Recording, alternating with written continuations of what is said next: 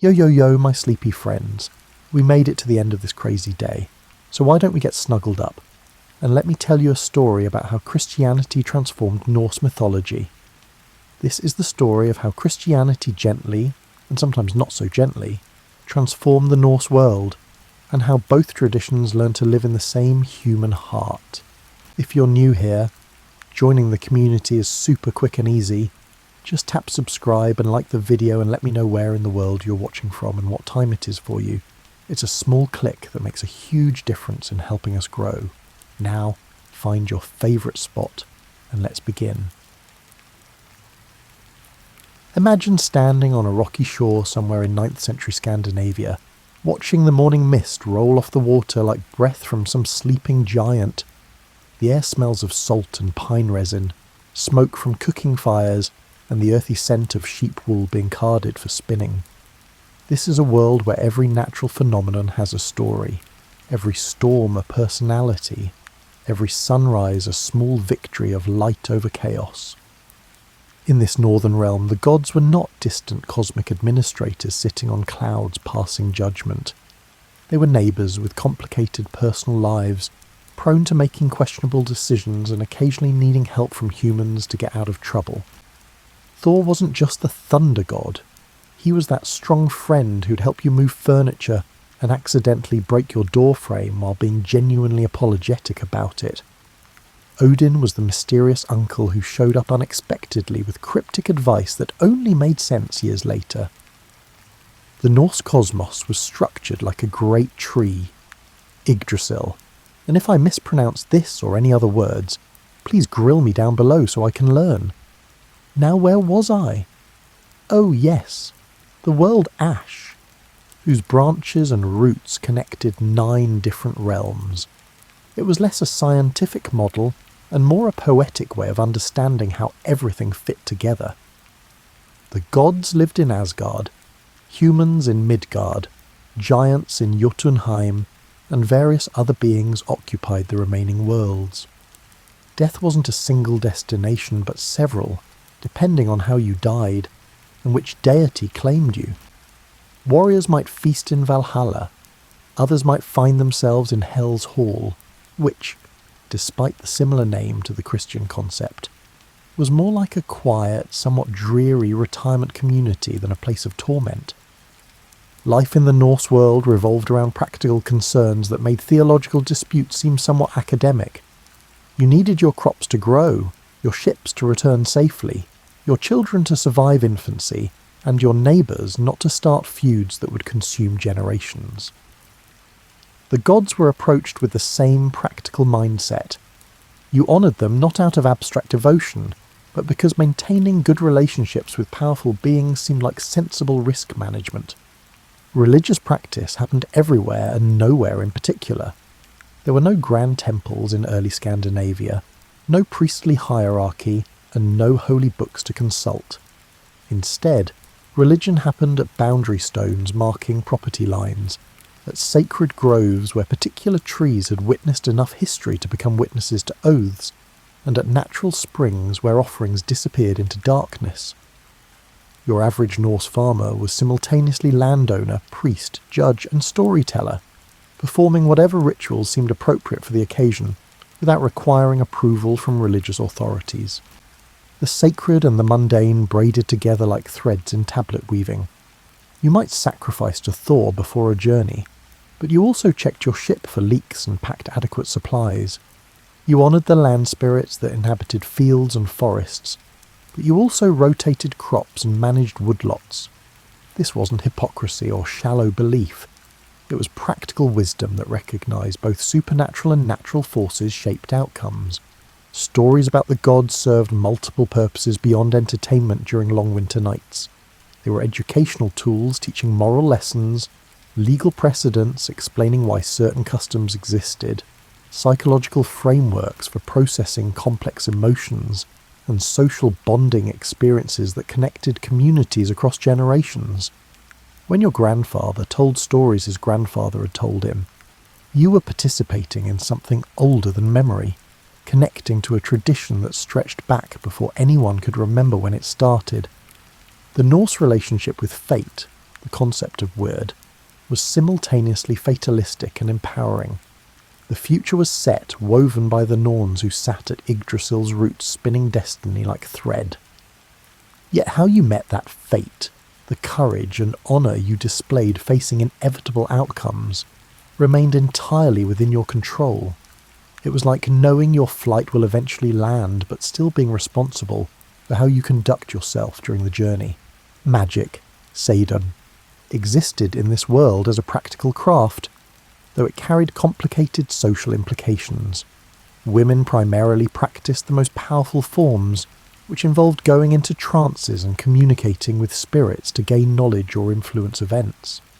Men who practiced these arts faced social stigma because the practice involved a kind of passive receptivity that contradicted masculine ideals of direct action. It was one of those cultural quirks that seem strange from the outside but make perfect sense within the system's internal logic. Death rituals in pre-Christian Scandinavia reflected beliefs about the afterlife's continuation of earthly existence.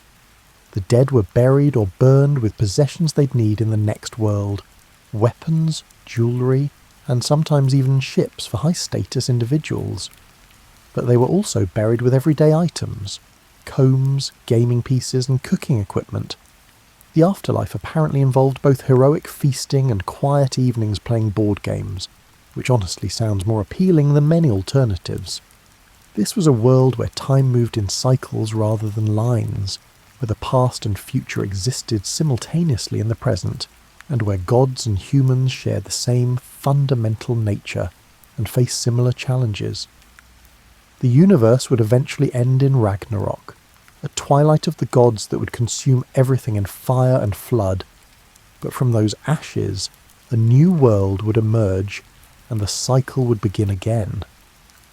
Even destruction was just transformation, not finality. Into this intricate web of belief, practice, and worldview, Christianity was about to arrive. But it didn't come as a conquering army sweeping away everything before it.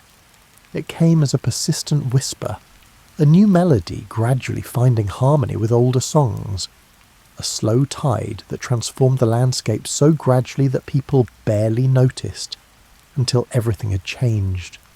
The first Christians your Norse ancestors encountered were probably not impressive evangelists with compelling theological arguments. They were more likely slaves captured during raids on Christian lands, monks who'd washed up on shores after shipwrecks, or merchants who made the sign of the cross before business deals and seemed oddly unwilling to swear oaths by Thor or Odin.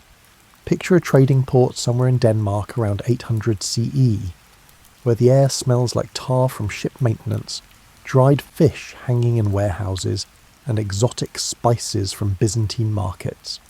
Here, Norse traders who travelled to Christian lands in Frisia or England might wear small cross pendants alongside their Thor's hammers, not from deep conviction, but because it seemed to help business dealings with Christian merchants. Religion, in this context, was less about exclusive truth claims and more about social lubrication, making potentially hostile strangers willing to trade fairly. These early encounters with Christianity were often bewildering for Norse people. The religion seemed to have some appealing features: eternal life in a paradise that sounded considerably more comfortable than most Norse afterlife options, a god who apparently loved everyone regardless of their social status, and a moral framework that theoretically protected the weak from the strong. But it also had some deeply strange requirements from a Norse perspective. Christianity demanded exclusive worship of a single god, which seemed simultaneously arrogant and impractical. Why would you put all your eggs in one cosmic basket when you could maintain relationships with multiple powerful beings? The Norse approach had always been more portfolio diversification than monotheistic commitment. You honoured Thor for protection, Freyr for fertility, Odin for wisdom, and various land spirits for local concerns. Limiting yourself to a single deity seemed like terrible risk management. The Christian prohibition on violence was particularly puzzling in a society where honour and reputation could only be maintained through willingness to fight when challenged. How could you survive, let alone prosper, if you turned the other cheek every time someone insulted you or your family. The Norse legal system was built around the assumption that people would pursue feuds to restore honour after offences. Christianity's emphasis on forgiveness threatened to unravel the entire social fabric. Yet some aspects of Christianity resonated with Norse values in unexpected ways. Christ's sacrifice had elements of the heroic death that Norse culture celebrated. His willingness to endure suffering for others echoed the warrior ethos that prized courage over survival. The Christian emphasis on fate and divine providence wasn't so different from Norse beliefs about Wyrd and the Norns' weaving, and the promise that the meek would inherit the earth had obvious appeal to thralls and poor farmers who occupied the bottom of Scandinavian social hierarchies. The earliest conversions in Scandinavia often happened through personal relationships rather than theological persuasion. A Norse trader might convert to Christianity because it helped him do business in Christian ports, then gradually find himself actually believing the teachings he'd initially adopted for practical reasons. A slave from Ireland or England might maintain Christian practices in captivity, and his Norse master's children might grow curious about this religion that seemed to provide such comfort to someone in desperate circumstances. Some conversions were more cynical. Kings and jarls recognised that Christian kingdoms in Europe had developed centralised power structures that made them wealthy and formidable. Christianity seemed to come packaged with literacy, advanced administration, and diplomatic connections to powerful southern kingdoms. Converting to Christianity might be worth it purely for the political and economic advantages, regardless of personal belief. The Christian missionaries who eventually arrived in Scandinavia with deliberate evangelical intentions discovered that converting Norse people required considerable cultural translation. They couldn't simply condemn everything about Norse religion as demonic without losing their audience entirely. Instead, the most successful missionaries looked for points of connection, ways to present Christianity as fulfilling rather than contradicting Norse spiritual yearnings. These missionaries learned to work within existing Norse frameworks even while trying to transform them. They presented Christ as the ultimate warrior king who defeated death itself through heroic sacrifice. They described heaven using imagery that Norse people would find appealing: feasting, reunions with loved ones, an escape from cold and hardship. They portrayed the Christian God as more powerful than Odin or Thor, able to control the same natural forces but with greater authority and consistency. The Norse response to these missionary efforts was neither immediate acceptance nor violent rejection, but something more complicated. People hedged their bets, attending Christian services while still making offerings to the old gods. They baptized their children while still telling stories about Thor's adventures. They built churches next to sacred groves, apparently assuming the different divine powers could coexist if given appropriate space. This period of dual religious practice created some genuinely odd hybrid situations. Archaeological evidence shows Christian crosses decorated with Norse artistic motifs, Thor's hammers modified to look more cross-like, and burial practices that mixed Christian and pagan elements with cheerful disregard for theological consistency. People seemed to approach religion with pragmatic flexibility, taking what seemed useful from Christianity, while retaining practices that had served their ancestors for generations. The smell of this changing world mixed old and new in distinctive ways. Incense from Christian rituals drifted through halls that still smelled of mead and roasted meat from traditional feasts. Church bells rang out across landscapes where sacred groves still stood, their trees hung with offerings. Priests in rough woolen robes walked paths where vulvas, female seers, had once travelled from farm to farm performing prophecies and magic. This religious borderland, where Christianity and Norse paganism coexisted in uneasy proximity, would persist for generations. It was messy, inconsistent, and probably theologically unsatisfying to true believers on either side. But it was also deeply human, reflecting how people actually navigate religious change, not through sudden conversion experiences or violent ruptures, but through gradual adaptation, selective adoption, and the slow transformation of meaning that happens when new ideas encounter old patterns of life. The conversion of Scandinavia accelerated dramatically when kings decided Christianity served their political interests, though this process looks less like spiritual awakening and more like medieval corporate restructuring with religious branding. Take Olaf Tryggvason, who became King of Norway in 995.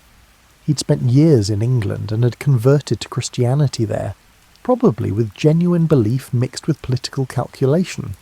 When he returned to claim the Norwegian throne, he brought Christian missionaries and a conviction that religious uniformity would strengthen royal power. His conversion methods were, let's call them, assertive. Olaf's approach to evangelism involved showing up at regional assemblies, things, with armed retainers, and offering local leaders a straightforward choice: convert to Christianity or face immediate consequences that range from exile to execution. He destroyed pagan temples, threw sacred idols into fjords, and generally demonstrated that Christianity had the backing of overwhelming military force. It was the medieval equivalent of a hostile corporate takeover, where the new management makes it clear that everyone will adopt the new corporate culture or find employment elsewhere. The funny thing about this forced conversion approach was how often it backfired. Olaf managed to alienate so many powerful people that he eventually died in battle against a coalition of his enemies, and Norway promptly returned to paganism like someone reverting to their natural hair colour after an unsuccessful dye job. Religious change imposed through violence alone rarely sticks, because it creates resentment rather than conviction. But Olaf's namesake, Olaf Haraldsson, later St. Olaf, learned from these mistakes when he became king a generation later. His approach was more sophisticated, combining military pressure with economic incentives and genuine missionary work. He brought in trained priests who could actually explain Christian theology, rather than just demanding submission. He built churches that doubled as administrative centres, making Christianity practically useful for governance. He offered tax breaks to converts and made Christian baptism a requirement for full participation in legal proceedings. This Olaf also died violently. It turns out that aggressive religious reform combined with heavy taxation made him unpopular regardless of his methods. But his legacy endured. After his death, miracles were reported at his shrine. He was declared a saint, and suddenly Norway had its own holy figure who happened to be a warrior king. It was brilliant religious marketing. Christianity repackaged with a Norse hero at its centre, someone who understood honour and courage and dying gloriously in battle. In Denmark, King Harald Bluetooth, yes, that's where your wireless technology got its name, converted around 965 and commissioned the Gelling Stones, massive rune stones that announced his accomplishment in bringing Christianity to Denmark. The stones combined traditional Norse art styles with Christian symbolism, creating a visual representation of cultural synthesis. Harald understood that successful conversion required making Christianity feel Norse rather than foreign, wrapping new beliefs in familiar aesthetic forms. Sweden took longer to convert, partly because centralised royal power developed more slowly there. Missionaries working in Sweden faced the challenge of converting a more decentralised society where no single king could impose religious uniformity from above. This meant more grassroots evangelism, more negotiation with local leaders, and more instances of Christianity adapting to existing social structures rather than transforming them wholesale. The most successful missionaries in Sweden tended to be those who showed genuine respect for Norse culture, while presenting Christianity as its fulfillment. They learned Old Norse, participated in local life, and found ways to present Christian teachings using Norse storytelling traditions. They discovered that you couldn't insult someone's ancestors and their centuries-old traditions, and then expect them to embrace your religion. Persuasion required building relationships, demonstrating that Christianity enhanced rather than rejected Norse identity. Iceland's conversion in 1000 CE showcased a uniquely Norse solution to religious conflict. The island was tearing itself apart as Christian and pagan factions moved towards civil war. Rather than fight, they agreed to let the law speaker, a kind of chief legal expert, decide Iceland's religious future. He spent a day and night under his cloak considering the problem, then announced his decision. Iceland would be officially Christian, but people could still practice pagan rites privately if they wished. It was religious compromise at its most pragmatic, choosing social peace over theological purity.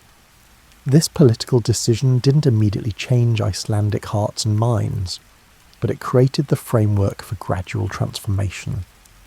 Once Christianity became the official religion, it controlled education, literacy, legal proceedings, and social advancement. Over time, being Christian shifted from political compliance to cultural norm to genuine belief, though the process took generations. The missionaries themselves came from diverse backgrounds with varying approaches. Some were aristocratic younger sons who'd entered the church as a career rather than from deep vocation. Others were genuinely devoted monks who'd volunteered for what was considered dangerous frontier work. A few were Scandinavians who'd converted while travelling abroad and returned as missionaries to their own people, bringing insider knowledge that made them more effective evangelists. These missionaries faced practical challenges that often outweighed theological ones. Scandinavia's climate was harsh, communications were difficult, and learning Old Norse was complicated by the lack of written materials. Early missionaries often depended on local hospitality, making them vulnerable to the very people they were trying to convert. They needed to prove Christianity's practical value, providing literacy, mediating disputes, and offering connections to wider European networks, while gradually introducing theological concepts that might take years for people to fully understand. The smell of this missionary era was distinctive. Incense from Mass mixing with wood smoke from longhouse fires, parchment and ink in newly established scriptoria, and the distinctive scent of fresh-hewn timber as churches rose next to ancient sacred sites. Church bells introduced new sounds to landscapes where previously only natural noises and human voices marked time. Latin chants echoed in places where previously only Old Norse poetry and everyday conversation had been heard. As Christianity took root in Scandinavia, something fascinating happened to the old myths. They didn't simply disappear or get violently suppressed. Instead, they underwent a transformation as complex as any mythological shape-shifting, emerging in new forms that served new purposes while retaining echoes of their ancient power. The monks who first wrote down Norse mythology faced a delightful paradox. They were Christian scholars who theoretically shouldn't preserve pagan myths, yet they were also the only people with literacy and the cultural interest to record these stories before they vanished entirely. Their solution was to become creative editors, preserving the myths while subtly Christianizing their interpretation. Take the prose Edda, written by Icelandic scholar Snorri Sturluson in the 13th century. Snorri was Christian, but he recognized that understanding traditional Norse poetry required knowledge of the old myths. His solution was ingenious. He presented the Norse gods as ancient human kings who'd been mistakenly worshipped as deities due to their remarkable abilities. It was euhemerism, the theory that gods were actually historical figures who'd been deified, and it allowed Snorri to preserve detailed mythological knowledge while maintaining that Christianity was correct and paganism had been based on misunderstanding. This interpretation required some creative theological gymnastics. Snorri traced the Aesir, the Norse gods, back to Troy after its fall, making them descendants of classical civilization rather than independent Scandinavian deities. It was like creating an elaborate backstory that connected Norse mythology to the broader historical narrative Christianity recognized, turning Odin from a god into a very impressive ancient king who'd led his people north from Asia. The funny part is that Snorri preserved far more authentic mythological detail than he probably should have, if his goal was simply Christian apologetics. He couldn't resist the story's narrative power, their poetic complexity, and their psychological insight. Reading the prose Edda, you can almost feel him enjoying the myths, even while explaining why they were technically incorrect from a Christian perspective. Other Christian writers took different approaches to the old stories. Some portrayed the Norse gods as demons who deceived humans into worship, casting mythology as a tragic history of supernatural manipulation. This interpretation allowed for detailed mythological description while clearly condemning the beliefs themselves. The demons were real, just evil rather than divine, and their stories served as cautionary tales about the consequences of worshipping false powers. Still others saw in Norse mythology dim reflections of Christian truth, as if the pagan past had contained prophetic glimpses of revelation to come. Odin's self-sacrifice hanging on Yggdrasil for 9 nights to gain wisdom became a prefiguration of Christ's crucifixion. Balder's death at the hands of treachery and his eventual return after Ragnarok echoed Christ's death and resurrection. These parallels allowed Christians to acknowledge the myth's spiritual depth while subordinating them to the Christian narrative. The most significant reinterpretation involved Ragnarok itself, this cosmic catastrophe, where gods and giants would destroy each other and the world would burn, had always been central to Norse cosmology. Christian interpreters recognized its similarity to apocalyptic Christian traditions and recast it as a pagan prophecy of the Last Judgment. The new world emerging from Ragnarok's ashes became heaven. Balder's return became Christ's second coming, and the entire Norse eschatology was retrofitted into a Christian framework. This reinterpretation changed the myth's meaning in subtle ways. Originally, Ragnarok represented the inevitable triumph of entropy and chaos, the recognition that even gods cannot prevent eventual destruction. It was cosmologically pessimistic, but ethically empowering. Since everything ends anyway, what matters is how you conduct yourself in the meantime. The Christian reinterpretation transformed this into a story about sin's consequences and redemption's promise, changing the emotional valence from tragic acceptance to hopeful expectation. Local folklore underwent similar transformations. The Landvatir, land spirits that inhabited natural features, became associated with trolls and hidden people, still present but now classified as natural creatures rather than objects of worship. The elves of Norse tradition split into 2 categories. Some became angels or saints, while others became associated with demons and dark magic. The Norns who wove fate became analogous to God's providence, their weaving reinterpreted as a divine plan rather than an impersonal cosmic force. Interestingly, some of the most powerful Norse deities simply merged with Christian figures. Thor's protective role was often transferred to St. Michael, who fought demons with similar martial effectiveness. Freya's association with fertility and prosperity found new expression in prayers to the Virgin Mary and various agricultural saints. Odin's connection to wisdom and poetry was partially absorbed into the cult of saints associated with learning and eloquence. The practical rituals of Norse paganism underwent equally creative reinterpretation. The custom of drinking rounds in memory of the gods became a Christian practice of toasts to Christ and various saints. The midwinter sacrifice and feast became July, eventually Christmas, maintaining its association with light returning during the darkest season, while completely changing its theological meaning.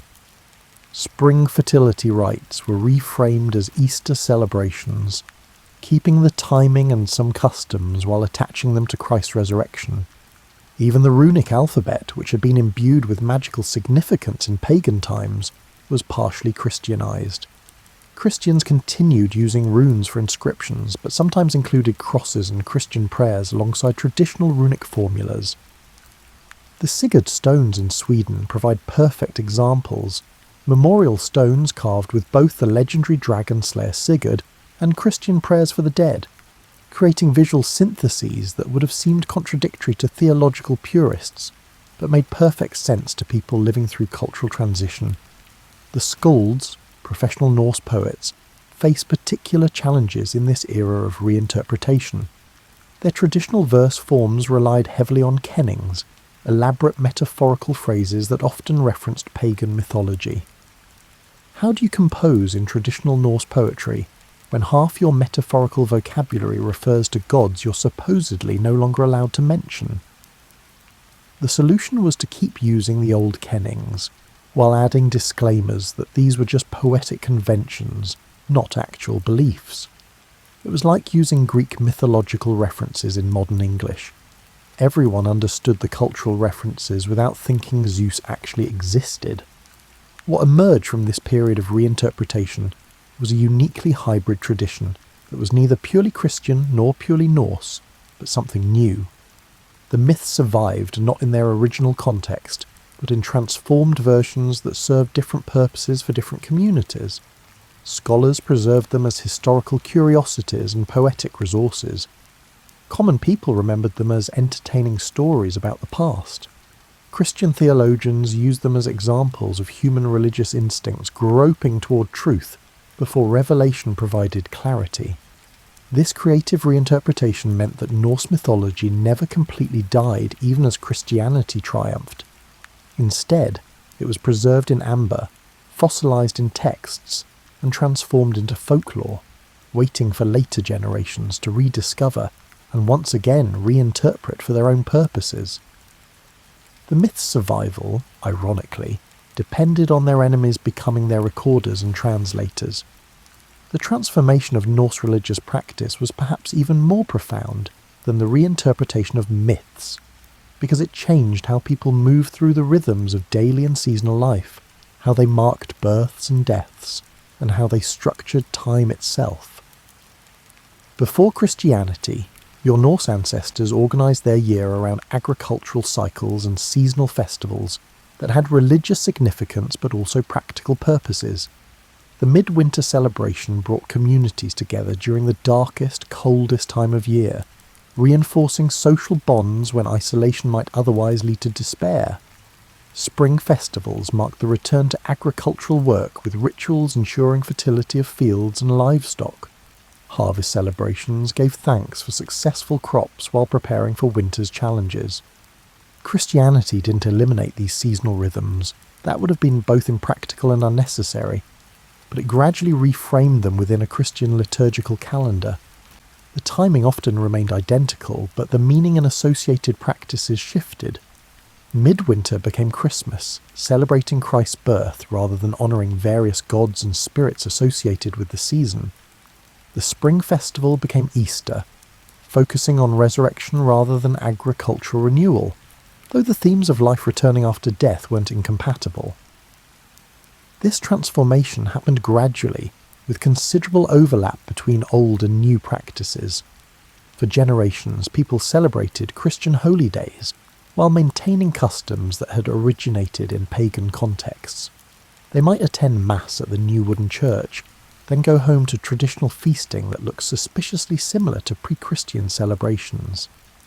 The food smelled the same: roasted meat, fresh bread, fermented drinks, even if the prayers before eating had changed. Personal life cycle rituals underwent particularly significant changes.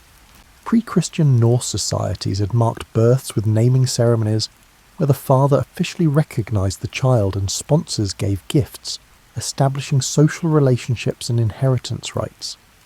Christianity introduced baptism, which served similar social functions, establishing the child's identity, creating godparent relationships, integrating the new person into the community, but within a framework of spiritual rebirth and original sin that was distinctly Christian. The baptismal ceremony itself often retained Norse elements despite its Christian meaning. The ritual washing paralleled earlier customs of sprinkling newborns with water while naming them. The giving of gifts by godparents echoed traditional gift-giving by sponsors. Even the timing sometimes accommodated Norse preferences. Some Christian communities allowed delayed baptism, so families could choose auspicious occasions according to traditional reckoning, though the Church officially preferred immediate baptism to protect the child's soul. Coming-of-age transitions also evolved. Pre-Christian Norse societies had marked the transition to adulthood through various ceremonies and tests that demonstrated capability for adult responsibilities. Christianity introduced confirmation, where young people publicly affirmed their faith and received full status as church members. The underlying function, marking the passage from childhood to adult community membership, remained similar even as the ritual forms and stated purposes changed. Marriage practices showed perhaps the most complex blending of old and new. Norse marriage had primarily been a property arrangement between families, with elaborate negotiations over bride price and dowry, sealed with oaths before witnesses and celebrated with feasting. Christianity introduced the idea that marriage was a sacrament with spiritual significance, requiring a church blessing and theoretically indissoluble except through death. In practice, Norse marriage customs gradually absorbed Christian elements rather than being replaced wholesale. The negotiations and property arrangements continued, but now a church ceremony preceded or followed the traditional festivities. The bride still wore Norse-style dress and jewellery, but might also wear Christian symbols. The feast still included traditional foods and drinks, but now began with Christian prayers. It was syncretism in action, each tradition borrowing elements from the other, until distinguishing original from adopted became nearly impossible. Death rituals experienced the most dramatic transformation, because Christianity and Norse paganism had fundamentally different ideas about what happened after death, and how the living should relate to the dead. Pre-Christian Norse funerary practices involved elaborate grave goods, ship burials for elite individuals, and sometimes cremation to speed the deceased's journey to the afterlife. These practices reflected beliefs that the dead continued existing in forms that resembled earthly life. Christian burial was radically simpler. The body went into the ground, oriented east-west, with few or no grave goods, because material possessions had no value in the spiritual afterlife to come. The funeral service focused on prayers for the soul, rather than equipping the deceased for their journey. Church graveyards replaced traditional burial mounds and family plots, relocating the dead from their own lands to communal Christian space. This transition was painful for many families. The old practices had provided comfort through their implicit promise that loved ones continued existing in recognizable form. The elaborate preparations, provisioning the grave with food, tools and treasures, gave mourners concrete actions to perform, ways to demonstrate continuing care for the deceased. Christian burial seemed stark by comparison, stripping away these comforting rituals and leaving only prayers and faith in an invisible afterlife. Yet Christianity offered its own consolations that gradually became meaningful to converts. The promise of eventual resurrection provided hope that relationships severed by death would be restored. The idea that social hierarchies didn't persist into the afterlife meant that even slaves and poor farmers could hope for a better existence after death. The regular prayers for the dead maintained a connection between living and deceased that paralleled older practices of remembering ancestors. Gradually, hybrid practices emerged that satisfied both Christian requirements and Norse emotional needs. People might bury their dead in church graveyards according to Christian rites, while still leaving small offerings at the graves. Technically a Christian practice, but flavoured with older habits. They might have masses said for the deceased while also telling stories about their ancestors, in ways that kept them present in communal memory, blending Christian intercession with Norse ancestor veneration. The physical landscape of ritual also transformed. Pre-Christian sacred sites, groves, springs, stone circles, mountain peaks, either were Christianized through the addition of crosses and small chapels, or became forbidden places associated with demons and trolls. Churches rose on former sacred sites, sometimes deliberately claiming these spaces for Christianity, other times simply because these locations had always been community gathering places regardless of religious significance. The architecture of early Norse churches reflected cultural synthesis, built using traditional Scandinavian woodworking techniques, often by the same craftsmen who built longhouses and ships. These stave churches incorporated Christian architectural elements, like cruciform layouts and western-facing entrances, while maintaining distinctively Norse aesthetic character. Their carved portals included both Christian symbols and traditional interlace patterns, dragons that might be demonic, or might simply be familiar decorative motifs stripped of their original meaning. The smell inside these new churches mixed imported and local elements, incense and candle wax from Christian liturgy, fresh timber from Norse building traditions, wool and leather from congregants' clothing, and the earthy smell of dirt floors. The sound shifted too. Latin chanting replaced Old Norse poetry. Church bells marked time instead of natural rhythms and horns. But underneath these new sounds, familiar voices speaking Norse discussed community affairs in the same building where they prayed in Latin. What emerged was a distinctively Norse Christianity, neither identical to continental European practice, nor simply paganism with a Christian veneer. It was something genuinely new, created by communities adapting to changing circumstances while maintaining continuity with their past. The transformation was neither simple replacement nor pure synthesis, but a complex negotiation between competing values, practical accommodations, and genuine changes in belief that occurred over multiple generations. Even as Christianity became dominant across Scandinavia, pockets of pagan practice persisted for centuries in remote areas where royal authority was weak, missionary presence limited, and traditional ways deeply rooted in landscape and community memory. Picture a small farming valley in inland Norway or Sweden around 1100 CE, several generations after official conversion. The nearest church is half a day's journey away, the priest visits irregularly, and daily life remains structured by agricultural cycles and weather patterns that care nothing for Christian liturgical calendars. Here, people might dutifully attend Easter and Christmas services when possible, but they also maintain older practices that their families have performed for longer than anyone can remember. These last pagans weren't necessarily defiant rebels making conscious theological choices. Often they were simply rural people maintaining traditions that worked, that connected them to place and ancestors, and that provided meaning and structure to lives far from power centres where religious uniformity was being enforced. They sacrificed to land spirits not because they rejected Christianity, but because their grandfather's grandfather had done so, and the crops seemed to grow better when you honoured the beings who inhabited the fields. The Sami people of northern Scandinavia maintained their indigenous spiritual practices longest, partly because their lifestyle as reindeer herders kept them mobile and difficult to systematically convert, and partly because their beliefs were so thoroughly integrated with their relationship to the land that changing religion would have required changing their entire way of life. Christian missionaries working among the Sami discovered that conventional evangelical approaches designed for settled agricultural communities simply didn't work with people whose spirituality was inseparable from their nomadic patterns and intimate knowledge of Arctic wilderness. In Iceland, the situation was particularly interesting because the compromise conversion of 1000 CE had explicitly allowed private pagan practice to continue. This created a centuries-long period where people publicly conformed to Christianity while privately maintaining older traditions, creating a cultural schizophrenia that was probably psychologically uncomfortable but practically manageable.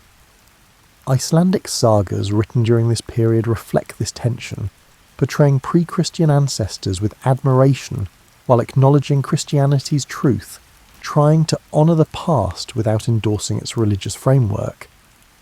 The last explicitly pagan temples were probably destroyed by the late 11th century, but informal sacred sites persisted much longer. Certain groves, springs and mountains retained their holy character in local consciousness even after Christianity officially claimed them. People might cross themselves before approaching these places, while also leaving small offerings, combining Christian protection with older practices of propitiating local powers. It was spiritual insurance, covering all bases just in case. Folk magic and superstition preserved fragments of pagan belief in forms that were technically compatible with Christianity, if you squinted and didn't examine them too closely. The Galder chanting used in Norse magic simply became folk healing charms that invoked Christian saints instead of pagan gods. The runes lost their divine associations, but retained their use in protective amulets and folk remedies. The belief in hidden people and land vetir was reframed as superstition rather than religion. allowing it to persist as colourful folklore rather than a condemned practice. Women, particularly older women in rural areas, became the primary keepers of these borderland traditions. Their knowledge of healing herbs, midwifery, weather prediction, and folk magic often retained connections to pre-Christian practices even after generations of Christianity.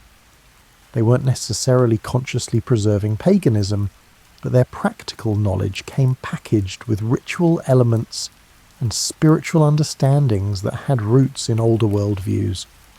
The Church's response to these persistent pagan elements oscillated between violent suppression and pragmatic accommodation. During periodic reform movements, authorities would crack down on folk practices, threatening severe penalties for anyone caught making offerings to stones or trees, performing pagan-flavoured magic, or consulting seers. Other times, the Church essentially looked the other way, recognising that rural populations would maintain certain traditions regardless of official policy, and deciding that nominal Christianity with folk elements was better than driving people into open rebellion. Some clergy even participated in this accommodation, learning to distinguish between practices they considered genuinely dangerous to souls and harmless customs that could be tolerated or even Christianized through reinterpretation. A rural priest might privately disapprove of his parishioners leaving milk offerings at fairy mounds while publicly focusing his preaching on more pressing moral issues like violence and theft. The memory of the old ways was also preserved through the skaldic tradition, which continued for centuries after conversion. Schools needed to understand traditional mythology to compose proper verse, so they maintained detailed knowledge of pagan beliefs and stories even while personally being Christian. This created an interesting situation where the most sophisticated preservers of Norse mythology were often monks and priests who recorded these stories as literary heritage rather than living religion. The saga tradition performed similar preservative work. Saga writers, working mostly in Iceland during the 13th and 14th centuries, were thoroughly Christian but wrote extensively about their pagan ancestors with sympathy and admiration. They portrayed these earlier Icelanders as noble, honourable people who simply hadn't yet received Christian revelation. The sagas became a way of honouring ancestral culture while maintaining proper Christian identity. You could admire your pagan great-great-grandfather's courage and cleverness without endorsing his religious beliefs. This selective remembering created a romanticised vision of the pagan past that probably bore only partial resemblance to historical reality. The sagas emphasised heroic values, dramatic conflicts, and colourful personalities while downplaying the more mundane aspects of Norse paganism. They preserved memory of the old gods primarily as characters in entertaining stories, rather than as deities who'd actually been worshipped. It was like remembering Greek mythology, culturally important, aesthetically valued, but no longer religiously believed. By the 14th century, explicitly pagan practice had essentially disappeared from Scandinavia, though the process had taken centuries longer than official conversion dates suggested. What remained were cultural habits, storytelling traditions, place names that referenced old gods, and a landscape still marked by ancient sacred sites, even if their original meaning had been forgotten or transformed. The last person in Scandinavia to genuinely worship Odin or Thor probably died sometime in the late Middle Ages, in some remote location, without anyone recording the moment or recognising its historical significance. It was an undramatic ending to a religious tradition that had sustained Norse peoples for millennia. Not a violent suppression or dramatic final stand, but simply the quiet death of the last practitioner in a world where everyone else had moved on. Yet in another sense, Norse paganism never entirely died. It survived in folk customs whose origins were forgotten, in stories parents told children on winter nights, in the names of weekdays that still honour Thor and Freya, and in the landscape itself, where every feature seemed to carry memory of older meanings. The old ways didn't disappear so much as they dissolved into the cultural substrate, becoming part of how Norse-descended people understood themselves even after their religious framework had completely changed. As you settle deeper into your blanket and the night grows quieter around you, let's explore how this ancient religious transformation continues to echo through modern life in ways you probably never notice unless someone points them out. Every Thursday, you honour Thor. Every Friday, Freya gets her due. These weekday names are fossils from a time when these deities were actively worshipped, preserved in language long after their religious significance vanished. It's one of history's pleasant ironies that the most secular act, checking your calendar to see what day it is, perpetually honours gods that Christians spent centuries trying to eliminate from memory. The Christmas tree in your living room, if you have one, has roots that stretch back to pre-Christian Nordic traditions of bringing evergreen boughs indoors during midwinter, a way of celebrating life's persistence through the darkest season. The custom survived Christianization by being reinterpreted as a symbol of Christ's eternal life, but its origins lie in older practices of honouring nature's resilience. Your holiday decorations connect you to ancestors who stood in frozen forests and marvelled that some trees remained green even when everything else seemed dead. The literary legacy of this conversion is extraordinary. The preservation of Norse mythology through Christian scribes means we know more about Norse religion than we do about most other pre-Christian European belief systems. If medieval monks hadn't written down the Eddas and Sagas, we'd have only fragmentary archaeological evidence and would need to reconstruct Norse beliefs through guesswork and comparison with other Germanic traditions. The irony is delicious. Christianity's triumph ensured the survival of detailed knowledge about the religion it replaced. This preserved mythology has had an outsized influence on modern fantasy literature, film, and popular culture. Every time you encounter elves, dwarves, trolls, or dragons in fantasy fiction, you're experiencing concepts that were filtered through Norse tradition and preserved by Christian scribes. J.R.R. Tolkien drew heavily on Norse mythology for Middle-earth, creating a fantasy world that was essentially a love letter to the literature produced during Christianity's absorption of Norse culture. The Lord of the Rings exists because Snorri Sturluson decided to write down the myths he'd learned centuries earlier. Modern Scandinavian identity still draws heavily on Norse heritage, even in nations that have been Christian for a millennium. Norway's constitution invokes historical continuity with Viking Age kingdoms. Iceland's sense of cultural distinctiveness emphasises saga literature and the preserved Old Norse language. Sweden's tourism industry sells Viking experiences alongside Lutheran churches. This isn't a contradiction. It's the long-term result of that medieval synthesis, where Christian faith and Norse cultural identity learn to coexist in the same communities. The physical landscape of Scandinavia still bears marks of this religious transformation. Stave churches that combine Norse woodworking traditions with Christian architecture dot the Norwegian countryside, their dragon-headed roof ornaments and interlaced carvings creating visual bridges between the pagan past and Christian present. Rune stones that mix Christian crosses with traditional Norse artistic motifs stand in fields and along roadsides, permanent records of that transitional period when people were figuring out how to be both Christian and Norse. Place names across Scandinavia preserve memory of pagan sacred sites and mythological associations. Towns and features named for Thor, Odin and Freya are as common in Sweden, Norway and Denmark as towns named for saints. Every map is a palimpsest where Christian geography overlays but doesn't completely erase earlier religious meanings. When modern Scandinavians give directions or discuss locations, they're constantly invoking a landscape that was sacred long before Christianity arrived. The folk traditions that survived Christianization have become valued cultural heritage rather than embarrassing pagan residue.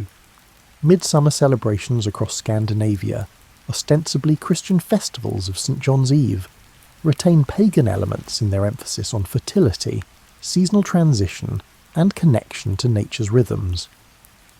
The Christmas goat of Scandinavian tradition, which seems random to outsiders, connects to pre-Christian winter celebrations.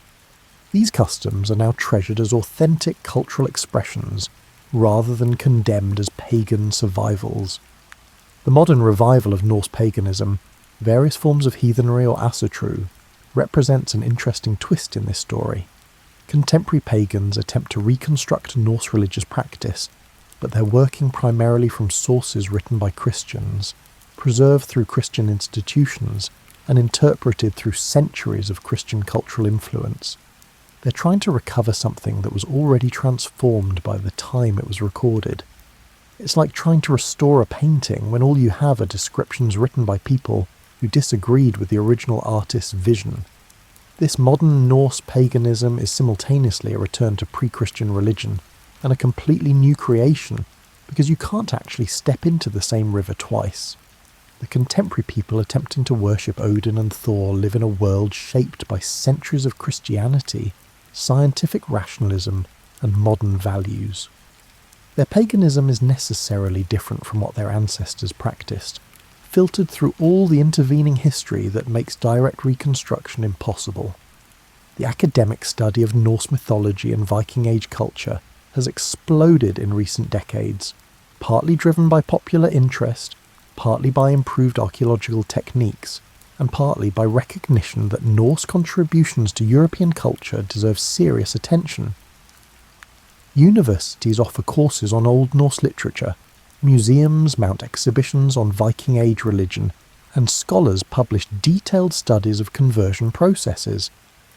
The medieval Christians who preserved these myths while trying to replace them inadvertently created materials for a thriving modern field of historical study. Popular culture's endless fascination with Vikings ensures that Norse mythology remains commercially viable and culturally relevant. Marvel's Thor films introduce Norse gods to global audiences who've never heard of the Eddas.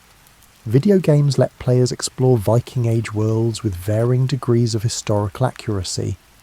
Television series dramatise Norse religion and society for entertainment value. This pop culture engagement is often historically dubious, but it keeps Norse mythology alive in contemporary imagination in ways that purely academic preservation never could.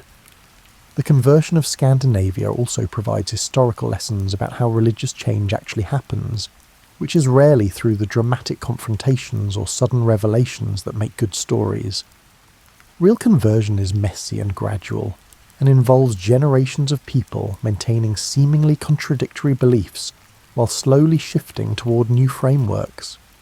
It's not conquest, but negotiation, not replacement, but transformation, not either or, but both and, until eventually the both becomes just an and becomes invisible. This process offers insights for understanding contemporary religious change and cultural transformation. When you see modern societies grappling with secularization, immigration, or other forces that challenge traditional religious frameworks, you're watching patterns similar to those that played out in medieval Scandinavia.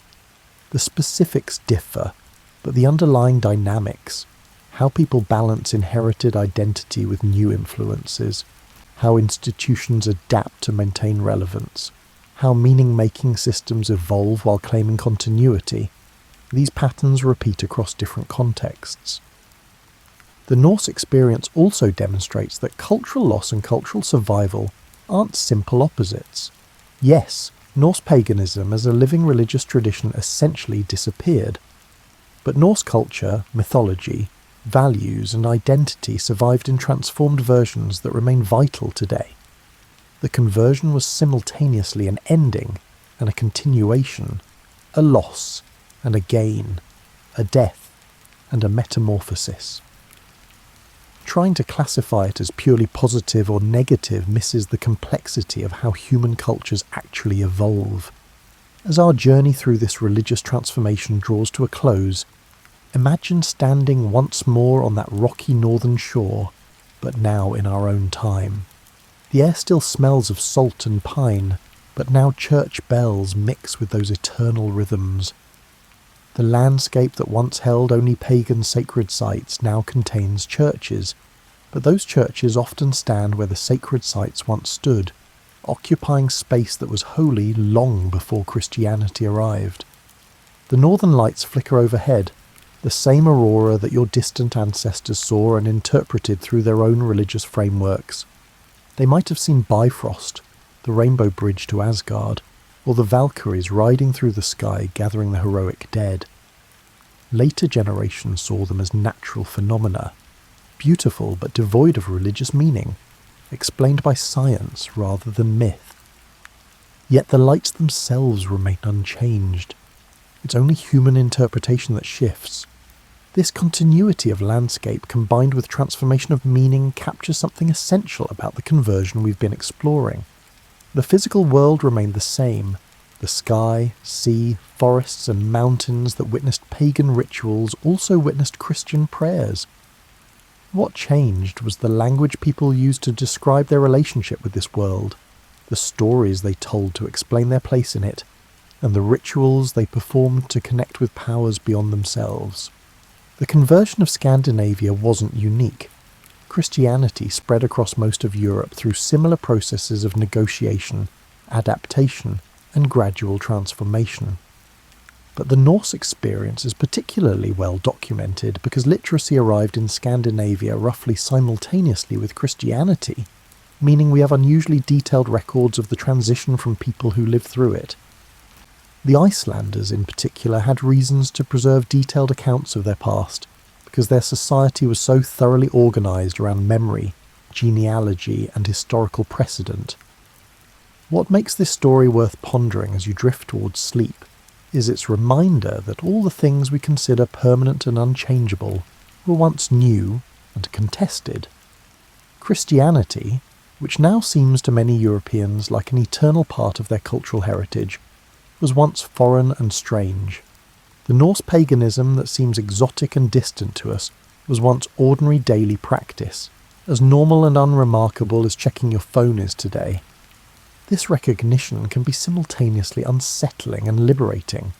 Unsettling because it suggests that our own certainties might someday seem as quaint and outdated as beliefs about Odin and Thor now appear to most people.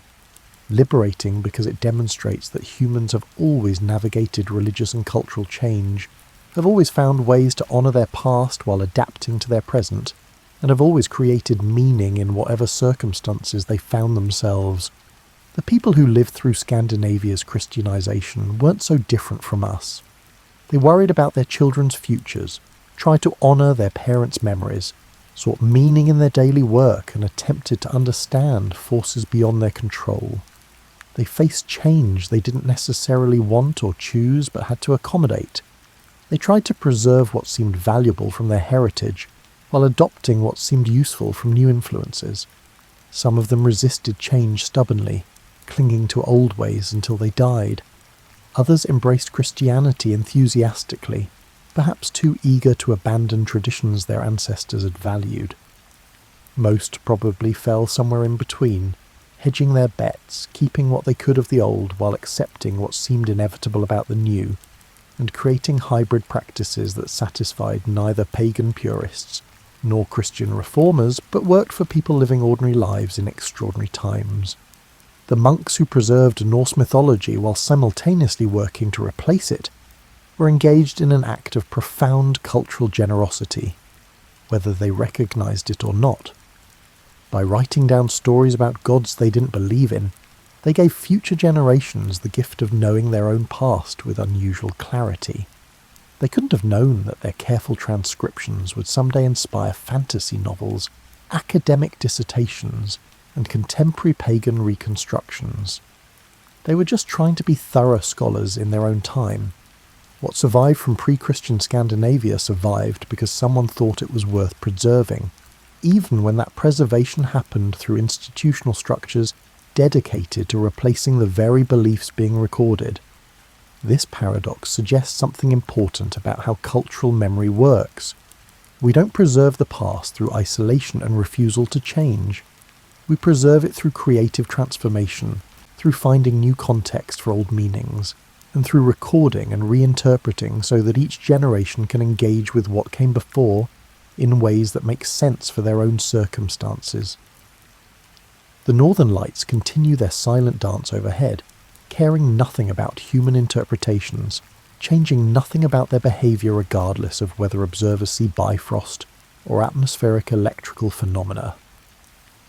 This indifference of the natural world to human meaning-making is oddly comforting. Beneath all our religious frameworks, mythological systems, and competing truth claims, the world simply is.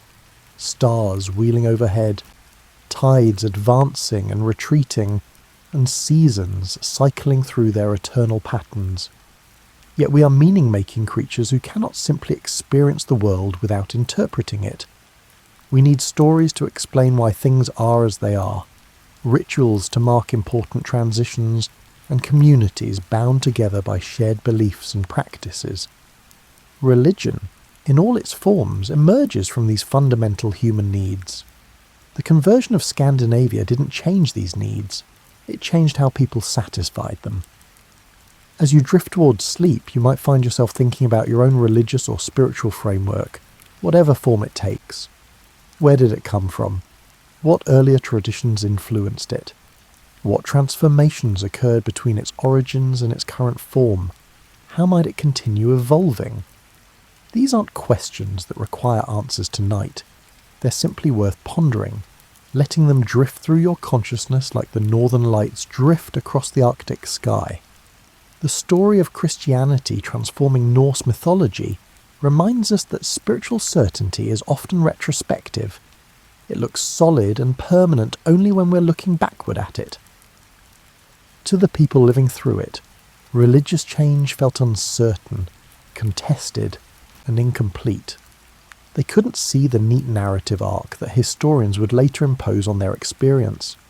They were just trying to figure out how to live faithfully in changing circumstances, making their best guesses about ultimate things while managing immediate concerns like crops, weather, and family relationships. This is ultimately a deeply human story about how people navigate between honouring their past and adapting to their present, between inherited identity and chosen belief, and between what they're told they should believe and what their lived experience teaches them. The specifics are Norse and Christian and medieval, but the underlying patterns are universal and timeless. Imagine waking in a small Icelandic farmhouse sometime in the 13th century, centuries after official conversion, but in a world still saturated with memory of the old ways. The morning light is pale and thin. It's winter and full daylight won't arrive for hours yet. You pull on layers of wool against the cold, eat porridge that tastes of salt and butter, and perhaps attend a brief morning prayer that your Christian household maintains as daily practice. But as you go about your morning tasks, feeding animals, checking on supplies, preparing for the day's work, you also pour a small amount of milk on the ground near your barn, a gesture your grandmother taught you, maintaining a relationship with the hidden people who share this land. You're not being hypocritical or confused. You're simply honouring both the Christian framework that structures your community's formal religious life and the older practices that connect you to this specific place and your family's history within it. This is how most religious transformation actually looks, not the dramatic confrontations and decisive moments that make it into official histories, but the quiet daily negotiations between inherited practice and adopted belief, the practical accommodations that let people maintain continuity with their past while adapting to their present. The monastery bells ring across the valley, a relatively new sound in this ancient landscape, but one that now marks time and calls the faithful to prayer. Yet the mountains that echo these bells are the same mountains that heard older invocations, and the stones that support the church absorbed prayers to different powers for centuries before Christianity arrived. The landscape holds all these layers of meaning without contradiction, accepting human interpretations while remaining fundamentally itself. By the time you finish your morning routine and look toward the day's work, you're operating in multiple time frames simultaneously. You're a Christian living in the 13th century according to the religious framework your community has adopted. You're also an heir to traditions stretching back before Christianity arrived, carrying practices and memories your ancestors developed over generations. You're simultaneously new and ancient, Christian and Norse, traditional and innovative. This layered identity isn't confusion, it's richness. It's the natural result of living in a culture where change happened slowly enough that people could maintain multiple frameworks simultaneously, where conversion was a process rather than an event, and where the new didn't require complete abandonment of the old. As you finally step outside into the pale northern morning, breathing air that carries the sharpness of approaching winter, you're walking in a world that has been profoundly transformed while remaining recognisably itself. The conversion of Scandinavia to Christianity changed everything about how people understood their relationship to the divine, yet changed remarkably little about the daily rhythms of life shaped by climate, geography, and agricultural necessity. This is the quiet miracle of cultural transformation, that it can be simultaneously revolutionary and barely noticeable, that people can undergo profound changes in worldview while maintaining practical continuity in their daily lives, and that new religious frameworks can take root without completely destroying the cultural soil from which earlier traditions grew. Rest now, and let these stories of conversion and transformation drift through your consciousness like snow falling on ancient stones. The world you wake to tomorrow will be different from the medieval north we've been exploring, but it will bear the marks of these transformations and countless others like them. Every morning is simultaneously new and old, every culture simultaneously changing and continuous, and every person simultaneously heir to the past and creator of the future. The Northern Lights continue their dance, indifferent to human interpretations, but somehow enriched by all the meanings we've projected onto them across millennia. May your sleep be as peaceful as that indifference, as rich as those accumulated meanings, and as continuous as those ancient patterns cycling endlessly through the Arctic night. Sleep well, knowing that transformation and continuity aren't opposites, but partners in the endless dance of human culture, adapting to change while maintaining connection to its deepest roots. The story of Christianity transforming Norse mythology is ultimately your story too. The universal human experience of finding new meanings while honouring old memories, of changing profoundly while remaining essentially yourself.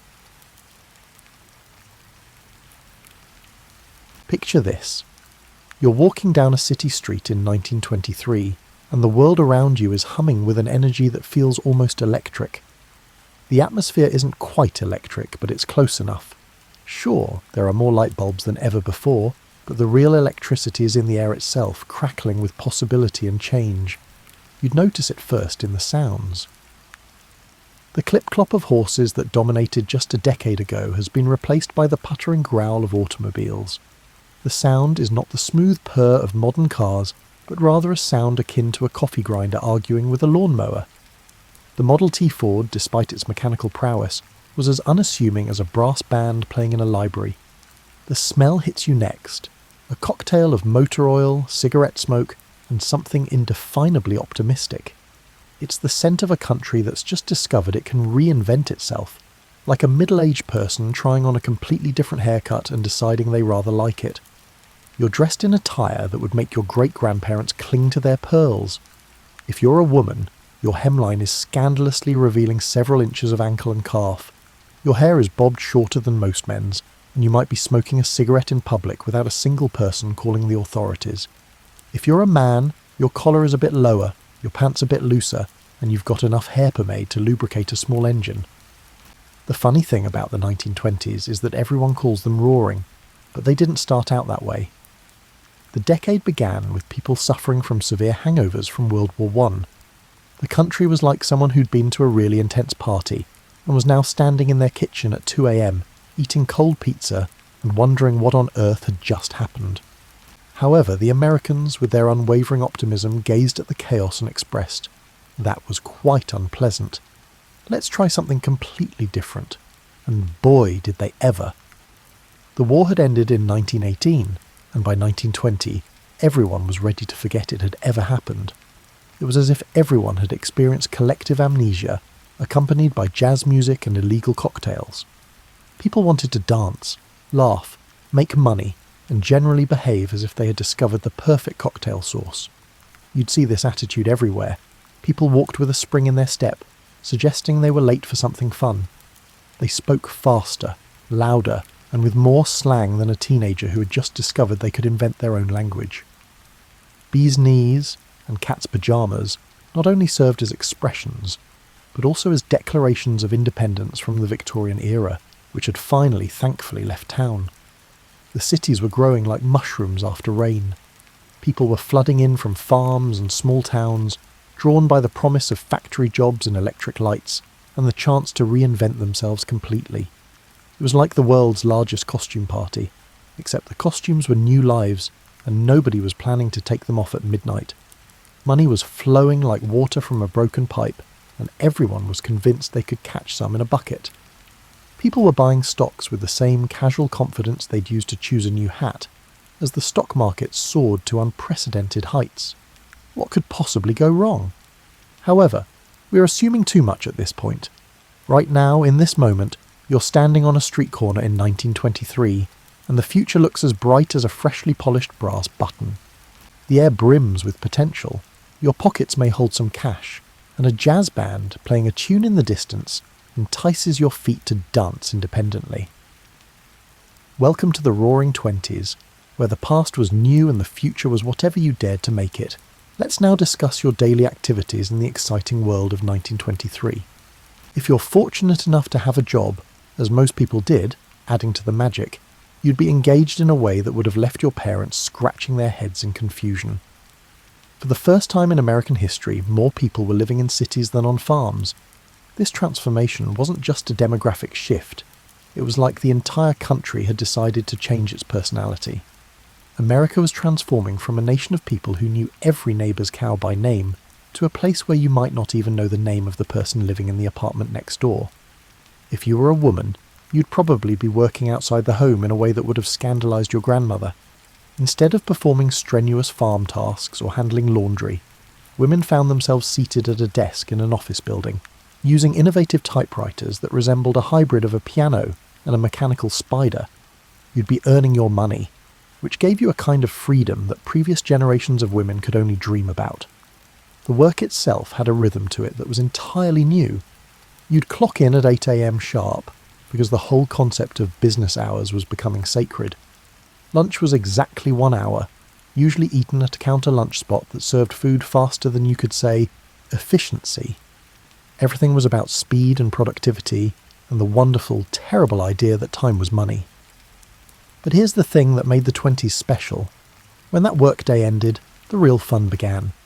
You'd step out of your office building into a world that was determined to entertain you. The streets were lined with movie theatres showing the latest Charlie Chaplin or Buster Keaton films. These weren't just movies. They were escapes into worlds where anything could happen, and usually did. If you desired to dance, you would make your way to one of the hundreds of dance halls that had sprung up like fervent plants. Jazz, a new musical genre, resembled traditional music with a hint of improvisation. It was syncopated, unpredictable, and absolutely irresistible. You'd do the Charleston until your feet hurt, then keep dancing anyway because the music wouldn't let you stop. The food was changing too. Instead of the heavy Germanic meals that had dominated American tables, you'd find yourself eating lighter fare. Salads became fashionable, not because anyone was particularly concerned about health, but because they felt modern and sophisticated. Canned foods were everywhere, promising convenience and consistency. You could open a can of peaches in the middle of winter and feel like you were living in the future. And speaking of the future, everything was about being modern. The furniture, art and ideas were all modern. If something was old, it was automatically suspect. People were redecorating their homes with clean lines and geometric patterns, throwing out the heavy, ornate Victorian furniture that had dominated parlours for decades. It seemed as though the entire nation had made a resolute decision to purge and never look back. Your evening entertainment might include listening to the radio, which was still magical enough to make you shake your head in wonder. The air carried voices and music directly into your living room. You'd gather around the radio like it was a campfire, listening to programs that connected you to the rest of the country in a way that had never been possible before. But the real excitement came from the speakeasies. Now, officially, alcohol was illegal thanks to Prohibition, which had gone into effect in 1920. But in reality, people were drinking more than ever, and they were drinking it in hidden clubs that had the atmosphere of a permanent party. You'd knock on an unmarked door, whisper a password, and suddenly you'd be in a world of dim lights, strong drinks, and the kind of music that made you want to dance until dawn. The irony wasn't lost on anyone. The government tried to make America more moral by banning alcohol, but it made drinking more fun, social and exciting. It was akin to receiving a ban on dessert, which instantly elevated it to the pinnacle of desire. Let's settle in and talk about money in the 1920s, because this is where things get really interesting. Imagine if everyone in your neighbourhood suddenly discovered they had a talent for finding $20 bills in their coat pockets. That's roughly what the economy felt like in 1924. You'd wake up each morning and check the newspaper for stock prices the way people today check their social media. The numbers consistently increased, akin to a helium balloon devoid of gravity. Your neighbour, who previously sold insurance, was now providing you with valuable insights about radio companies and automobile manufacturers. Your barber was talking about his portfolio while he trimmed your hair. Even the woman who ran the corner grocery store was buying stocks with the confidence of someone who'd been doing it for decades. The beautiful thing was, you didn't need to be rich to get started. You could buy stocks on margin, which meant you only needed to put down a small amount of your money and borrow the rest. It was like a layaway, but for wealth building. What could possibly go wrong with borrowing money to buy something that was guaranteed to go up in value? Your typical day might start with a quick stop at the bank, where the teller would greet you with a smile that suggested he was personally invested in your financial success. Banks were no longer the stern, intimidating institutions they'd been in your grandfather's day. They were friendly, welcoming places that were eager to lend you money for just about anything. Want to buy a car? Here's a loan. Want to buy a house? Here's a mortgage. Want to buy stocks? Here's some margin financing. The bankers practically threw money at you, instilling in you a sense of gratitude for their faith in your future. The cars were a perfect example of how money was changing everything. Henry Ford had figured out how to mass-produce automobiles, which meant that for the first time in history, regular working people could afford to buy one. A Model T cost about $290 in 1925, which was roughly 3 months' wages for an average worker. Compare that to today, when a new car costs more like 8 months' wages, and you can see why everyone was feeling pretty optimistic about their purchasing power. But the real magic happened when you got that car home. Suddenly you weren't limited to your neighbourhood anymore. You could drive to the next town over for dinner, or take a weekend trip to the mountains, or simply cruise around on a Sunday afternoon feeling like the king of the world. The automobile didn't just change how you got around, it changed how you thought about distance, time and possibility. Consumer goods were flooding the market.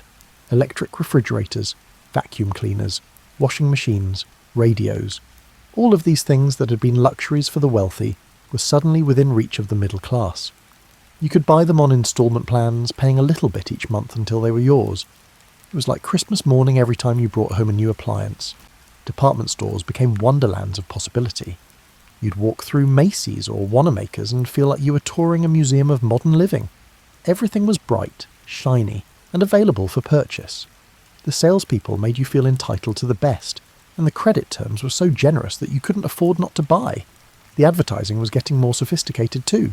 Instead of just listing the features of a product, advertisers were selling you a lifestyle. Buy this soap and you'll be more attractive. Buy this car and you'll be more successful.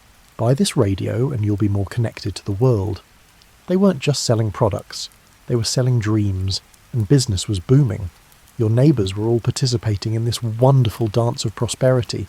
Everyone was buying, everyone was selling, and everyone was convinced that the music would never stop playing. The stock market was like a giant casino where everyone was winning, and the house never seemed to mind. But here's the thing about dancing. It's wonderful while the music is playing, but eventually the band needs to take a break. The trouble was, nobody in 1925 was thinking about what would happen when the music stopped. They were too busy enjoying the rhythm, the movement, and the sheer joy of being part of something that felt bigger than themselves. When the sun went down in 1925, that's when the real personality of the decade came out to play. You'd finish your dinner, straighten your tie or powder your nose, and step out into a world that was absolutely determined to show you a good time.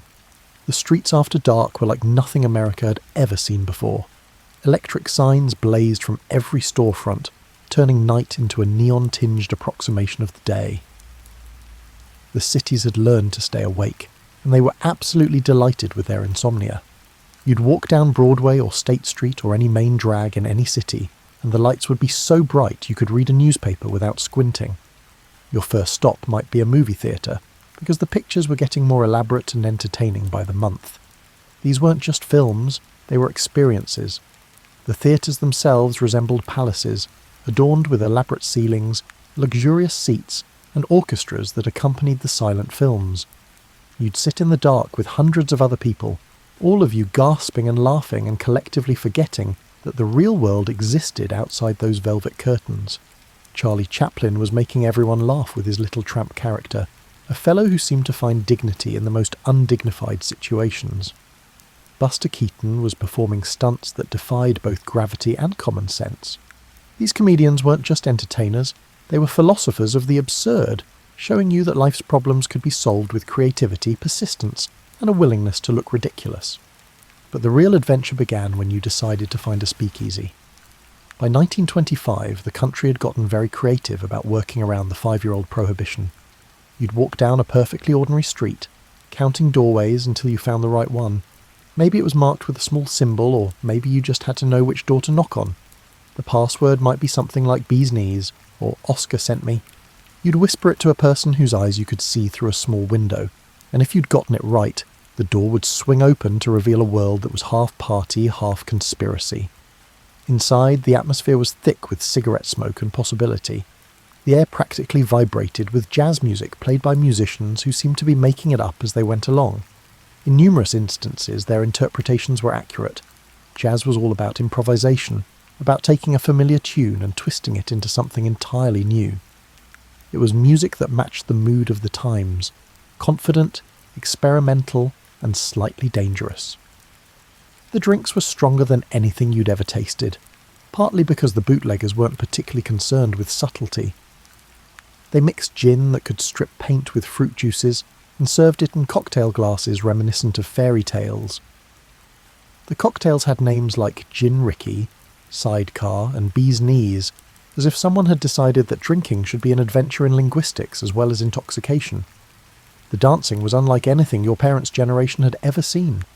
The Charleston was the signature move, all flying feet and swinging arms and complete abandonment of anything that might be considered dignified. The music would compel you to continue dancing despite your clothes becoming soaked with sweat.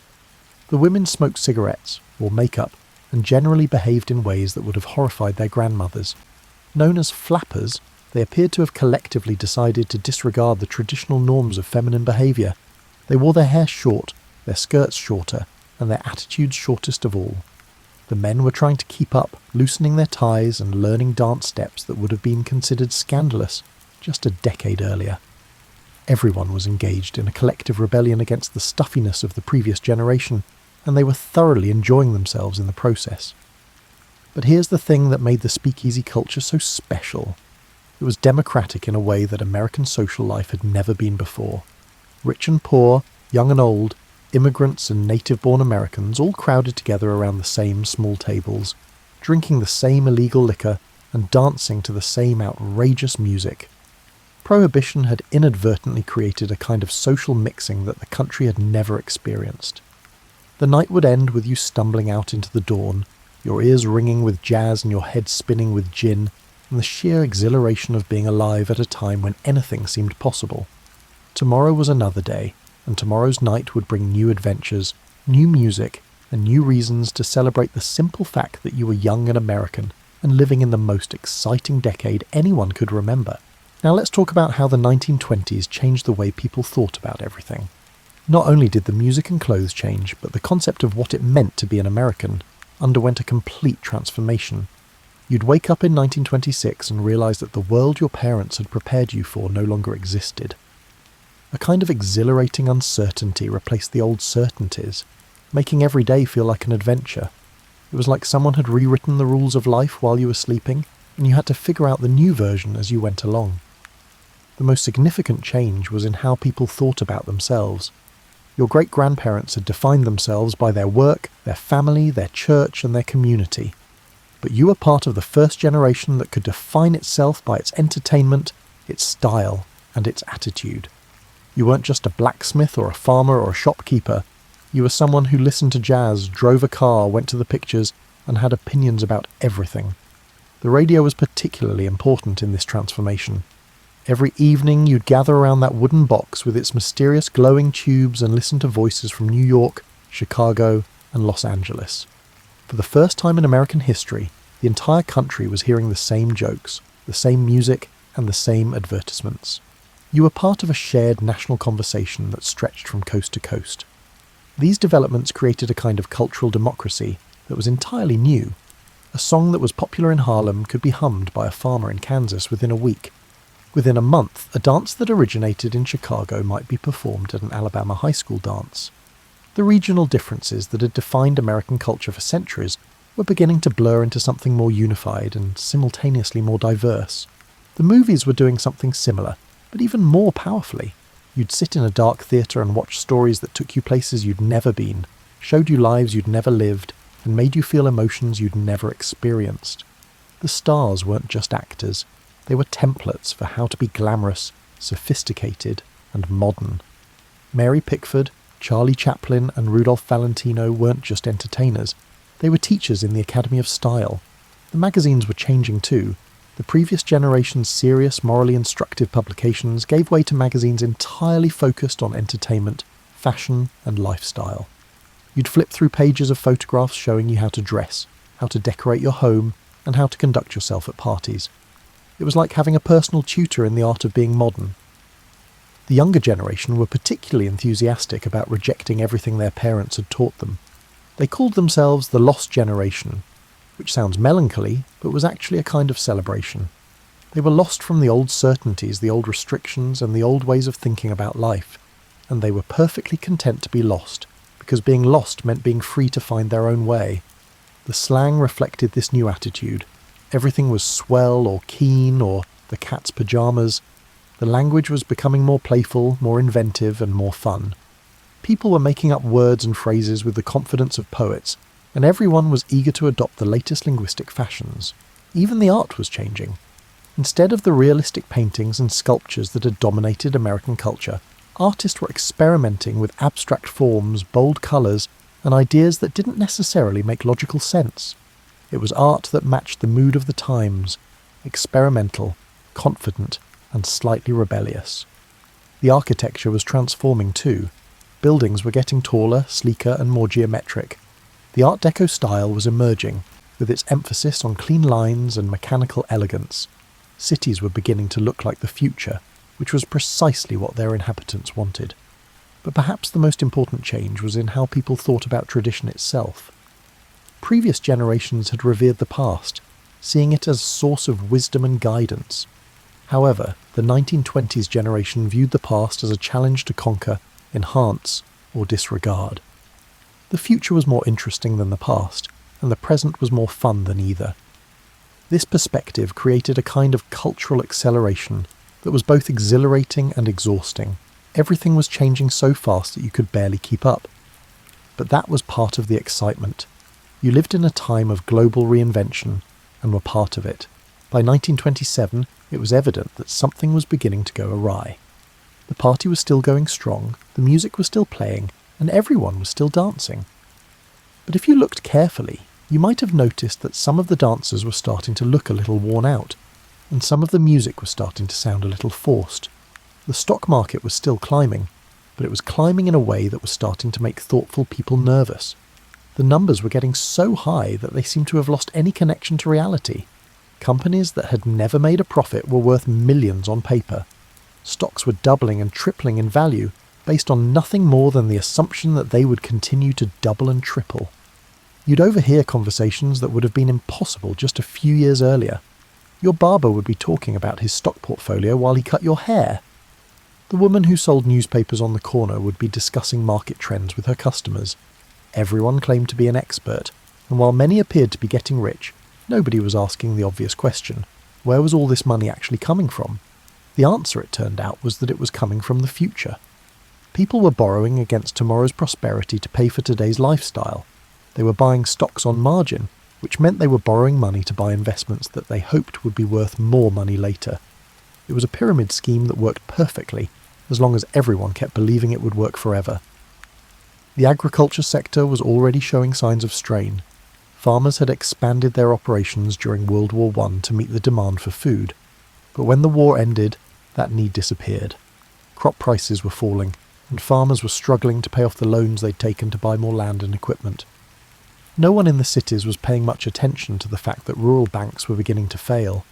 The construction industry was beginning to slow down. There were only so many office buildings and apartment complexes that any city could actually use. But developers kept building them anyway because construction loans were easy to get, and real estate seemed like a guaranteed investment. Empty buildings were becoming more common, but the newspapers didn't write much about that. Even the consumer goods market was showing signs of saturation. What is the practical number of radios a family might need? What is the practical number of automobiles a person can drive? The factories were producing more than the market could absorb, but they kept producing anyway because the credit was available and the future looked bright. The international situation was becoming more complicated too. Europe was still struggling to recover from the war, and the German economy was particularly fragile. American banks had loaned enormous amounts of money to European governments and businesses, but those loans were looking increasingly risky. If Europe couldn't pay back what it owed, American banks would be in serious trouble. But in 1927, you probably wouldn't have noticed any of this. You'd be too busy enjoying the prosperity, the entertainment, and the sheer fun of being alive in the most exciting decade in American history. Despite the presence of warning signs, it was effortless to overlook them when everything in your immediate experience was thriving. The speakeasies were still packed, the jazz was still playing, the stock market was still climbing, and everyone was still convinced that the good times would last forever. The prospect of everything collapsing was too disheartening to contemplate. This was America, after all. Americans didn't have economic disasters. They had temporary setbacks followed by even greater prosperity. The newspapers were full of optimistic predictions about the future. By 1950, they said, everyone would have an airplane in their garage and a robot in their kitchen. Machines would do all the work, eliminating poverty and disease and reducing the work week to a few hours. It all sounded perfectly reasonable. Science was advancing rapidly, technology was solving problems faster than anyone could have imagined, and the American economy seemed to have discovered the secret of perpetual growth. What could possibly go wrong? The answer to this question was already beginning to emerge in the financial markets, the agricultural sector, the construction industry, and the international banking system. But in 1927, you could still choose to ignore those warning signs and focus on the fun, and that's exactly what most people did. And then, suddenly, it was 1929, and the music stopped. You'd wake up on a Tuesday in October and the world would look the same as the day before. You'd see the same buildings, streets, and people rushing to work with the same hopeful attitude. But something fundamental had changed overnight, something that would take months or even years to fully understand. The stock market had crashed. The stock market not only experienced a decline, correction, or adjustment, but it plummeted, akin to a chandelier plummeting from a ballroom ceiling. Stocks that had been worth hundreds of dollars were suddenly worth pennies. Fortunes that had been built over years of careful speculation were wiped out in a matter of hours. The crash did not occur abruptly. The process began when a few nervous investors decided to sell their stocks, leading to a slight drop in prices that made other investors anxious. More selling caused prices to drop further, which made even more investors nervous. The situation resembled a domino effect, but instead of traditional dominoes, the pieces consisted of money and confidence. In just a few days, the American economy had experienced a significant decline of approximately 40% in its value. People who had gone to bed wealthy woke up poor. Suddenly the banks, seemingly as solid as mountains, revealed themselves to be based on sand. The prosperity that had seemed so permanent was exposed as an elaborate illusion. The human cost was staggering. Your neighbour, who had been bragging about his stock portfolio, was now trying to figure out how to pay his mortgage. Suddenly the bank where you deposited your savings closed, and a sign on the door declared your money unavailable. The factory where you'd worked for years was laying off workers because nobody could afford to buy what they were producing. But here's the thing about the crash. It wasn't really the end of the Roaring Twenties. It was more like the moment when someone turned on the lights at the end of a party and everyone realised what the place actually looked like. The problems had been there all along, hidden by the excitement, optimism and sheer fun of it all. We would call the decade that followed the Great Depression a period marked by hardship, struggle, and collective soul-searching. But it would also be a time of innovation and resilience, and the discovery that Americans could survive just about anything if they worked together. Looking back from the perspective of 1932 or 1935, you might have been tempted to dismiss the entire decade of the 1920s as a foolish mistake, a time when the country lost its mind and forgot about the values that had made it great. But that would have been unfair to the genuine achievements of the era. The 1920s had given America jazz, movies, radio, and automobiles, as well as the beginnings of a modern consumer culture. It had liberated women from Victorian restrictions and given young people the freedom to define themselves. It had connected the country in ways that had never been possible before, and created a shared national culture that transcended regional differences. Most importantly, it had shown Americans that they could reinvent themselves, that they could reject the limitations of the past and create something entirely new. That lesson would prove invaluable in the decades to come as the country faced the challenges of depression, war, and social transformation. The Roaring Twenties evoked a vision of immense prosperity and boundless possibilities. It was excessive, unsustainable, and ultimately destructive. But it was also creative, liberating, and genuinely enjoyable. It was a time when Americans learned they could be more than they ever thought, even if they couldn't keep it up. As you drifted off to sleep, you may have realised that the 1920s' true legacy was the confidence they gave Americans to believe anything was possible, not the crash that ended them. That confidence would be tested in the years to come, but it would never be completely broken, and that perhaps was the most important lesson of all. The music had stopped, but the memory of the dance would last forever. When you're sleeping on what passes for a Celtic mattress, basically a pile of sheep's wool packed into a leather sack that has seen better decades, waking up before the sun does isn't exactly a hardship. In ancient Britain, where central heating won't be developed for another 1,000 years or so, the morning air has that special bite that comes only from sleeping outside.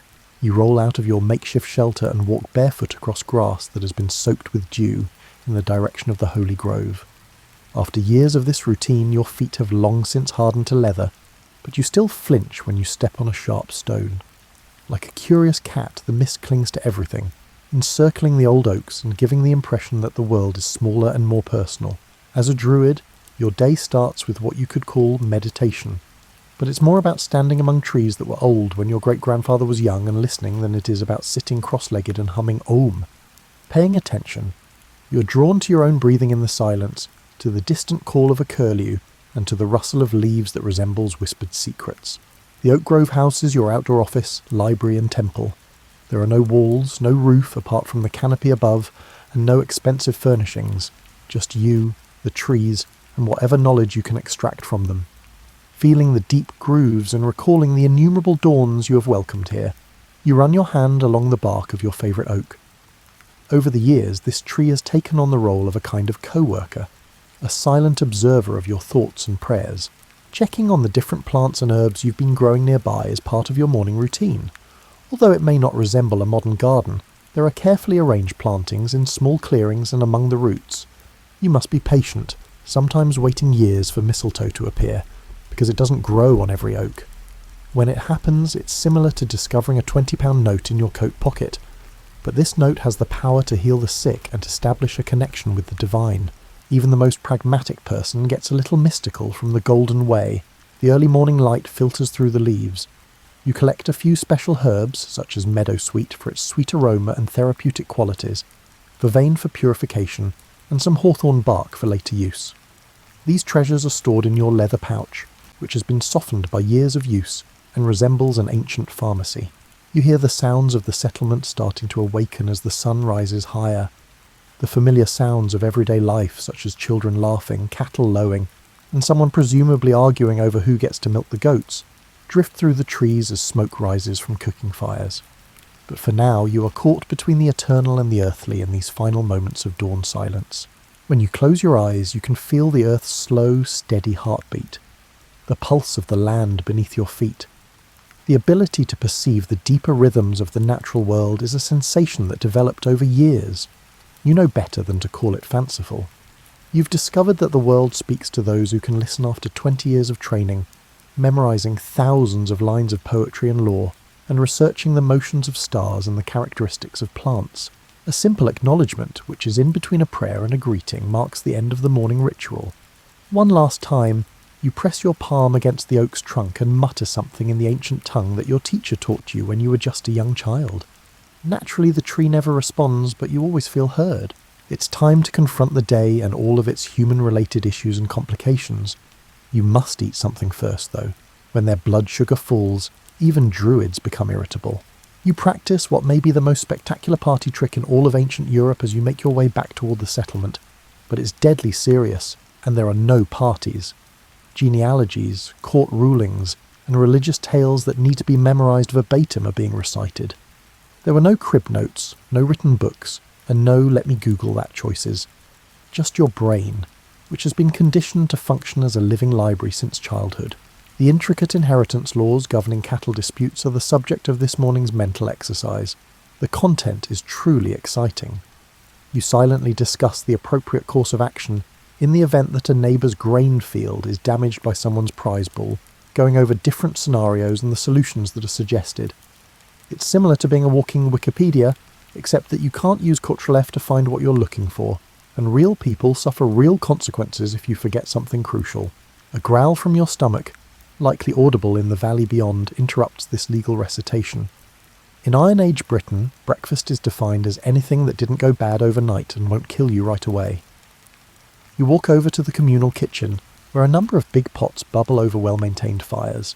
Porridge, not the simple instant variety you can microwave, but real porridge made from barley, oats, or whatever grain survived the weather, the birds, and the general unpredictability of prehistoric agriculture, is the breakfast food. It's flavoured with whatever herbs or dried fruits happen to be on hand, and stirred with wooden spoons that have been worn smooth by innumerable hands. Occasionally honey is used when the bears aren't feeling hungry, and the bees are feeling generous. With your hands warmed by the cool morning air, you take a seat on a wooden stump that doubles as your breakfast chair. What does the porridge taste like? I like porridge, actually, but by ancient standards it's a huge success because it's hot, filling, and doesn't cause food poisoning. You enjoy the crunch of the hazelnuts against the smooth grain as you add a handful that you've been saving. You go over your mental notes from yesterday's consultation with a farmer whose sheep had been acting strangely while you're eating. Even though it was the right season, 2 rams had refused to mate, and 3 ewes had been moving in circles. It was most likely ergot poisoning from contaminated grass, you decided after looking at the animals and weighing the many possibilities. Disease, poisoning, supernatural interference, or just plain sheep stubbornness. Your advice had been sensible. Relocate the flock to new pasture, provide them with lots of clean water, and make sacrifices to make sure there were no residual spiritual issues. It's the type of diagnosis that neatly blends agricultural science, veterinary medicine, and religious practice. Your success rate keeps people coming back, but modern doctors would likely question your methods. The toddler is clinging to the young mother's leg like a resolute barnacle as she approaches. She explains that the child has been experiencing night terrors and is unable to sleep through the night. After you finish your porridge, you think about the issue. Sometimes the remedy is herbal, such as a gentle chamomile or lavender tea. Checking for drafts in their sleeping area, or implying that the child may be old enough to have a separate sleeping area from his parents, are examples of practical applications.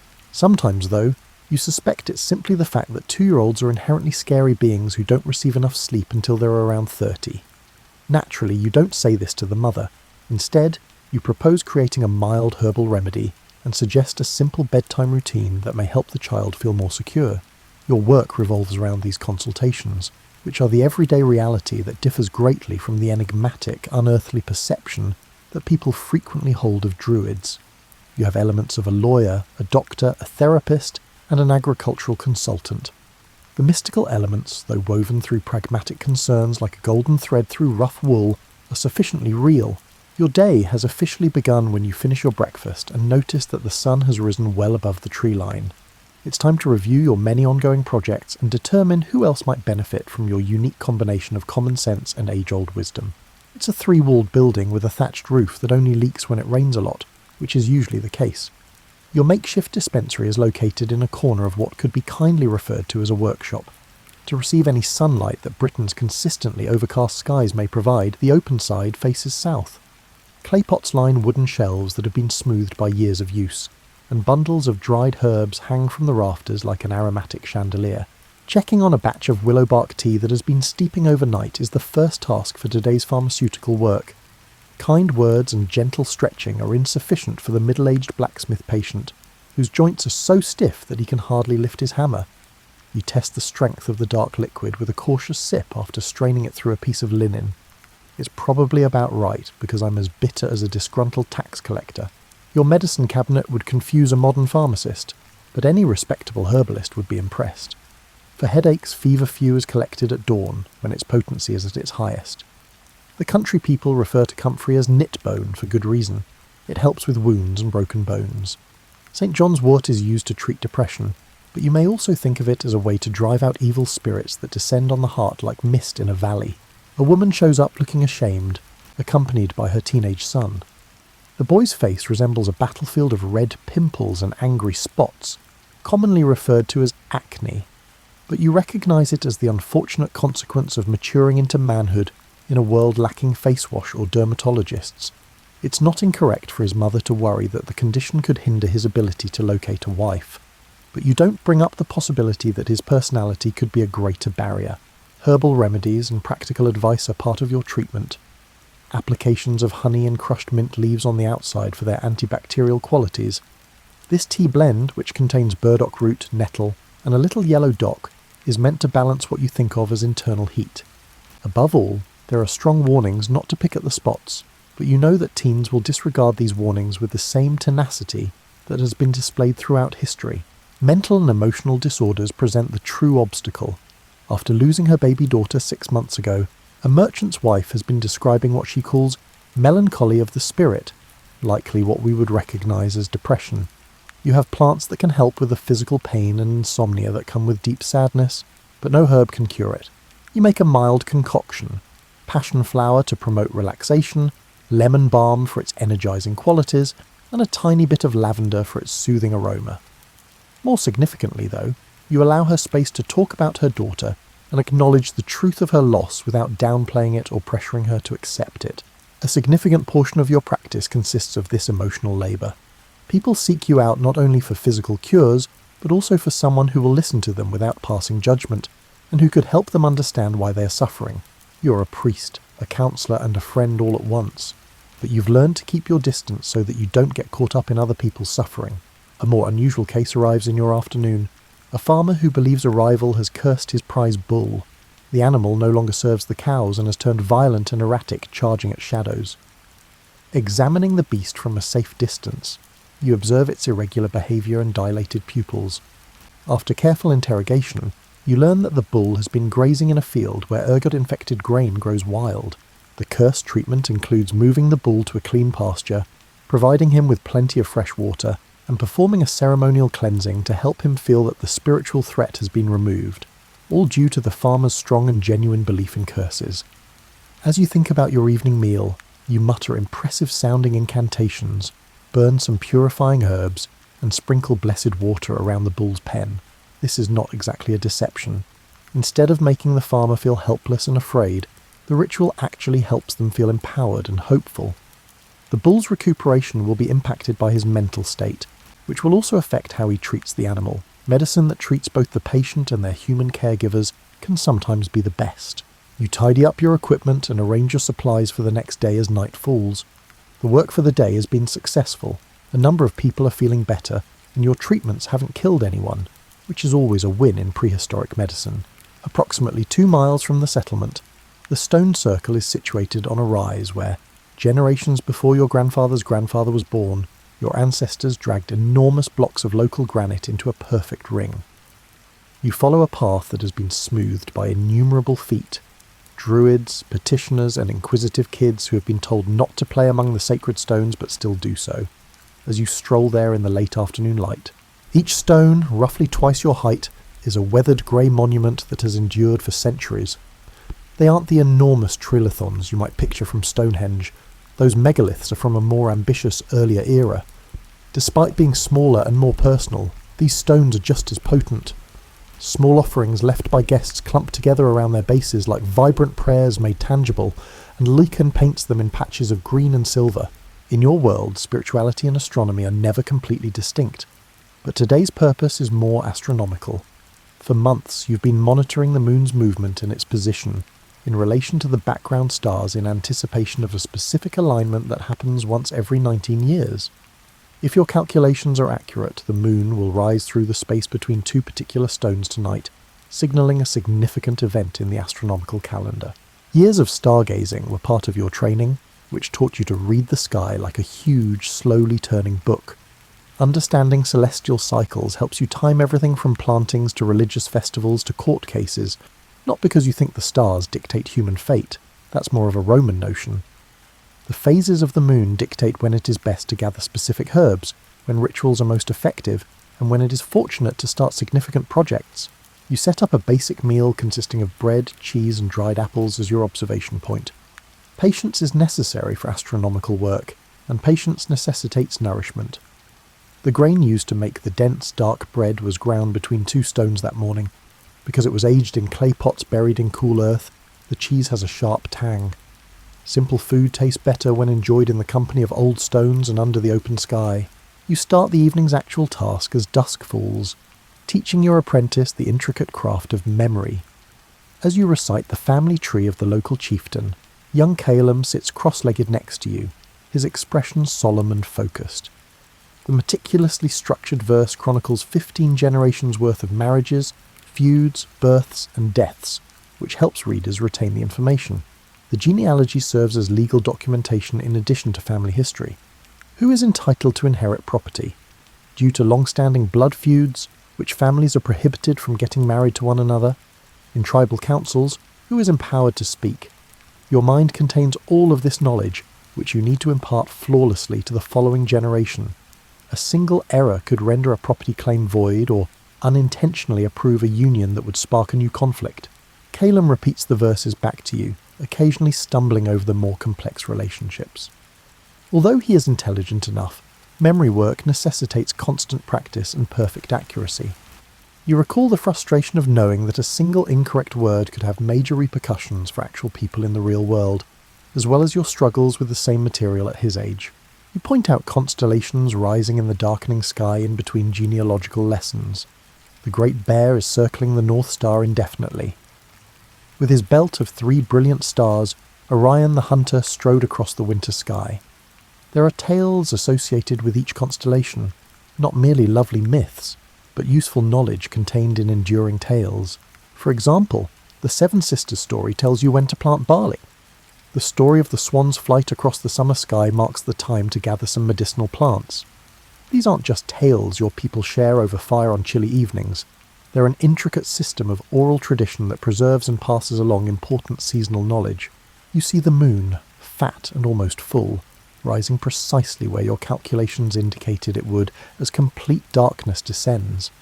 It first manifests as a glow behind the stones, then as a curved edge, and lastly as a full silver disc that is precisely framed in the space between 2 granite monoliths. You're always moved by this sight, which demonstrates that the age-old wisdom preserved in stone and tale is still true, accurate and trustworthy. Calum lets out a quiet gasp at what he sees, and you recall the first time you saw such accuracy. Learning about astronomical alignments in theory is one thing, but witnessing them in action with perfect precision is quite another. The stones appear to be a sophisticated instrument, a calendar written in granite and starlight, rather than just random rocks. For the next hour, you teach Calum how to use the stone circle as a giant clock and calendar, demonstrating to him how various risings and settings indicate the changing of the seasons, when festivals should be held, and when the boundaries between worlds become increasingly blurred. The special energy that precedes any meeting where significant decisions will be made fills the great hall of the settlement.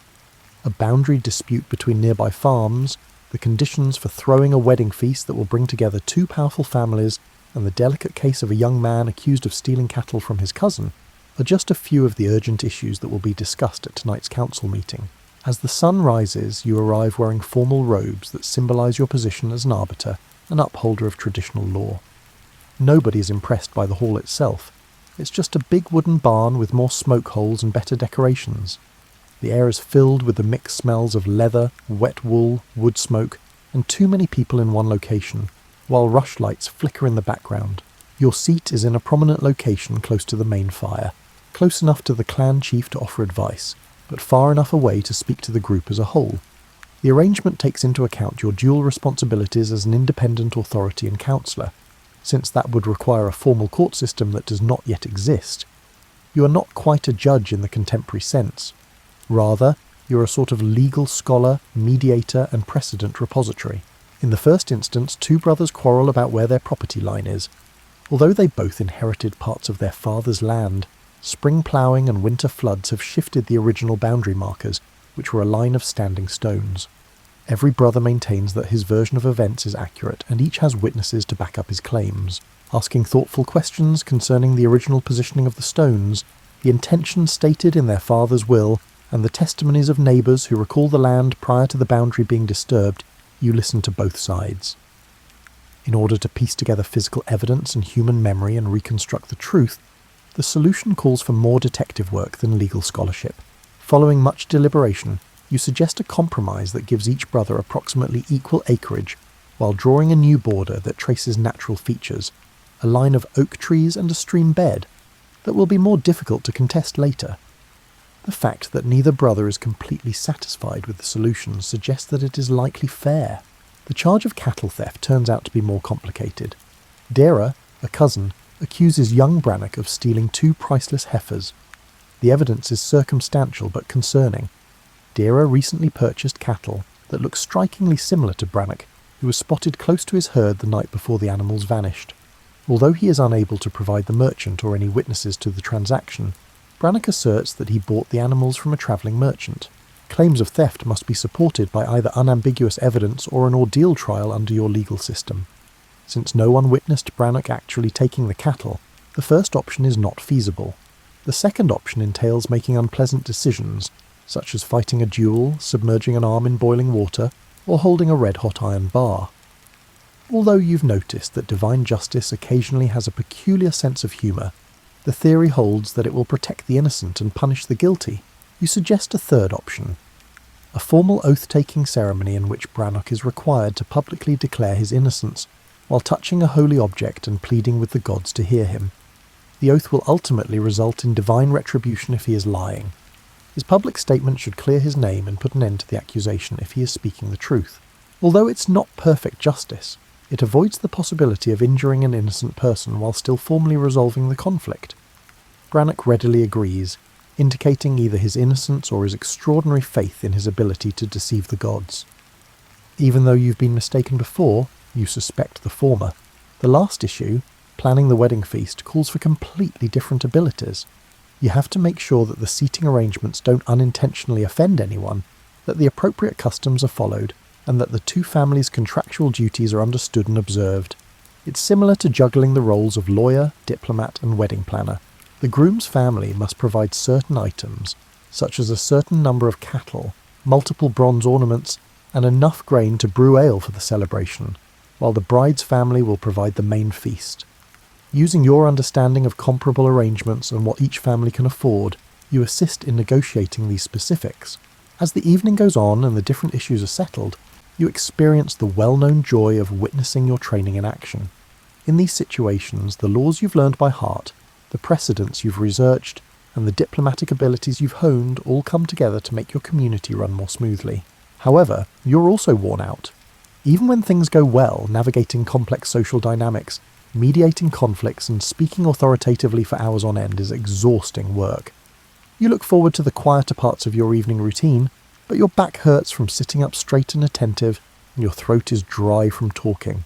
With that special relief that comes from settling disputes without anyone brandishing a sword or hurling a punch, the council scatters into the cool night air. After spending hours in the smoky hall, you wrap your formal robes around yourself and go outside, thankful for the fresh air. Above, each point of light stands out against the black sky with a brilliant clarity that can only be achieved in a world free from light pollution. You're not quite done with your evening. In addition to the quiet, personal practices that keep you going through the rigours of public life, there are rituals to perform and observations to document. You make your way slowly to your private space, a simple roundhouse that doubles as a home, study and haven. Years of meticulous arrangement are evident in the interior. Warm, consistent light is produced by clay lamps. One section serves as your sleeping space. It is basic but cosy, with furs and thick wool blankets for the coldest nights. Your most valuable belongings are kept on shelves, not gold or jewels, but ceramic jars filled with exotic herbs, engraved wooden tablets bearing astronomical formulas, and tiny bronze clocks and celestial angle gauges. The first task for tonight is to update your lunar calendar by recording the precise location of the moon and when it rises through the stone circle. You track patterns over several years using a system of marks and symbols that anyone else would find confusing. Future ceremonies, tide predictions for coastal communities, and the upkeep of the intricate festival calendar that organises your people's religious and agricultural year will all benefit from this knowledge. Charcoal for drawing on specially prepared clay surfaces, sharp flint blades for carving marks into wood, and a clever counting device made from knotted strings to keep track of longer cycles are your basic yet efficient record-keeping tools. Since written language exists but isn't used for long-term information storage, everything must be done from memory. Writing something down weakens the mental muscles that Druids rely on because it makes forgetting easier. You update your records and get ready for the spiritual observances that will take place that evening. These are private, quiet rituals that help you stay connected to the forces you serve, rather than large public ceremonies. Using particular woods selected for their symbolic qualities, oak for strength and endurance, ash for protection, and hawthorn for purification, you light a small fire in a bronze bowl. Your silent prayers for the day's accomplishments and requests for direction in the challenges of tomorrow are carried by the smoke as it rises in a thin column.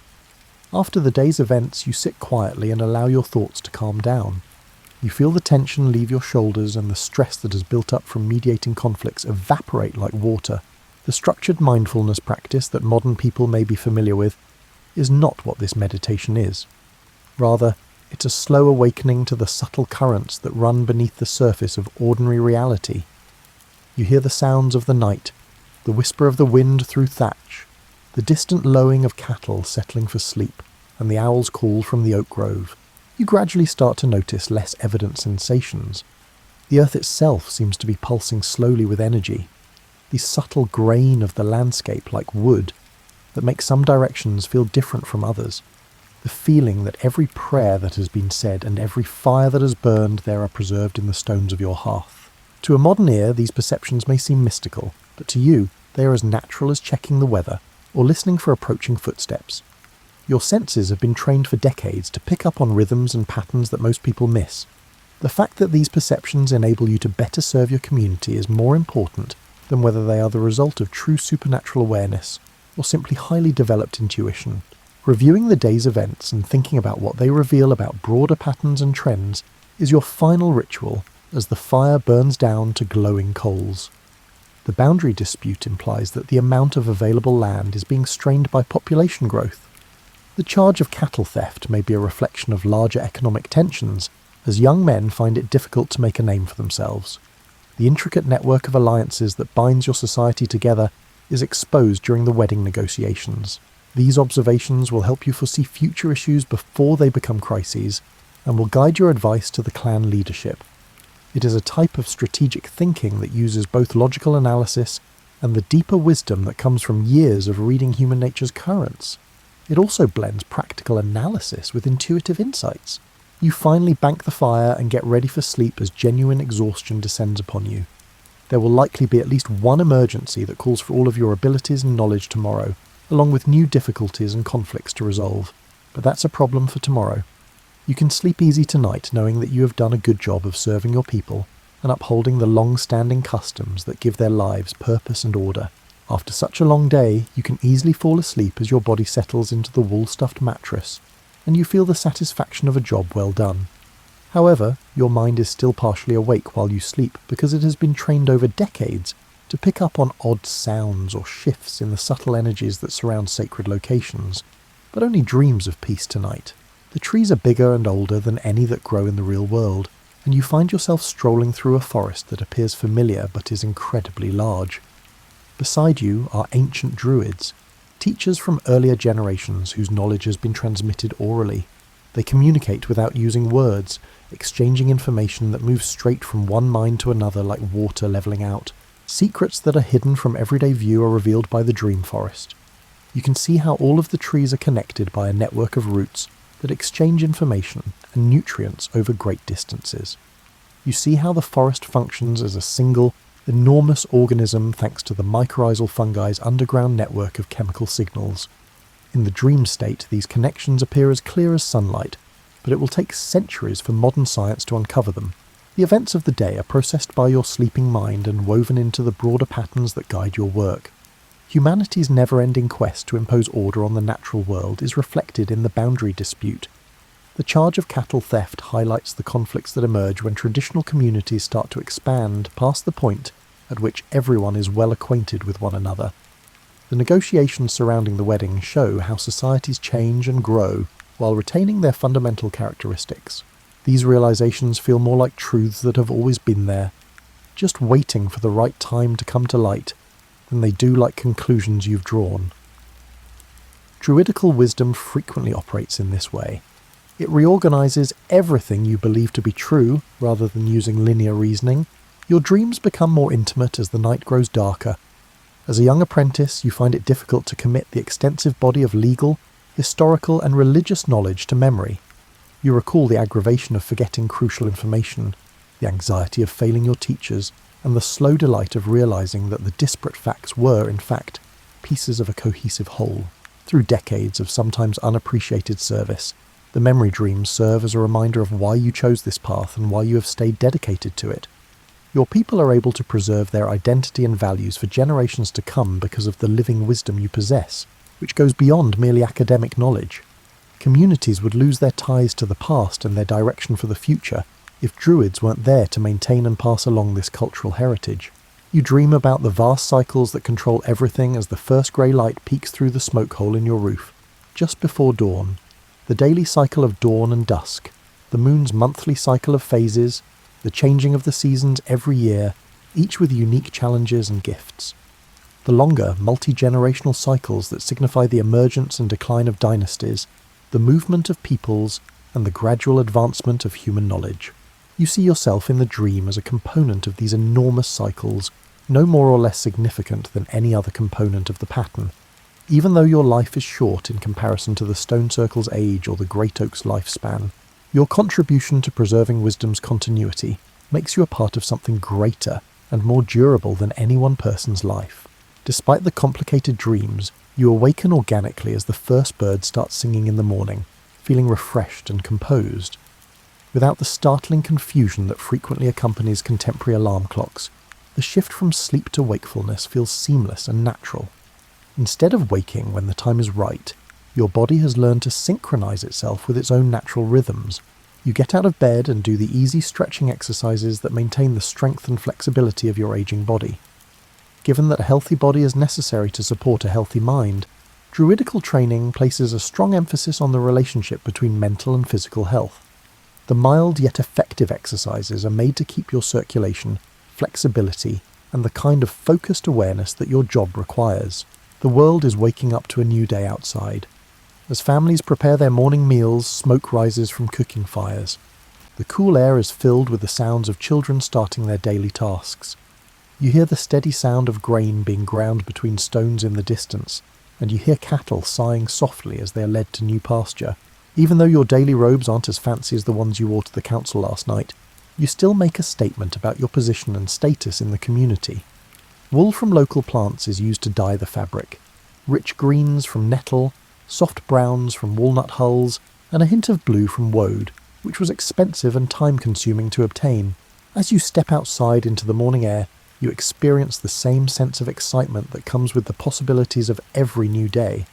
People will need to be healed, conflicts will need to be resolved, knowledge will need to be preserved and passed on, and mysteries will need to be considered. It is challenging but incredibly fulfilling work that connects you to the eternal questions that have perplexed humanity since the dawn of consciousness, as well as the practical needs of your community. You consider the peculiar privilege of your position as you make your way to the sacred grove to start another day's routine. You act as a link between worlds.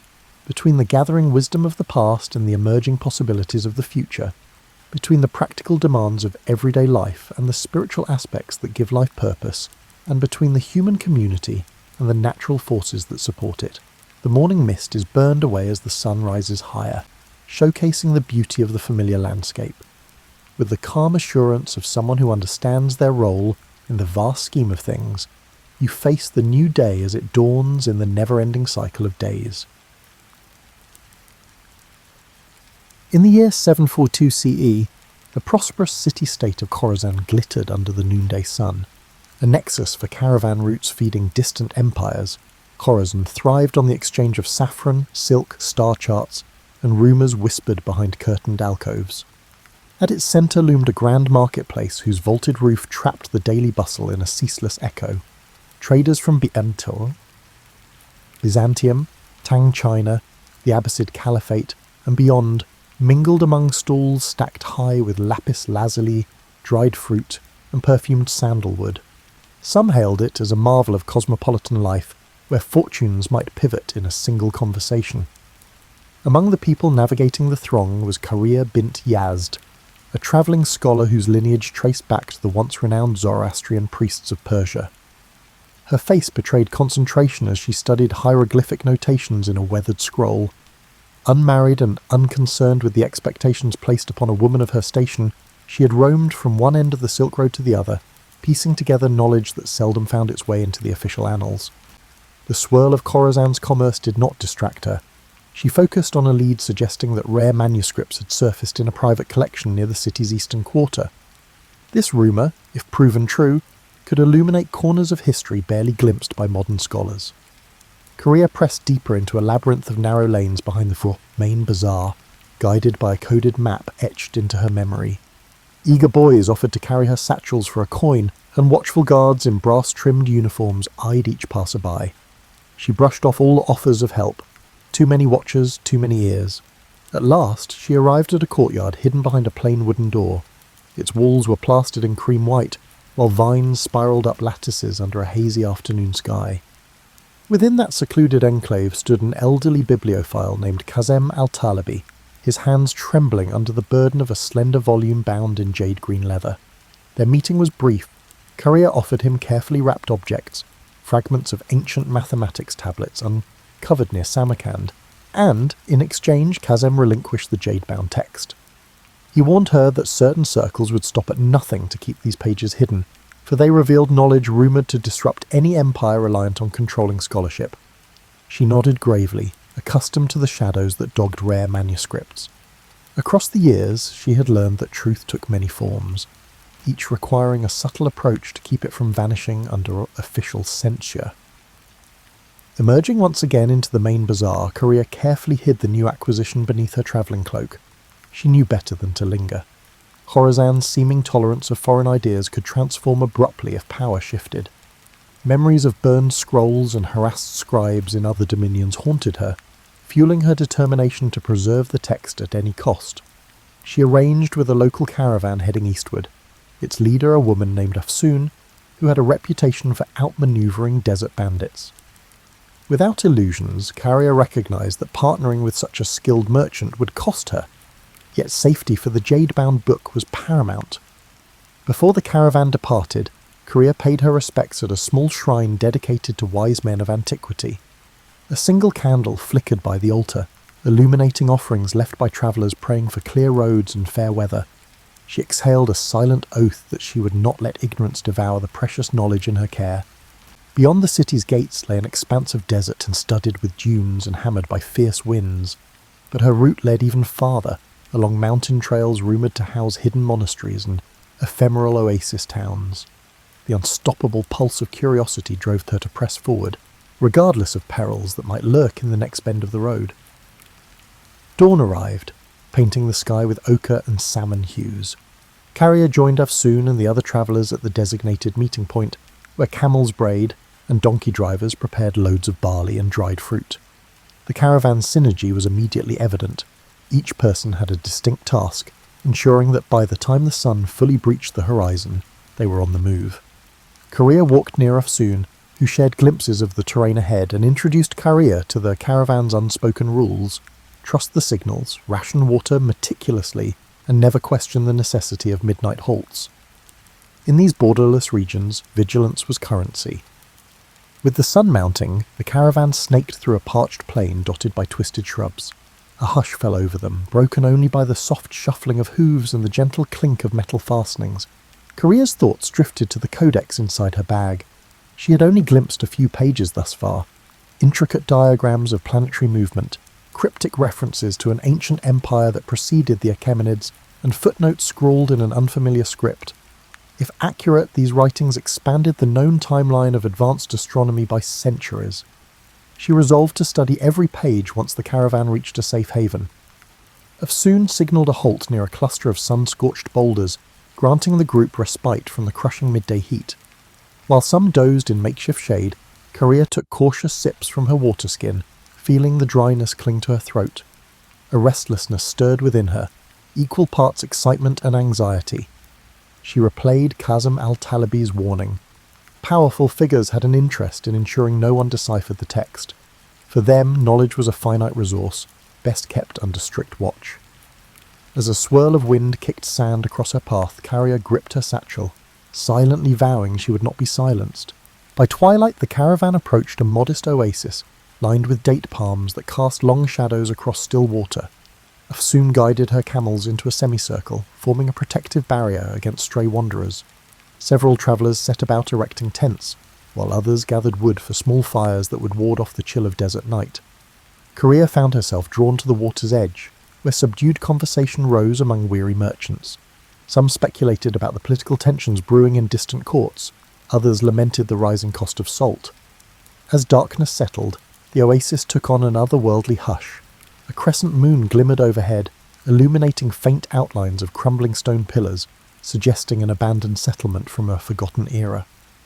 Under that quiet vault of stars, Karia couldn't resist scanning a few more pages of the jade-bound manuscript.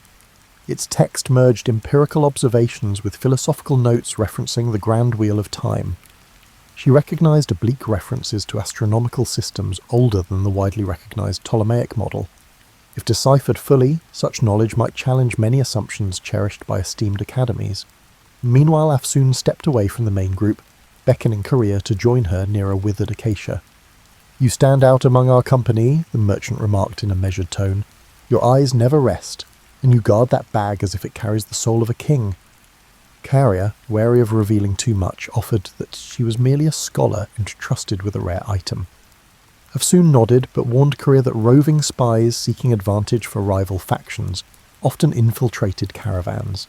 She suggested Karia remain vigilant, especially given the extraordinary bustle in Khorasan, where rumour travelled like wildfire. Unable to sleep, Karia lingered by the embers of the fire after most travellers had dozed off. She studied the swirling patterns of the night sky, mindful of the coded star charts in the manuscript. Passing caravans sometimes recounted legends of a hidden library in the mountain city of Varish, where lines of knowledge stretched back to centuries unknown. Karia wondered if that library could fill the gaps in her text. She believed the jade-bound manuscript might be only a fragment of a larger puzzle, scattered across the Silk Road's shifting tapestry. Morning unveiled a horizon brushed with amber, and the caravan proceeded along a rocky escarpment overlooking a vast dune field. Rolling slopes of sand rippled beneath the wind like the surface of a living sea. At midday they paused for water, rationed by Afsoon with practised efficiency. Karia noticed that one of the other travellers, a soft-spoken man named Malik, carried a small chest meticulously locked.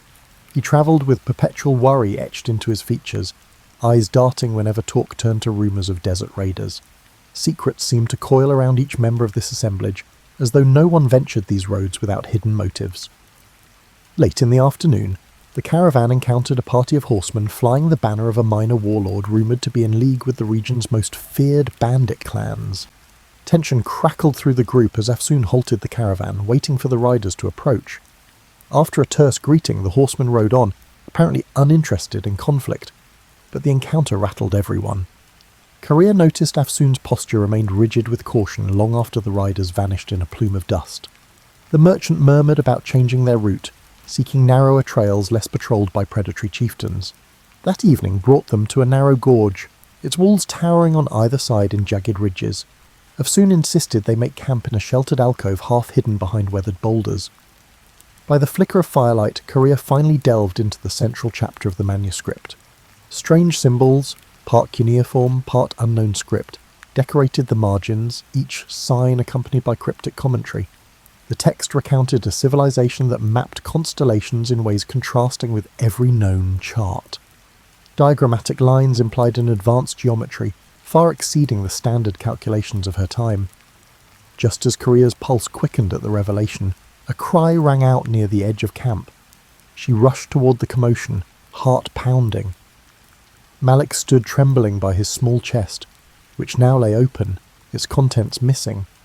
Anguish coloured his voice as he pleaded for help, insisting that something vital had been stolen, a crucial letter from the governor of Basra, hidden within that chest.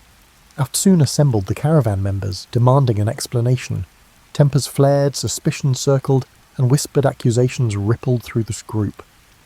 Searching for footprints beneath lantern light, they discovered evidence of at least 2 intruders who had come and gone without a trace. No sign indicated who among them might be an accomplice. The theft underscored Afsoon's earlier warning. In these transitory worlds, secrets attract cunning opportunists. Korea gripped her manuscript more tightly, wishing to vanish inside the labyrinth of lines and symbols that promised an era unbounded by petty intrigue. Yet she remained anchored in the caravan's tense reality. The road ahead felt increasingly perilous, and the cost of preserving knowledge seemed set to rise. The following sunrise found the caravan subdued, each member wary of neighbours who might conceal hidden agendas. Afsoon led them out of the gorge at a brisk pace, aiming to put distance between their group and whoever had orchestrated the nighttime theft. A pale wind carried the scent of flint and dust, stinging eyes and chapping lips. Their route descended along a dry riverbed flanked by stunted tamarisk shrubs, offering scant protection from the intensifying sun. Korea trudged in Stolzen silence, mindful that trust could be a luxury.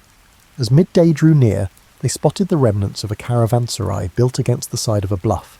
Its once sturdy walls had caved in and battered archways led into courtyards strewn with fallen timber. Afsoon signalled a cautious approach, uncertain whether travellers or outlaws might be occupying the ruins.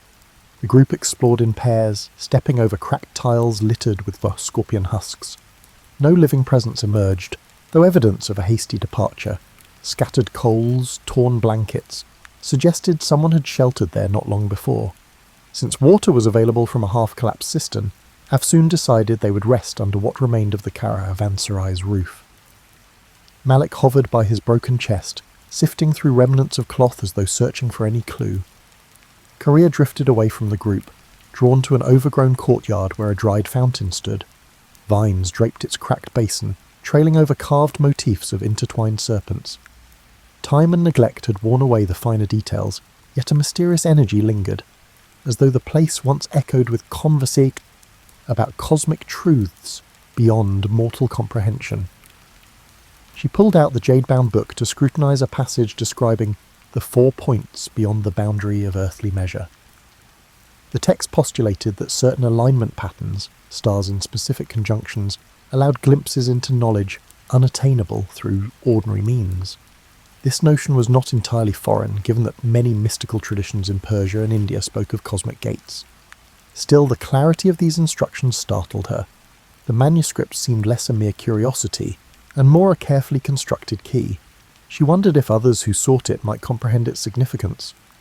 Meanwhile, Afsoon prepared spiced lentils and shared them among the group, her gestures calm yet determined to maintain unity. Tension still hovered like a low cloud, with suspicions that the thieves might be part of a larger plot. Over a sparse meal, Korea gleaned fragments of each traveller's story. A textile merchant returning from Cairo, a widower heading to Samarkand to meet his estranged son, an amateur scribe hoping to gain employment in the libraries of Nishapur. Layer by layer, she sensed each person guarded secrets born of loss, ambition, or desperation. As dusk fell, moonlight filtered through the caravanserai's gaps, accentuating outlines of shattered pillars. The group huddled around small fires. Soft conversation revolved around the abrupt shift in weather, the possibility of encountering warlord patrols, and whether rumours of a plague in the western provinces were exaggerated. Though the chatter seemed ordinary, Korea felt a current of urgency running beneath it. Everyone understood the precariousness of travelling these routes. At any moment, violent storms or human treachery could obliterate the careful calculations of even the most disciplined merchant. Restless, Korea ventured into the courtyard once more. She ran her fingertips over the carved serpents, musing that knowledge itself often took the shape of something fearsome and winding, capable of enlightenment but also of destruction, depending on who wielded it. Before she could lose herself in speculation, a subtle motion in the archway drew her attention. She turned to see Malik shadowed in moonlight. His face still wore traces of anguish. He approached and, in hushed tones, apologised if his panic had disrupted the caravan's stability. Then he posed a startling question. "Is your book truly worth risking your life?" Korea hesitated, contemplating her answer. She confessed that its pages might safeguard insights from an older civilization, knowledge that could enrich the world if studied openly. Yet she recognised the hazards. No single text was worth a life, unless it also contained the means to prevent greater harm. Malik nodded, revealing that his lost letter held the potential to end a trade blockade strangling his hometown. Without it, he feared entire families would starve. They shared a poignant silence, realising each bore a heavy burden for reasons that extended beyond self-interest. Their exchange was interrupted by a faint shout from Afsoon, who was patrolling the perimeter. A silhouette darted across the ruins, then vanished behind a crumbling wall. Alarmed, Carrier and Malik hurried back to the main courtyard, only to find the rest of the travellers on their feet. The intrusion lasted mere seconds, but it confirmed the presence of watchers trailing them. The memory of the stolen letter flared in every mind. Gathering her satchel close, Carrier recognised that pursuit was inevitable. She could only hope that what she carried would outlast the desert's shifting alliances and the relentless greed of unknown adversaries. Early the next day, Afsoon insisted they abandon the ruin before sunrise. Lanterns swinging from camel saddles cast flickering halos in the pre-dawn gloom. Korea walked at the caravan's rear, scanning the horizon for silhouettes. She felt more exposed than ever, especially with the manuscript drawing unseen eyes. A swirl of wind rustled the sparse vegetation, carrying the forlorn call of a distant jackal. Although no further intruder appeared, the caravan's collective nerves remained raw. Their route now wound through a series of rocky badlands. Eroded hills, tinted red and ochre, rose around them in jagged formations reminiscent of a broken amphitheatre. At times the path was scarcely wide enough for 2 camels to pass. Dust coated every surface, clinging to clothes and creeping into waterskins. The travellers advanced in single file, each footstep measured. Malik, no longer shy, kept pace with Korea, forging an unspoken alliance based on empathy rather than shared purpose. By noon they reached an outcropping that afforded a sweeping view of the surrounding valleys. Afsoon pointed to a distant caravan crossing a ridge, its figures small as insects against the harsh light. "Better to let them move on without our paths intersecting," she murmured, concerned they might be bandits or rival merchants. She had planned a side route that skirted known bandit strongholds, though it meant trudging through more challenging terrain. No one objected. Safety trumped speed in these uncertain wilds. As the day wore on, the punishing sun pressed down. Some travellers began to show signs of heat exhaustion. Afsoon allotted extra water rations, mindful that supplies were finite. Korea's thoughts swirled with calculations. How many days until they reached an established town? Would the manuscript's possible revelations be worth the perils? She reminded herself that knowledge had never come cheap, especially not the kind that might undermine established systems of power. Still, she felt an undercurrent of apprehension. Unseen forces seemed determined to intercept their path. Twilight offered a brief respite. They pitched camp at a plateau peppered with hearty desert shrubs. Wind wove through the stony hollows, producing a low moan that set everyone on edge. This time, Afsoon posted watches in rotating pairs. Korea volunteered for the midnight shift, hoping to glean some solitude for reading. When her turn arrived, she positioned herself near a small fire, scanning the starlit horizon, while carefully turning pages of the jade-bound codex. A diagram, carefully inked, depicted a swirling cosmos dotted with unfamiliar constellations.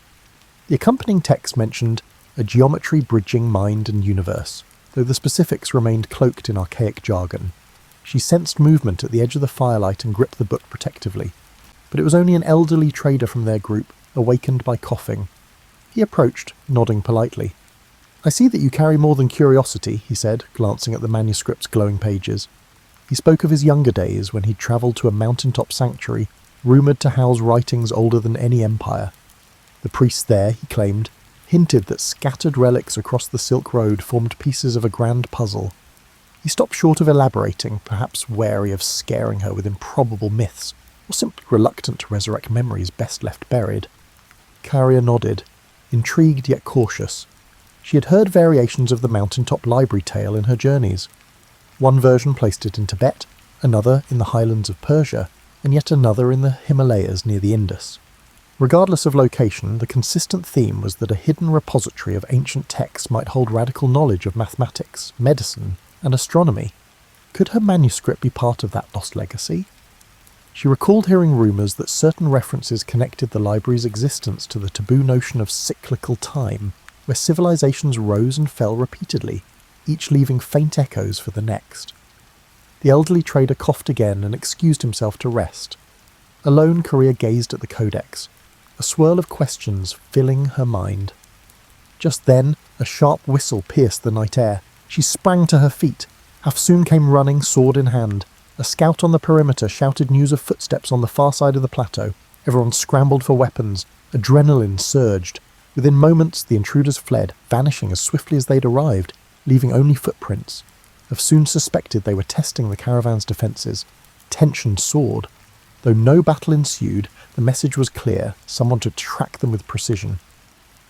As the group attempted to settle back into a semblance of rest, Korea's mind refused to quiet. She wondered if the vanished intruders belonged to a clandestine order, or were simply bandits with a knack for intimidation. Either way, the manuscript's significance seemed amplified. In that uneasy darkness, she cradled her precious book, feeling the weight of unspoken centuries pressed between its covers. The next day would bring new confrontations, but for now she could only watch the flickering embers and await the uncertain dawn. Dawn arrived with a brittle clarity that rendered every stone, shrub, and wary expression in sharp focus. Hafsun wasted no time ordering a quick departure. The caravan assembled under a sky streaked with lavender and rose, a fleeting beauty overshadowed by a need for vigilance. Camels loaded, watch rotations decided, they moved out, following a narrow, winding track that descended toward lower elevations. The arid air tasted metallic, as if charged with pent-up tension. By mid-morning, the landscape began transitioning to hill country. Small streams, fed by recent rains, cut through the tough terrain, offering a chance to refill water skins.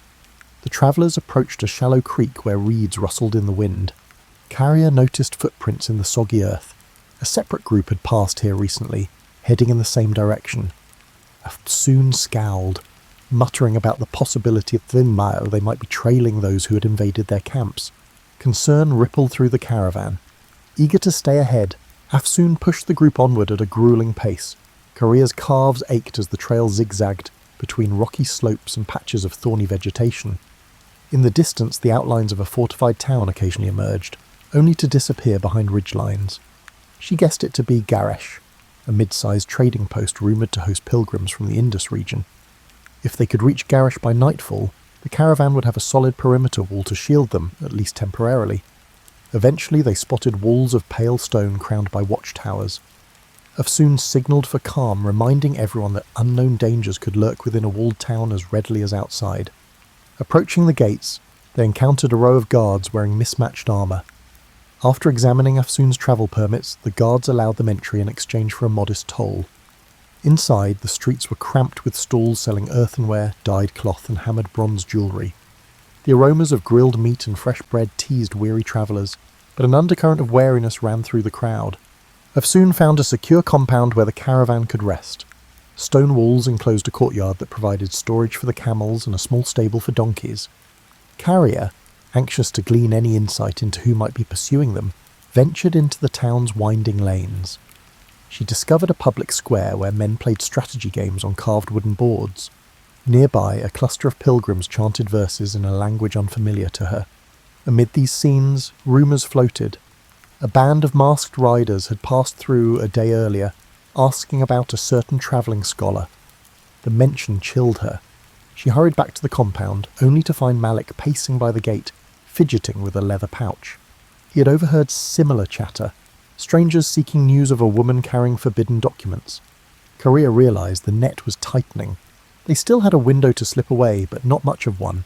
She conferred with Afsoon, who suggested leaving Koresh under cover of darkness, continuing east along seldom-used back roads. Although it entailed more risk, waiting might let their pursuers converge. After sunset, the caravan packed up stealthily. Torches were kept minimal, camels silenced with calm handling. A hush enveloped them as they slipped through Goresh's secondary gate, bribing a night watchman who scarcely looked at their faces. Outside the walls, moonlight glimmered on the grassland. Courier clutched the manuscript, absorbing the night's chill. She couldn't escape the conviction that her mission had become a race, one in which the cost of failure was irreparable loss, not just for her, but for an entire lineage of knowledge that might vanish again. Guided by Afsoon's careful planning, they pressed into a region of rolling hills shaped by centuries of flood and drought. Occasional clusters of cypress trees broke the monotony. Crickets chirped in the darkness.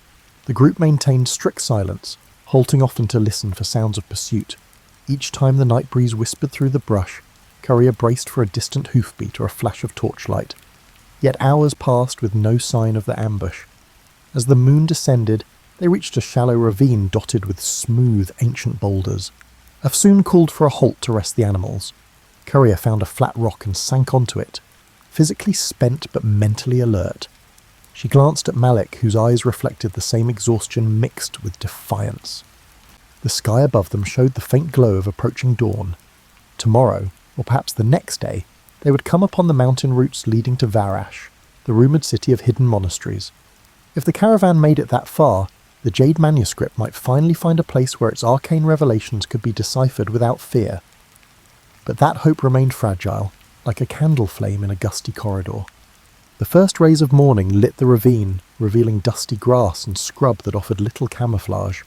Wearily the caravan assembled and continued, mindful that speed was their best defence. Over the next hours they traversed rolling slopes that ascended gradually into stony highlands. The trail grew hazardous, lined with the loose gravel and sharp descents. Several times a misstep nearly sent a donkey tumbling into a gorge. The group's morale, though frayed, held steady under Afsoon's firm direction. Korea noticed the air thinning as they climbed, accompanied by a crisp coolness that sharpened her senses. Tiny alpine flowers clung to crevices.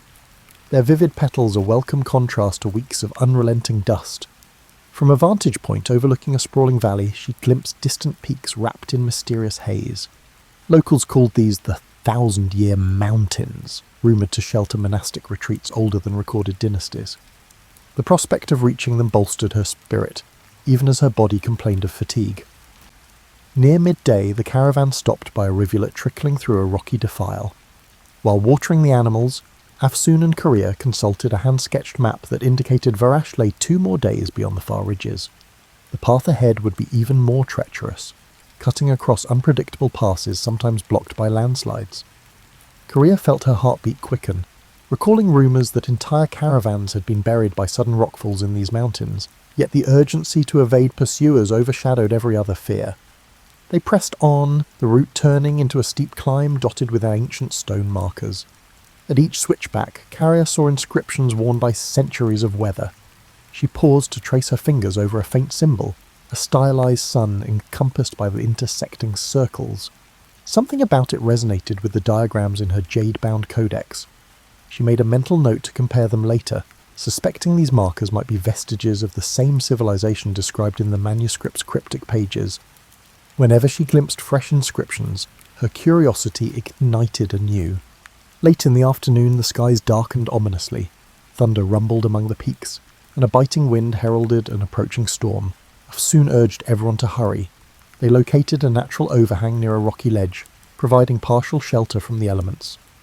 Rain unleashed its fury soon after they took cover, slamming the landscape in waves. Lightning tore the sky, illuminating ragged silhouettes of mountains. The downpour threatened to wash away the path. Huddled together, the travellers watched rivulets form across the rocky ground, carrying pebbles and debris downhill. The storm raged for hours, pinning them under the overhang. Korea used the enforced pause to unwrap the codex, sheltering it beneath a canvas. She examined the sections she had not yet deciphered, focusing on references to a temple of horizons, The text included mathematical guidelines for charting star positions from an elevated vantage. With each flash of lightning, she glimpsed the manuscript's swirling lines and felt a peculiar kinship with those unknown scholars from centuries past. They had once braved the wilderness of ideas. Now, in a literal wilderness, she carried their legacy.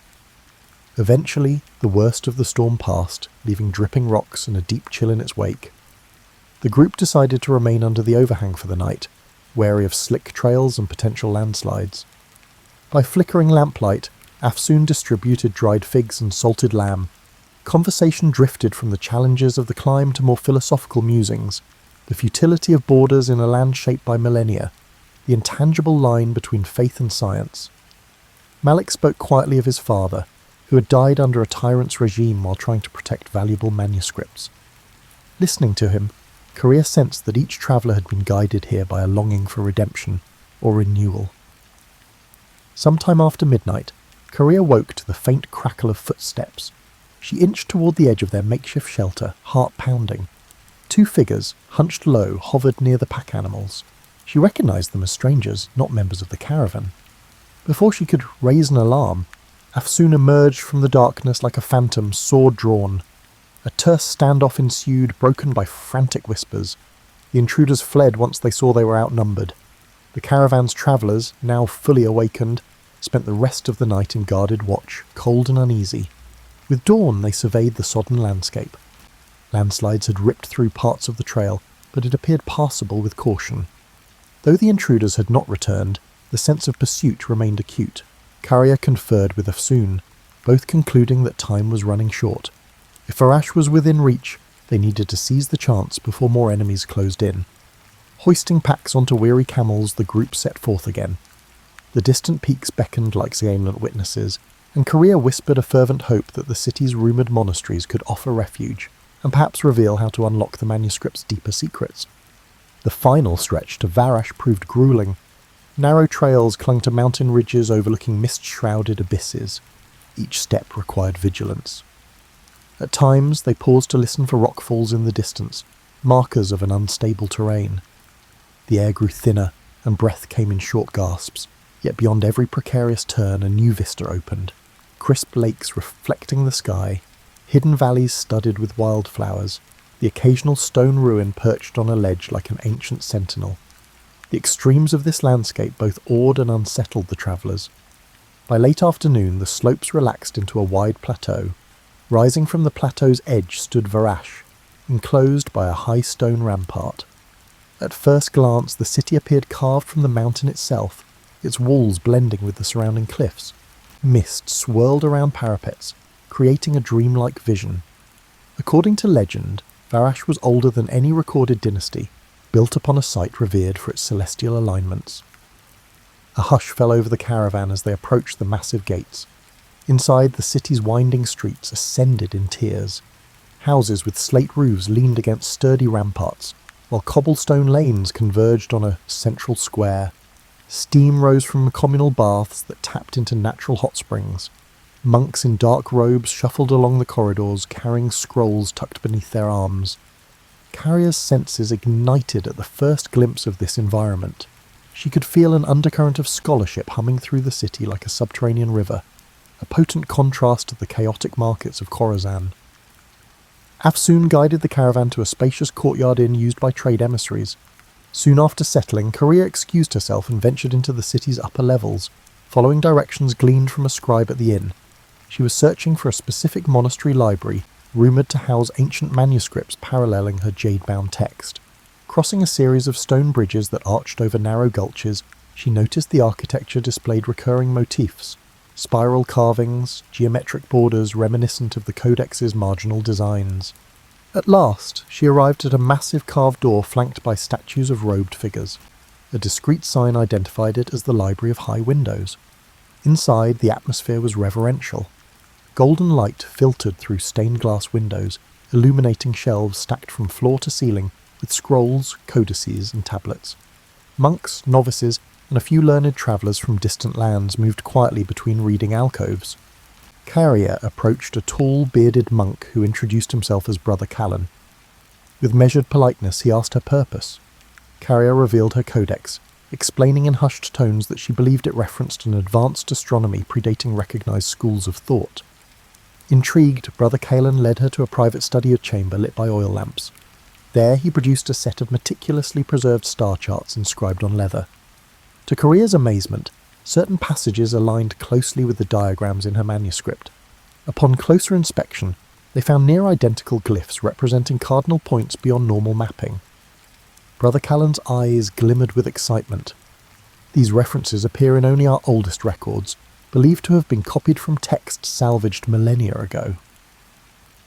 As the evening deepened, they pieced together parallel lines of text, cross-referencing them with genealogies, sterolters, and cryptic commentaries. The synergy suggested that the jade-bound book might indeed be part of a nearly lost tradition. However, a vital section remained missing. It was rumoured that a sister manuscript lay in a monastery farther east, high in a remote range where few ventured. Carrier's heart sank, knowing the road ahead might hold even greater dangers. Yet she also felt invigorated. The puzzle had grown more intricate, weaving her fate with ancient legacies that demanded guardianship. Upon returning to the inn, she found Afsoon and Malik in heated discussion with the rest of the caravan. News had arrived that unidentified riders were poking around Varash's gates, questioning travellers about a woman scholar and her prized artefact. Their arrival here was no secret. For the moment, the city's laws prevented open aggression, but no one believed that protection would last indefinitely. Afsoon proposed they break the caravan into smaller groups for anonymity. Malik pledged to stand by Korea, recognising that her success might ripple far beyond personal gain. Under the inn's lantern glow, Korea shared what she and Brother Callan had uncovered. The group listened in solemn silence, understanding the gravity of her discovery. Perhaps it offered a new perspective on the cosmos, or perhaps it threatened structures built on carefully managed knowledge. Either way, their pursuers would not relent. Still, Korea felt a renewed determination. The tapestry of centuries had woven her path into this moment. With the city of Varish as an unlikely refuge, she now held a clearer vision of the manuscript's purpose. Dawn would bring decisions, whether to remain, to search for the sister text, or to brave unknown dangers. In that flickering moment of possibility, each traveller realised they had become part of a tale larger than themselves, a saga carried along by caravans, forged in hidden libraries, and destined to echo across the shifting dunes and precarious peaks of time. Your eyes open slowly, and the first thing you notice that is wrong is the light. It's not the clean, bright morning you're used to. Instead, a murky, yellowish glow filters through a window that seems smaller than it should be. The glass is thick and slightly wavy, and condensation has gathered in the corners like tiny pools waiting to spill. You're lying on something that feels like a mattress but isn't quite right. It's firmer than you expect, and you can feel the individual ridges beneath the fabric, horsehair stuffing, though you don't know that yet. The sheets are rough against your skin, not the smooth cotton you remember going to sleep in. They're linen, and they've been washed so many times they've achieved a texture somewhere between sandpaper and burlap. Though they're surprisingly warm, the air tastes different. That's the strangest part, actually. You can taste the air. It has a thickness to it, like breathing in soup. There's coal smoke, obviously, but also something organic and vaguely unpleasant that you'll later realise is the Thames at low tide mixed with a few 100,000 coal fires burning simultaneously. Victorian London doesn't just smell, it announces itself with every breath. As you sit up, your body feels the same, but the room is entirely foreign. The ceiling is high, much higher than modern rooms, but the space somehow feels cramped anyway. Dark wallpaper, with an intricate pattern of flowers or vines covers the walls, and you realise with a start that there's no light switch. In fact, there are no electrical outlets at all. The room is lit by that strange window, and by the remnants of whatever coal fire burned in the small fireplace last night. You're wearing a nightshirt that feels like it's been cut from sail canvas. It's long, reaching past your knees, and there's absolutely nothing underneath it. The Victorians had very different ideas about sleepwear, and comfort wasn't high on their priority list. Modesty and practicality won that battle decisively. Standing up requires more effort than you expect. The floor is cold, proper cold that seeps through your bare feet like you're standing on a block of ice. The floorboards are bare wood, and you can feel every splinter and groove. There's a thin rug beside the bed, but it does little to combat the chill that seems to radiate from the very foundation of the building. The fog outside isn't like fog you've experienced before. This is the famous London pea super, a combination of natural mist and coal smoke that creates something almost supernatural. It presses against the windows like something alive, turning the street below into a series of shadows and suggestions rather than actual shapes. You can hear the city though, the clatter of horse hooves on cobblestones, the cry of a street vendor somewhere in the murk, and the perpetual background hum of a million people going about their morning routines. Your modern instincts kick in, and you look for your phone. Of course, there isn't one. No phone, no laptop, no tablet, no screen of any kind. The silence in the room is complete except for the sounds drifting up from the street and the occasional creak of the building settling. It's the kind of quiet that makes you realise how much ambient noise you're used to. No refrigerator hum, no HVAC system, no electronics of any kind emitting their barely perceptible frequencies. There's a washstand in the corner with a ceramic pitcher and basin. The water in the pitcher has a thin skin of ice on it. This is how you'll wash your face this morning, by breaking ice with your fingers and splashing freezing water on your skin. The Victorians were apparently made of sterner stuff than modern humans, or perhaps they just didn't have a choice in the matter. A looking glass hangs above the washstand, and when you peer into it you see yourself but different. Your face is the same, but there's something in your expression.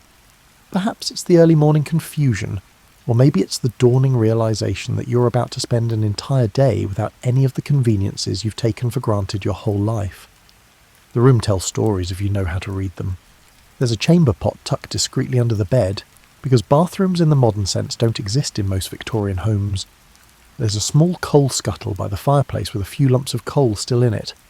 Your clothes for the day are laid out on a wooden chair that looks hand-carved and probably older than some modern countries. Getting dressed in Victorian clothing is going to be an adventure unto itself, but first you need to face that icy water and prepare yourself for a day in a world where everything familiar has been replaced with historical authenticity. The fog continues to press against the windows, and somewhere in the distance you hear a church bell marking the hour. It's 7 in the morning, and London is already awake. Stepping out onto a Victorian London street is like walking onto a stage where every person is an actor, and the set design is both magnificent and slightly horrifying. The fog has lifted somewhat, revealing a world that's simultaneously more impressive and more disturbing than you imagined. The cobblestones beneath your feet are uneven, worn smooth in some places and jagged in others. You're wearing boots now, proper Victorian boots that button up the side and take approximately 10 minutes to put on correctly.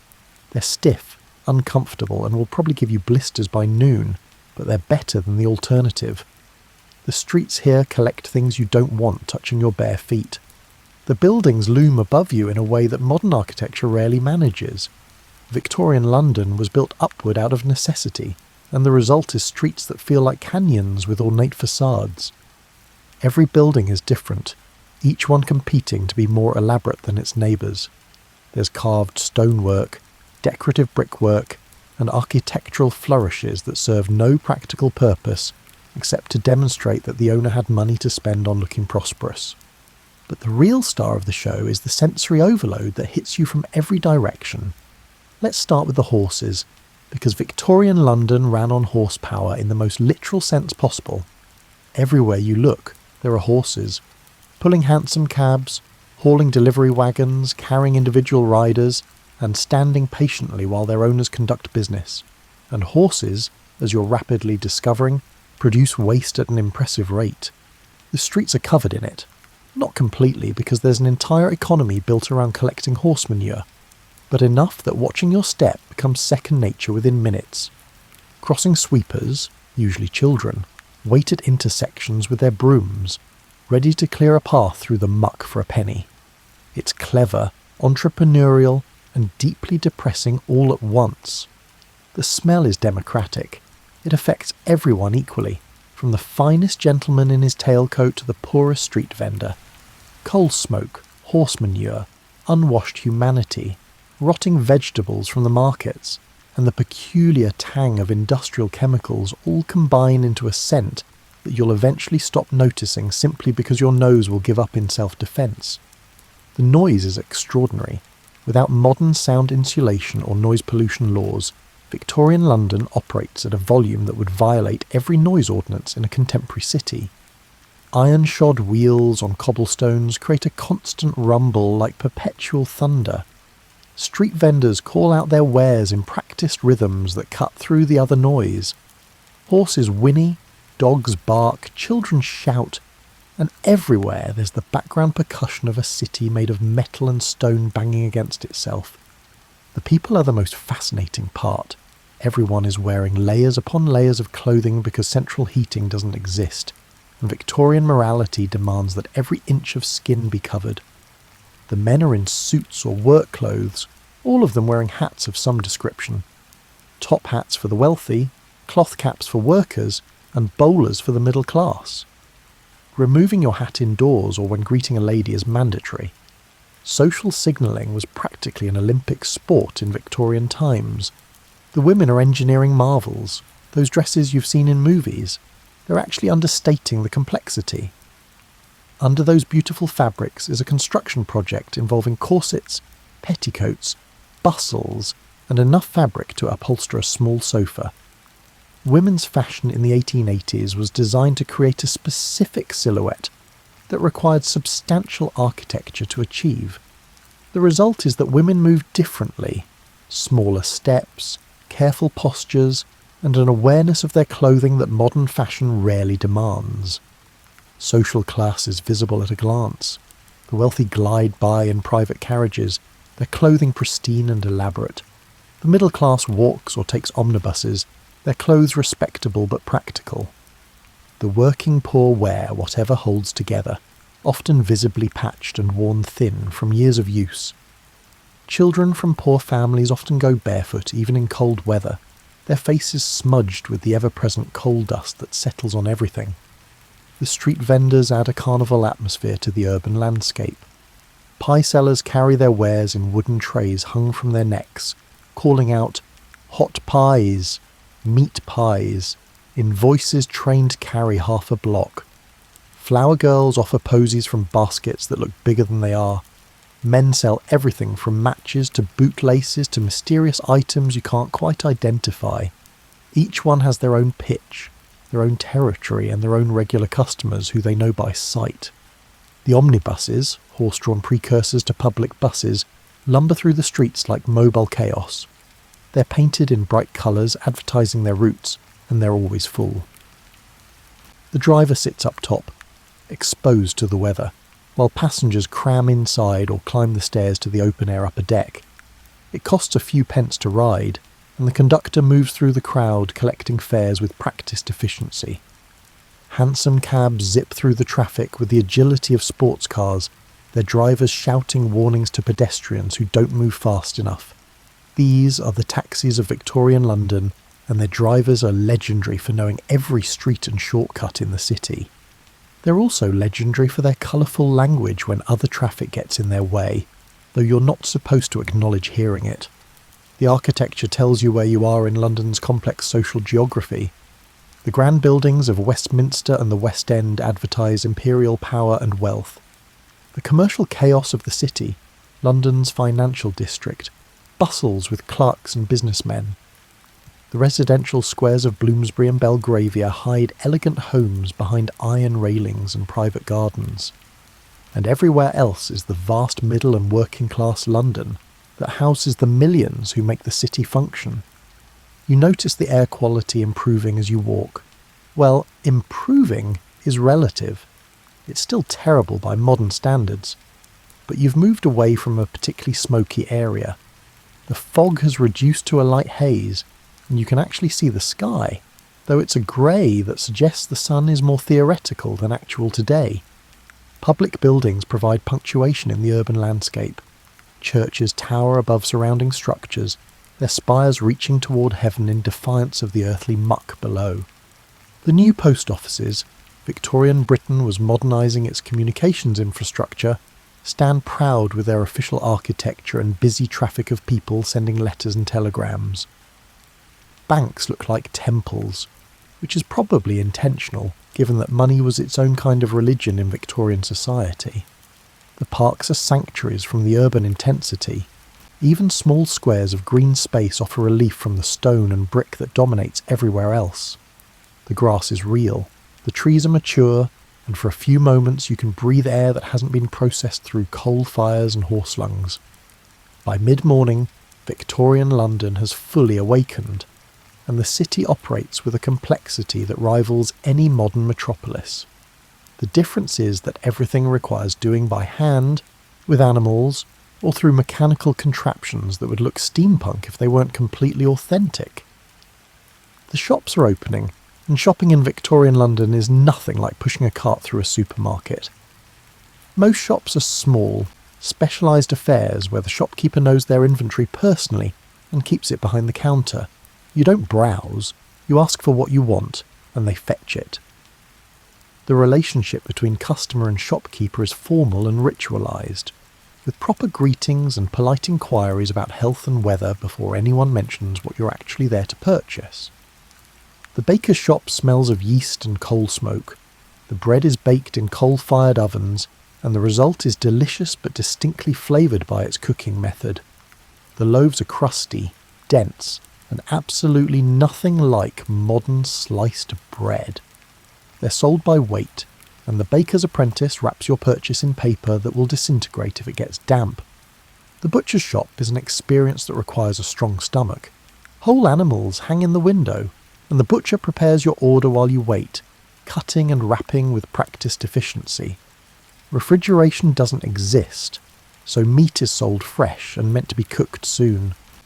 The smell is strong, and you try not to think too hard about hygiene standards that won't be formalised for another several decades. The greengrocer offers produce that's seasonal, local and muddy. No plastic wrap, no refrigeration, no produce that's travelled thousands of miles to reach London. What's available depends entirely on what's growing in England right now or what's just arrived from Europe. The variety is limited compared to modern supermarkets, but the flavour is often stronger. Vegetables that haven't been bred for transportability taste like themselves in ways that modern produce sometimes doesn't. The working day for most Londoners started at dawn and will continue until dusk or later. Factory workers have been at their machines for hours already, operating equipment that's dangerous, noisy and exhausting.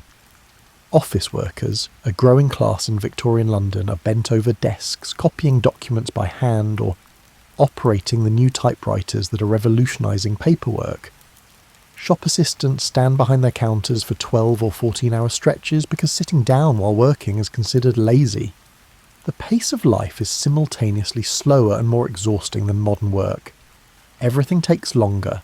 There are no computers, no phones, and no quick communication of any kind beyond sending a messenger boy. But the physical demands are relentless. Even supposedly genteel office work involves writing by hand for hours, which is more tiring than it sounds. Street life provides constant entertainment if you're observing rather than participating. The urchins running errands, the ladies doing their morning shopping with servants carrying their purchases, the businessmen hurrying to appointments, the police constables walking their beats in their distinctive uniforms and tall helmets. Everyone is part of an intricate social choreography that operates on rules you're only beginning to understand. The postal system is remarkably efficient. Letters posted in the morning will be delivered that same day in London, carried by postmen who walk their routes multiple times daily. The telegraph, Victorian London's fastest communication technology, can send messages across the country in minutes, though it's expensive and used primarily for important business or emergencies. The class system is visible in every interaction. The wealthy don't acknowledge the poor unless they're servants or tradespeople providing services. The middle class imitates the wealthy while trying to distance themselves from the workers.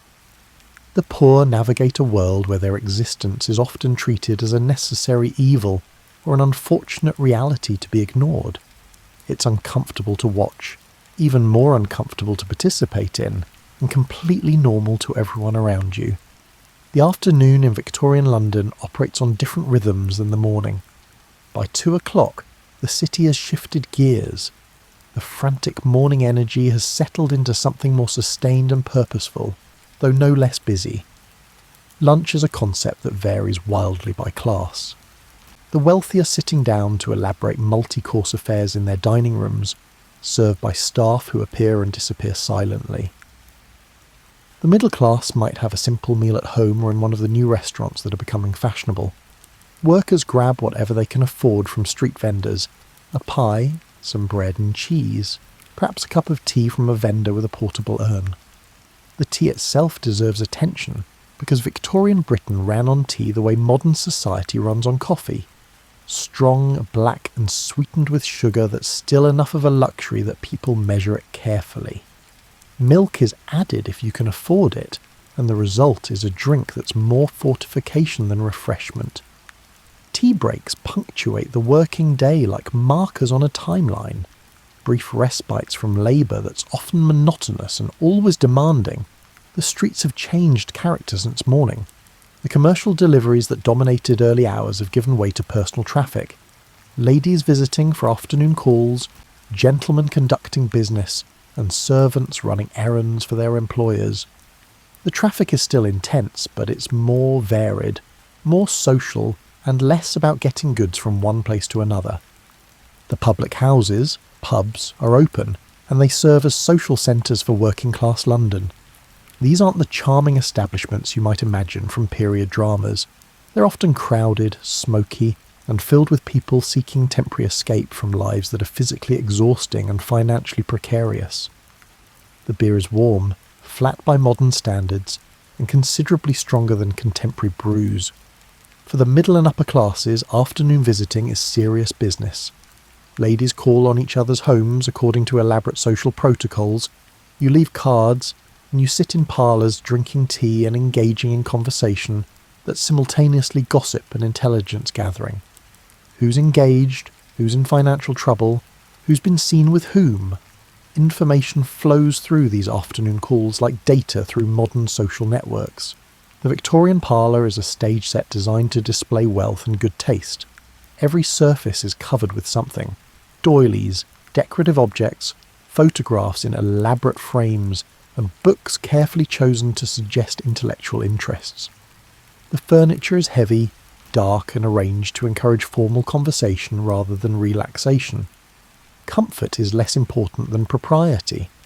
Children from wealthy families are supervised by nannies and governesses, learning the skills and knowledge appropriate to their class. Boys will eventually go to schools that prepare them for universities or business. Girls learn accomplishments like music, drawing, and languages that will make them attractive marriage prospects.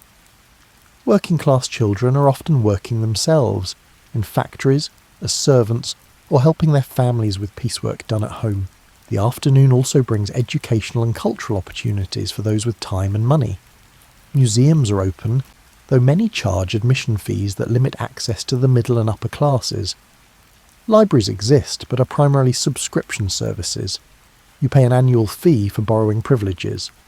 Public education is expanding but still limited, and literacy rates reflect this reality. Hyde Park and other green spaces fill with afternoon strollers. The wealthy parade in their finest clothing, seeing and being seen. The middle class takes more modest walks, enjoying fresh air that's marginally less polluted than the streets. The very poor might pass through on their way to other destinations, because leisure time is a luxury they can't afford. The light begins to change as afternoon progresses toward evening. The sun, which has been filtering weakly through cloud and smoke all day, starts its decline. The shadows lengthen, and there's a subtle shift in the city's energy. The afternoon's purposeful activity begins transitioning toward the evening's different rhythms. Street vendors change their offerings. Fewer vegetables and flowers, more hot food and small comforts for people heading home from work. The pie sellers do brisk business, as do the chestnut roasters who appear with their portable braziers. filling corners with the smell of roasting nuts that provides temporary relief from less pleasant urban odours. Traffic intensifies as businesses begin closing and workers head home. The omnibuses become even more crowded, packed with people who can afford the fare. Those who can't walk, often considerable distances, to reach homes in neighbourhoods that are cheaper because they're farther from employment centres. The Thames, which has been a presence all day, you can smell it even when you can't see it, becomes more prominent as you move toward the river. The docks are busy with ships from around the world, loading and unloading cargo that will be distributed throughout Britain. The river itself is working infrastructure, crowded with boats of every size, all of them contributing to London's position as the world's largest port. Watching the Thames, you're reminded that Victorian London was the centre of a global empire. The goods moving through those docks come from India, Australia, Africa, and the Caribbean, everywhere that British power and trade have reached. It's impressive and troubling simultaneously. The foundation of prosperity built on colonialism that won't be questioned for decades yet. As twilight approaches, Victorian London transforms into something that's simultaneously magical and ominous. The lamplighters begin their rounds, men with long poles who walk through the streets igniting the gas lamps that provide nighttime illumination. It's a job that exists only in the brief window between the introduction of gaslighting and the arrival of electricity, and watching them work feels like observing a ritual from another world. The gas lamps create pools of yellowish light that push back the darkness without quite conquering it. The spaces between lamps remain murky, and the overall effect is less like illumination and more like punctuation marks of brightness in an otherwise dark text. The light itself is different from electric lighting, softer, warmer, and somehow less reliable, as if it might go out at any moment. The quality of the evening depends entirely on where you are in London's complex social geography. In the West End, theatres are preparing for their evening performances. The theatres themselves are architectural gems, built to impress audiences even before the curtain rises. Gaslighting illuminates elaborate interiors decorated with plush and gilt, creating an atmosphere of grandeur that's designed to make attendees feel special just for being there. The shows are varied. Shakespeare performed by celebrated actors, musical entertainments, melodramas that allow audiences to boo villains and cheer heroes, and pantomimes that combine fairy tales with contemporary satire. The theatres are social spaces where different classes mix but remain separate. The wealthy in their private boxes and premium seats, the middle class in the stalls, and the working class in the gallery, where tickets are cheap and behaviour is rowdy. Music halls offer different entertainment, variety shows featuring singers, dancers, comedians, and specialty acts. These are less respectable than theatres and more working class in their audience and content. The atmosphere is raucous, the humour is broad, and drinking is encouraged. The music hall is where you go to forget your troubles rather than be elevated by art, though the distinction between the two is often less clear than Victorian moral guardians would prefer. In residential areas, evening routines vary by class but share common rhythms. Families gather for dinner, the main meal of the day for those who can afford it. The wealthy eat elaborate affairs served in formal dining rooms. The middle class has simpler fare but still maintains proper table manners and conversation. The working class makes do with whatever they can afford, often eating in kitchens that also serve as living rooms because their homes are too small for separate spaces. After dinner, the evening stretches ahead with far fewer entertainment options than modern life provides. Without televisions, computers or phones, people read, engage in hobbies, or simply talk. Letter writing is a common evening activity. Maintaining correspondence with family and friends requires regular attention, and the well-educated are expected to be articulate writers. For the working class, evening might mean a few hours at the pub before exhausted sleep, or working on piecework projects at home to supplement inadequate wages. Children are put to bed early, partly because childhood is shorter in practical terms. They'll be working soon enough, so rest now is pragmatic rather than coddling. The streets take on a different character after dark. Respectable people don't linger outside once night falls, because Victorian London has a well-deserved reputation for crime that's not entirely exaggerated. The police, a relatively new institution still finding its footing, patrol in pairs, their presence designed to reassure law-abiding citizens and deter criminals. But the city doesn't sleep. Night workers are everywhere, bakers starting their work for tomorrow's bread, night soil men collecting waste from cesspits and privies, and market workers preparing for the next day's business. London operates on overlapping schedules, with some people ending their day as others begin theirs. The fog, which cleared somewhat during the day, often returns at night, thicker and more oppressive. Combined with the darkness and the limited lighting, navigating Victorian London after dark requires local knowledge or considerable courage. Streets that were merely crowded during the day become maze-like and vaguely threatening. There's a romance to the evening gaslight that photographers and artists have captured, but the lived reality is less picturesque. The light is dim enough that reading strains your eyes, and many Victorians suffer from vision problems, partly because they spend their lives squinting at things in inadequate illumination. The gas flames consume oxygen, making rooms stuffy, and they produce their own smell that adds to the complex olfactory symphony of Victorian urban life. For those with evening social engagements, dinner parties, card games, social calls, elaborate preparations are required. Evening dress is formal and highly specific and takes substantial time to put on correctly. Women's evening gowns are even more complex than their day wear, with lower necklines that scandalise foreign visitors but are perfectly acceptable within the confines of private entertainment. The dinner party is a performance where multiple courses are served. Conversation follows strict guidelines about appropriate topics, and every gesture and word is evaluated according to social rules that have been refined over generations. Getting through an evening without committing some faux pas requires constant attention to etiquette that modern people would find exhausting. Deep night in Victorian London is when the city reveals its most honest face. The social pretences of daylight fade, and what remains is a complex ecosystem of people surviving, thriving, working, and sleeping in a metropolis that never completely stops moving. The darkness is profound in ways that modern urban dwellers rarely experience. Even with gas lamps, large portions of London remain pitch black after midnight. The moon and stars, when visible through the perpetual haze of coal smoke, provide supplemental light, but it's not enough to eliminate the shadows that dominate the urban landscape. In wealthier neighbourhoods, the houses are mostly dark by 11 or midnight, their inhabitants asleep behind heavy curtains that block both light and cold. The streets are quiet except for the occasional late cab returning someone from an evening engagement, the horses' hooves echoing off the buildings like a heartbeat in the darkness.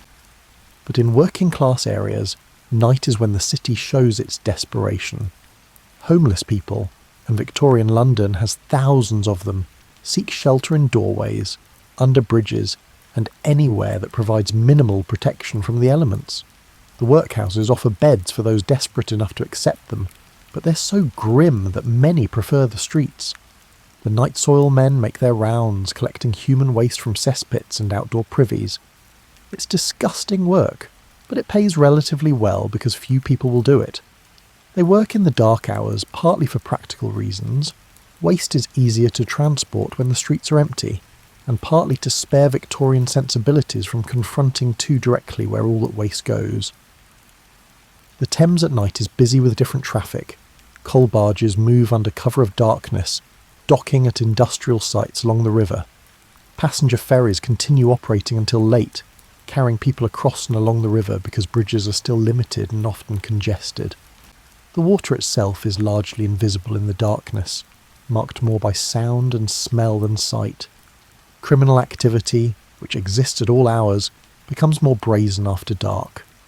Pickpockets work the theatre crowds and pub districts. Burglars prefer homes where the inhabitants are asleep. The police patrol with increased vigilance, but they're vastly outnumbered, and Victorian London has plenty of dark corners where criminal enterprise can operate relatively undisturbed. The sounds of night are different from day. Without the constant rumble of commercial traffic, individual sounds become more distinct. You can hear voices from open windows, the cry of babies, the arguments of couples who think the darkness provides privacy, the barking of dogs, the yowling of cats, and the scurrying of rats that are as much a part of Victorian London as the human inhabitants. Speaking of rats, Victorian London has millions of them. They live in the sewers, in the walls of buildings, and in warehouses and shops, feeding on the endless supply of waste and garbage that a city of several million people produces.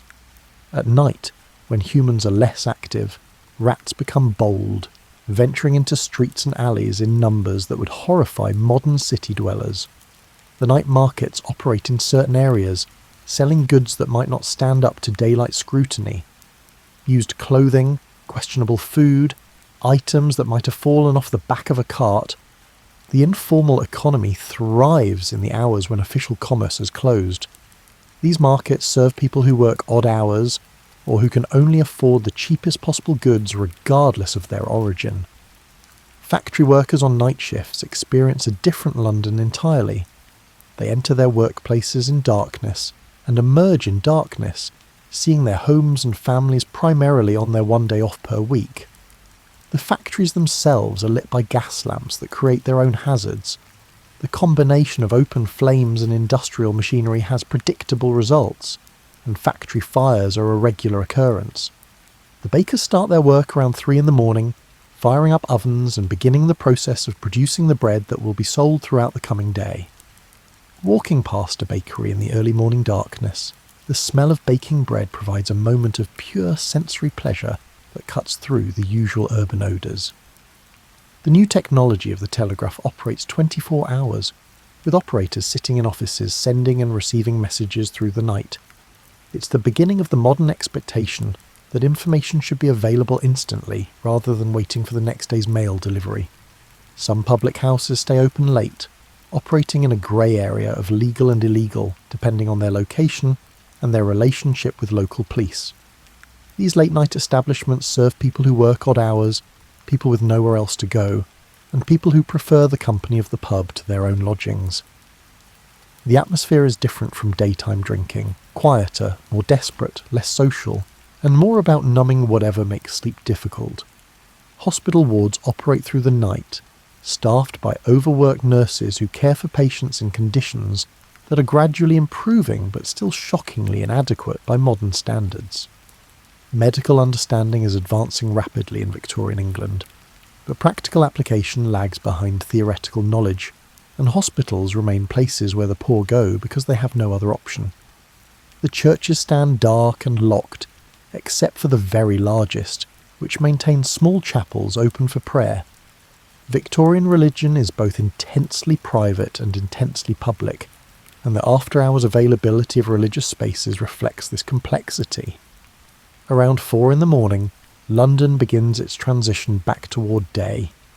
The earliest workers start appearing on the streets, servants beginning their daily routines, delivery drivers preparing their wagons, and market vendors heading to wholesale markets to purchase their stock for the day.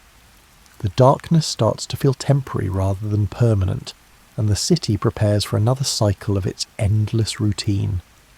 As dawn approaches and the sky begins its slow transition from black to grey, you find yourself in a quiet square, sitting on a damp bench, watching Victorian London wake up for another day.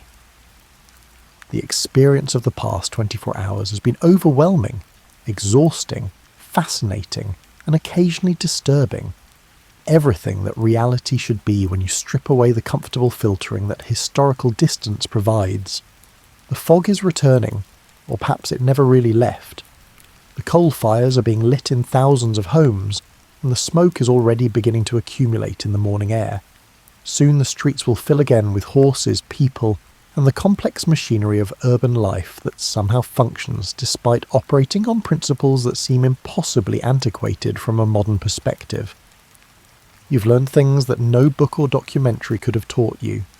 You now know what coal smoke tastes like when it's everywhere, what genuine cold feels like without central heating, and what urban noise sounds like without sound insulation. You understand in your body, not just your mind, what it means to live without electricity, without instant communication, without any of the technologies that define modern existence. The social observations have been equally educational. You've seen how visible inequality is when everyone shares the same public spaces, but clearly belongs to different worlds. You've noticed how much energy Victorian society spent on maintaining social distinctions, on performing class identity, and on signalling status through clothes, speech and behaviour. You've been struck by the physicality of Victorian life. Everything requires more effort. Getting dressed, staying warm, getting from place to place, obtaining food and staying clean. The simple acts of daily existence that modern people accomplish without thought required sustained attention and considerable labour in the Victorian era. But you've also noticed things that modern life has lost. The bread tastes better because it's made daily from flour that hasn't been processed into nutritional emptiness. The clothes, despite being uncomfortable, are made to last and often contain better craftsmanship than anything you own. The social interactions, while formal, involve actually looking at people and talking to them rather than staring at screens. The pace of life is paradoxical. Everything takes longer, yet people seem to accomplish enormous amounts. The Victorian era was one of incredible productivity, innovation and expansion, all achieved without computers, without modern transportation and without instant communication. It suggests that maybe modern efficiency isn't quite as efficient as we like to think, or perhaps that efficiency isn't the only measure of a society's success. The dangers of Victorian London have been real and present throughout your journey. Disease, accident, crime, and poverty, all of them are closer to the surface than in modern developed societies. The social safety net that modern people take for granted doesn't exist. If you're poor, sick or unlucky, your options range from limited to non-existent. The environmental conditions have been a revelation. Modern people think they understand historical pollution because they've seen photographs of smoggy cities. But photographs don't convey the taste of the air, the way smoke irritates your throat, the omnipresent coal dust that settles on everything, the smell of the Thames, or the sound of thousands of horses producing waste faster than it can be collected. Yet there's beauty here too. The architecture is genuinely impressive, built by craftsmen who took pride in their work. The gaslighting, however inadequate, creates atmospheric effects that electric lights can't match. The sense of community in working-class neighbourhoods, born of shared hardship and mutual dependence, represents something that modern suburban isolation often lacks. The people you've observed have been the most interesting part. They're not the simplified historical figures from textbooks, or the romantic characters from period dramas. They're complex human beings dealing with the specific challenges of their time while experiencing the universal aspects of human existence. Love, ambition, fear, hope, boredom, and joy. The children you've seen will grow up to be Edwardians, to experience the First World War, and perhaps to live into the 1950s and wonder at television and jets. The young adults you've watched rushing to work will be the elderly of the 1920s and 30s, living bridges between the Victorian world and modernity. History isn't separate eras. It's continuous human experience flowing from one generation to the next. You realise that Victorian London isn't past, it's the foundation. These sewers being built right now will still be functioning in the 21st century. The buildings you've walked past will survive wars and urban renewal. The institutions being established, public libraries, museums, schools, hospitals, will evolve but persist. You're not visiting a dead world, you're observing the roots of the world you know. The experience has given you a different perspective on progress. Yes, modern life is more comfortable, safer, and healthier, and offers opportunities that Victorians couldn't imagine. But progress isn't linear improvement in every aspect. The Victorians built things to last, invested in beauty even in utilitarian projects, and maintained social connections that modern efficiency has sometimes eroded. The moral complexity is impossible to ignore. Victorian Britain ruled an empire that brought prosperity to some and exploitation to many. The wealth visible in London's grand buildings came partly from colonial extraction. The cheap goods in London shops were often produced by colonial labour under conditions that would be recognised as exploitative even by Victorian standards. There's no way to separate Victorian achievement from Victorian imperialism. Similarly, the period's social progress coexisted with shocking inequality. The same society that was expanding education and improving public health also allowed children to work in factories and mines. The era that produced great literature and scientific advances also maintained rigid class barriers and severely limited women's opportunities. These contradictions don't resolve neatly. The Victorians weren't villains or heroes. They were people working within their society's assumptions while gradually questioning and changing those assumptions. Progress happened because some Victorians recognised problems and worked to address them, not because history automatically moves toward justice. The gender dynamics have been particularly striking throughout your day. Women are everywhere, but their possibilities are constrained in ways that would be intolerable to modern women. Working-class women labour in factories, shops and homes. Middle-class women manage households and raise children within narrow social confines. Upper-class women perform elaborate social rituals that constitute their primary occupation. The legal status of women is somewhere between persons and property, depending on their marital status. Yet Victorian women are also pushing boundaries. Women writers are achieving success. Women activists are campaigning for education and suffrage, and women workers are organising for better conditions. The changes that will transform women's lives in the 20th century are beginning here, in small acts of resistance and assertion that will eventually remake society. The religious atmosphere has permeated everything you've experienced. Victorian Christianity isn't just Sunday worship, it's a framework that shapes social policy, personal behaviour and public discourse. Churches are everywhere. Religious language infuses ordinary conversation, and Christian morality, at least its public performance, is expected of everyone regardless of actual belief. But religious doubt is also present, growing among intellectuals and workers alike. Darwin's theories are being discussed and debated. Scientific thinking is challenging traditional religious explanations. The tension between faith and reason that characterises Victorian culture isn't resolved. It's actively being worked through by thoughtful people on all sides. As you sit in the gradually brightening square, the full cycle of the Victorian day becomes clear. It's not so different in structure from modern days. People wake, work, eat, rest, and sleep. The surface details have changed dramatically, but the underlying human rhythms remain constant. People in 1880 had the same basic needs and desires as people in the 21st century. They just fulfilled them with different technologies and within different social structures. The experience has also highlighted how recent modernity really is.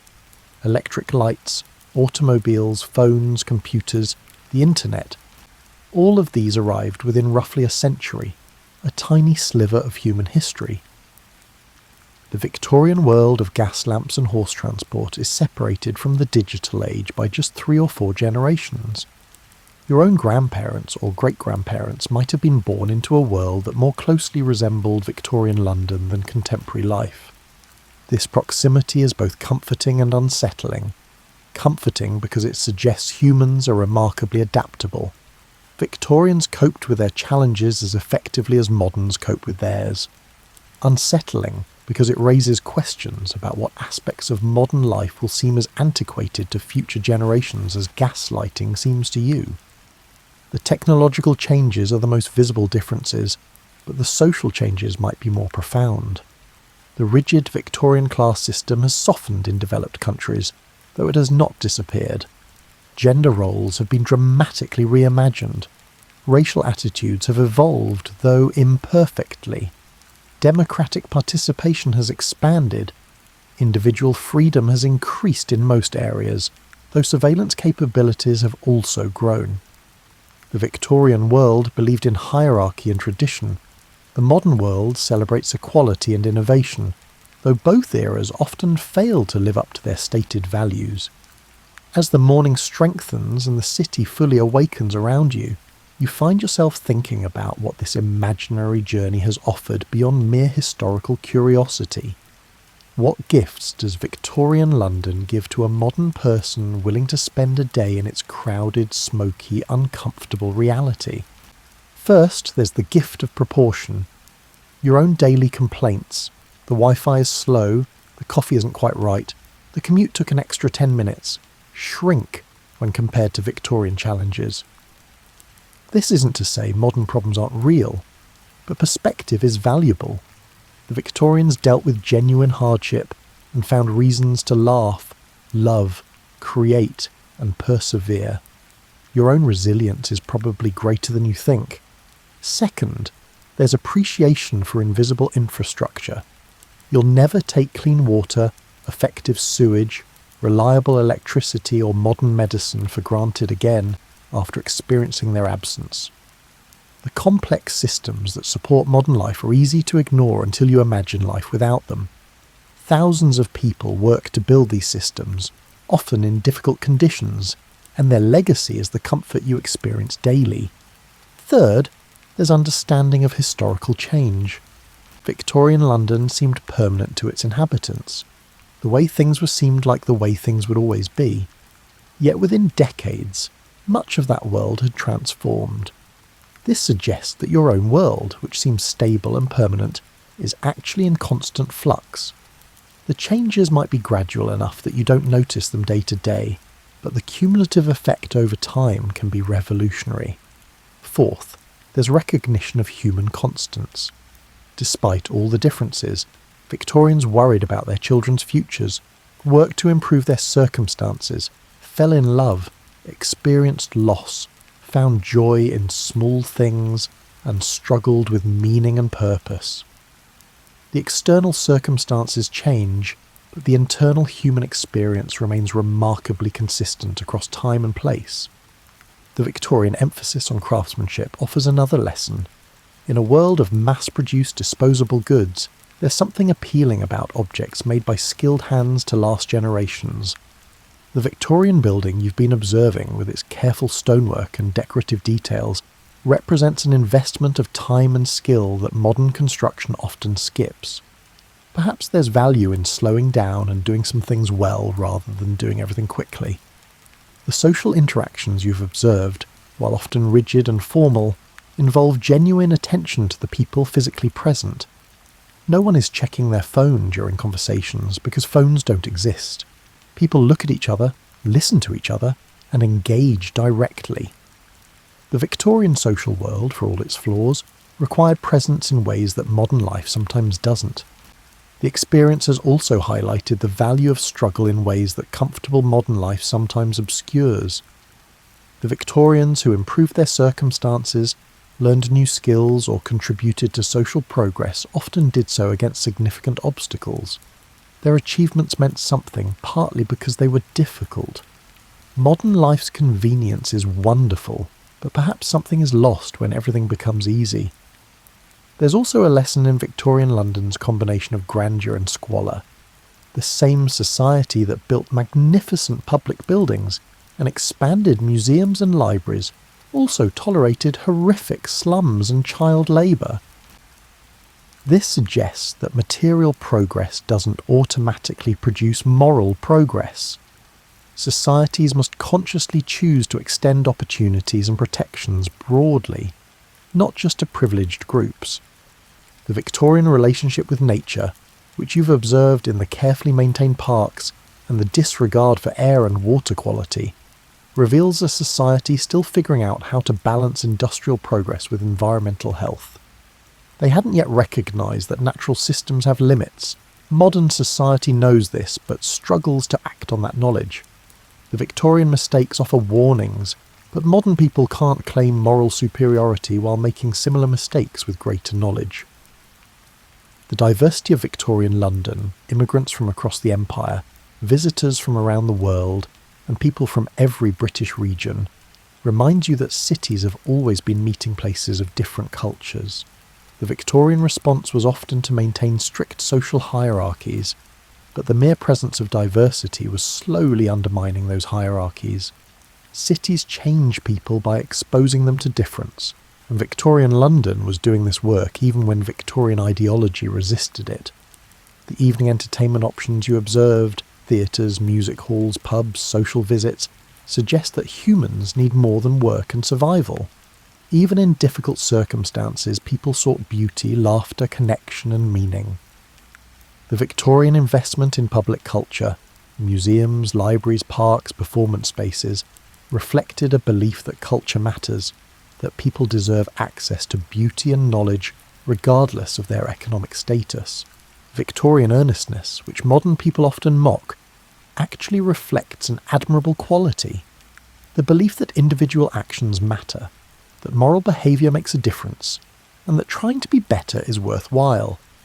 The specific moral codes were flawed, but the underlying commitment to ethical living and social responsibility offers something valuable. The square where you've been sitting is now fully awake. The vendors have set up, the traffic is building, and the working day has begun. And somewhere in this moment, you feel the gentle pull backward, toward your own time, your own world, and your own comfortable bed with its modern mattress and central heating. The transition happens gradually, like waking from a particularly vivid dream. The sounds of Victorian London, the horses, the street vendors, the peculiar accent of Victorian speech begin to fade. The smells diminish. The taste of coal smoke leaves your mouth.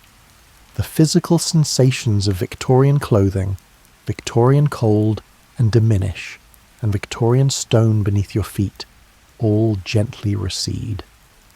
You're aware of your body in your own bed, in your own time. The sheets are soft, the temperature is comfortable, and the air is clean. You can hear modern sounds, perhaps traffic that's motorised rather than horse-drawn, the hum of electronics, sounds that wouldn't make sense to a Victorian. But you bring something back with you from your Victorian day. Not physical objects, you can't bring Victorian coins or newspapers into your modern world. What you bring is understanding, the kind that only comes from imagined experience rather than abstract knowledge. You understand now why your great-grandparents or great-great-grandparents might have had certain habits that seemed odd to their grandchildren, why they saved string and washed plastic bags and treated bread with reverence. They grew up in or closer to a world where such things had real value, where wastefulness wasn't just inefficient but genuinely harmful to survival. You understand why Victorian literature often focuses on social class and reputation. When your social position determined your opportunities so completely, and when reputation was the primary form of social capital, of course people obsessed over these things. The Victorian emphasis on propriety wasn't just prudishness, it was a survival strategy. You understand why the transition to modern life was both eagerly embraced and sometimes mourned. The Victorians who lived into the 20th century experienced changes that must have felt like moving to another planet. Indoor plumbing, electricity, automobiles, movies and radio, each one represented a fundamental shift in how daily life functioned. The experience has made history feel more real, less like a series of dates and events, and more like the lived experience of actual humans dealing with their specific challenges. The Victorian era wasn't a unified period moving inexorably toward modernity.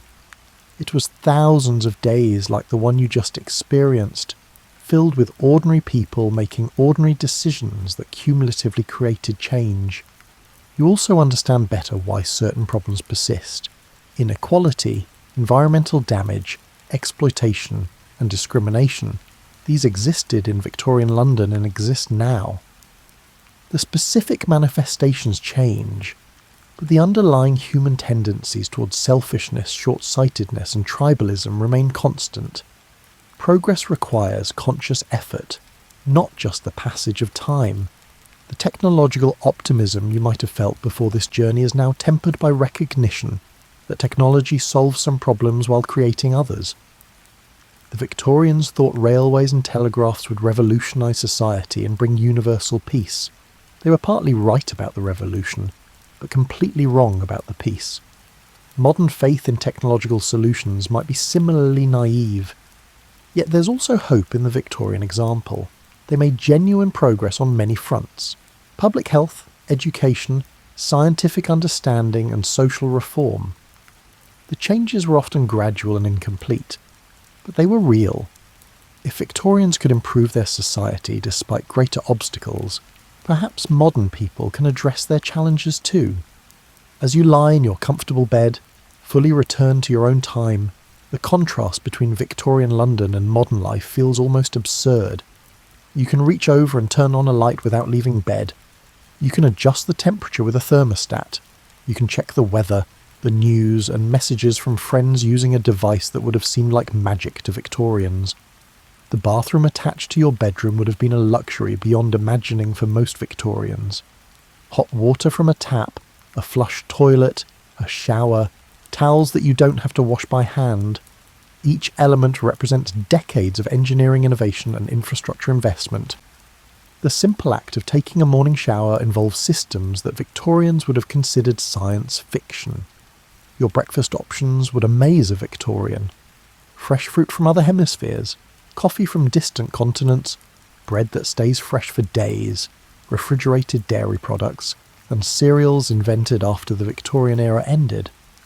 The Victorian breakfast was porridge, bread, perhaps eggs if you could afford them. Foods that were locally produced because long-distance food transport was limited. Getting dressed takes minutes instead of the extended process Victorian clothing required. No corsets, no button hooks, no layers of undergarments. Modern clothing prioritises comfort and convenience over the elaborate social signalling that Victorian fashion performed. You can dress yourself without assistance, which was a privilege reserved for lower classes in Victorian times. The wealthy needed servants to manage their complex wardrobes. Your commute, however frustrating it might sometimes feel, would seem miraculous to Victorians. Whether you drive, take public transit, or work from home, you're covering distances that would have required hours of travel in Victorian times. The modern city is physically larger than Victorian London because transportation technology allows people to live farther from their workplaces. Your workplace itself reflects changes the Victorians initiated but couldn't complete. The office workers you observed in Victorian London were pioneering a new kind of work: clerical labour that required literacy and numeracy but not physical strength. Modern knowledge work extends that Victorian innovation, though it's now mediated through computers rather than paper ledgers. The safety standards you take for granted would astound Victorians. Workplace regulations, food safety, building codes, traffic laws, all of these represent hard-won victories by reformers who recognised that industrialisation without regulation was killing people. Every modern safety feature exists because someone suffered its absence. Your access to information would seem godlike to Victorians. The accumulated knowledge of humanity is available instantly through your devices. The Victorian scholar who spent hours in libraries researching basic facts would be astonished that you can access the same information in seconds while lying in bed. Your medical care represents advances that would seem miraculous in Victorian times. Antibiotics alone have saved more lives than any other single invention. Add modern surgery, diagnostic imaging, vaccines, dental care, and treatments for conditions that were death sentences in Victorian times, and the improvement is staggering. The Victorian infant mortality rate was roughly 150 per 1,000 births. In developed countries today, it's under 5 per 1,000. Your life expectancy is dramatically longer than the Victorian average. A baby born in Victorian Britain could expect to live about 45 years. A baby born in a developed country today can expect to live past 80. Those additional decades represent millions of person-years of additional human experience, of knowledge gained, of relationships developed, and of contributions made. Yet with all these advantages, modern life brings challenges that Victorians never faced. The constant connectivity that puts the world at your fingertips also means you're never truly unreachable. The abundance of choices can become overwhelming rather than liberating. The rapid pace of change can create anxiety about keeping up. The decline of traditional communities can lead to isolation despite unprecedented communication capabilities, The environmental costs of modern life are also becoming unavoidable. The Victorians damaged their local environments. The Thames was essentially a toxic waste dump. But modern industrial society has scaled up those impacts to a global level. Climate change, biodiversity loss, and ocean acidification. These problems didn't exist in Victorian times because human industrial capacity was more limited. Progress in material comfort has come with ecological costs that future generations will bear. The social fragmentation that characterises modern life would puzzle Victorians. Their society was rigid and often cruel, but it was also coherent in ways modern society isn't. Most Victorians shared basic assumptions about religion, morality, and social organisation. Modern pluralism brings freedom but also uncertainty about shared values and common purpose. The comparison isn't meant to suggest Victorian life was better. It clearly wasn't by almost any measure. Rather, it's to recognise that progress in one dimension doesn't automatically mean progress in all dimensions. Modern life is more comfortable, safer, healthier, and offers more individual freedom than Victorian life. But it's also more complex, more fast-paced, and in some ways more isolating. As you start your modern day, going about routines that would seem fantastical to Victorians, you carry something valuable from your imaginary journey. It's not nostalgia for a past that was genuinely harder and often cruel. It's perspective, the ability to see your own life with fresh eyes by comparing it to a different way of living. The Victorian emphasis on craftsmanship might inspire you to value quality over convenience sometimes. Their investment in public institutions might encourage you to support libraries, museums and parks. Their social connections, however formal, might remind you to occasionally put down your devices and actually talk to the people physically present. The Victorian struggles for reform, better working conditions, expanded education, improved public health, remind you that progress requires effort. The improvements you enjoy weren't inevitable. They were achieved by people who recognise problems and work to solve them. Your generation faces different challenges, but the principle remains the same. Change requires intentional effort, not just complaints about current conditions. The Victorian mistakes, their environmental damage, their imperialism, their rigid social hierarchies, their limited opportunities for women and minorities serve as warnings. Having more knowledge than the Victorians doesn't make modern people morally superior unless that knowledge produces better actions. The test isn't what you know, but what you do with that knowledge. The sheer human resilience you observe throughout your Victorian day offers encouragement for handling modern challenges. If people could maintain hope, find joy, create beauty, and work for better futures while dealing with Victorian hardships, perhaps modern problems are also manageable despite their complexity. The Victorian day you've imagined has given you a gift that history always offers when approached with openness: context. Your own life exists within a specific historical moment, shaped by decisions made by previous generations and shaping the options available to future generations. Understanding this continuity can be both humbling and empowering. As you move through your modern day, driving cars that Victorians couldn't imagine, using technology that would seem like magic, solving problems that didn't exist in Victorian times, you might occasionally think about the Victorian day you experienced. Not to wish you were there, but to appreciate where you are. And maybe, just maybe, you'll wonder what someone from 2150 would think about your life in the early 21st century. What aspects of your daily routine would seem charmingly antiquated? What problems would they be amazed you tolerated? What technologies would they find amusingly primitive? What aspects of your life would they envy or want to preserve? History isn't just about the past. It's about understanding that the present is temporary, that change is constant, and that every generation faces its own challenges while benefiting from and dealing with the consequences of previous generations' choices. Victorian London is gone, transformed by more than a century of change. But it's not lost. It lives in the infrastructure it built, in the institutions it established, in the ideas it developed, in the problems it created, and in the solutions it pioneered. You walk on Victorian foundations every day, whether you realise it or not. And perhaps that's the most important lesson from your imaginary Victorian day. You too are building foundations for futures you'll never see. Your choices, your actions, and your society's decisions, all of these will influence the world that people experience generations from now. The Victorians couldn't have imagined your life, but they shaped it nonetheless.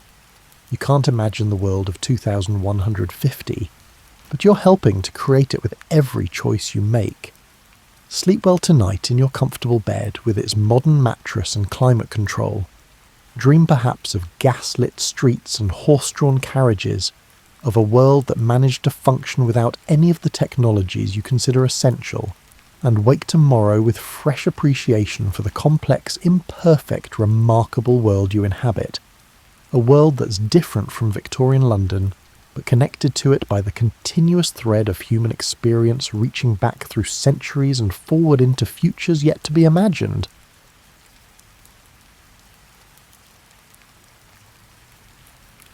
Imagine yourself in a muddy marketplace in what would become France in 1347.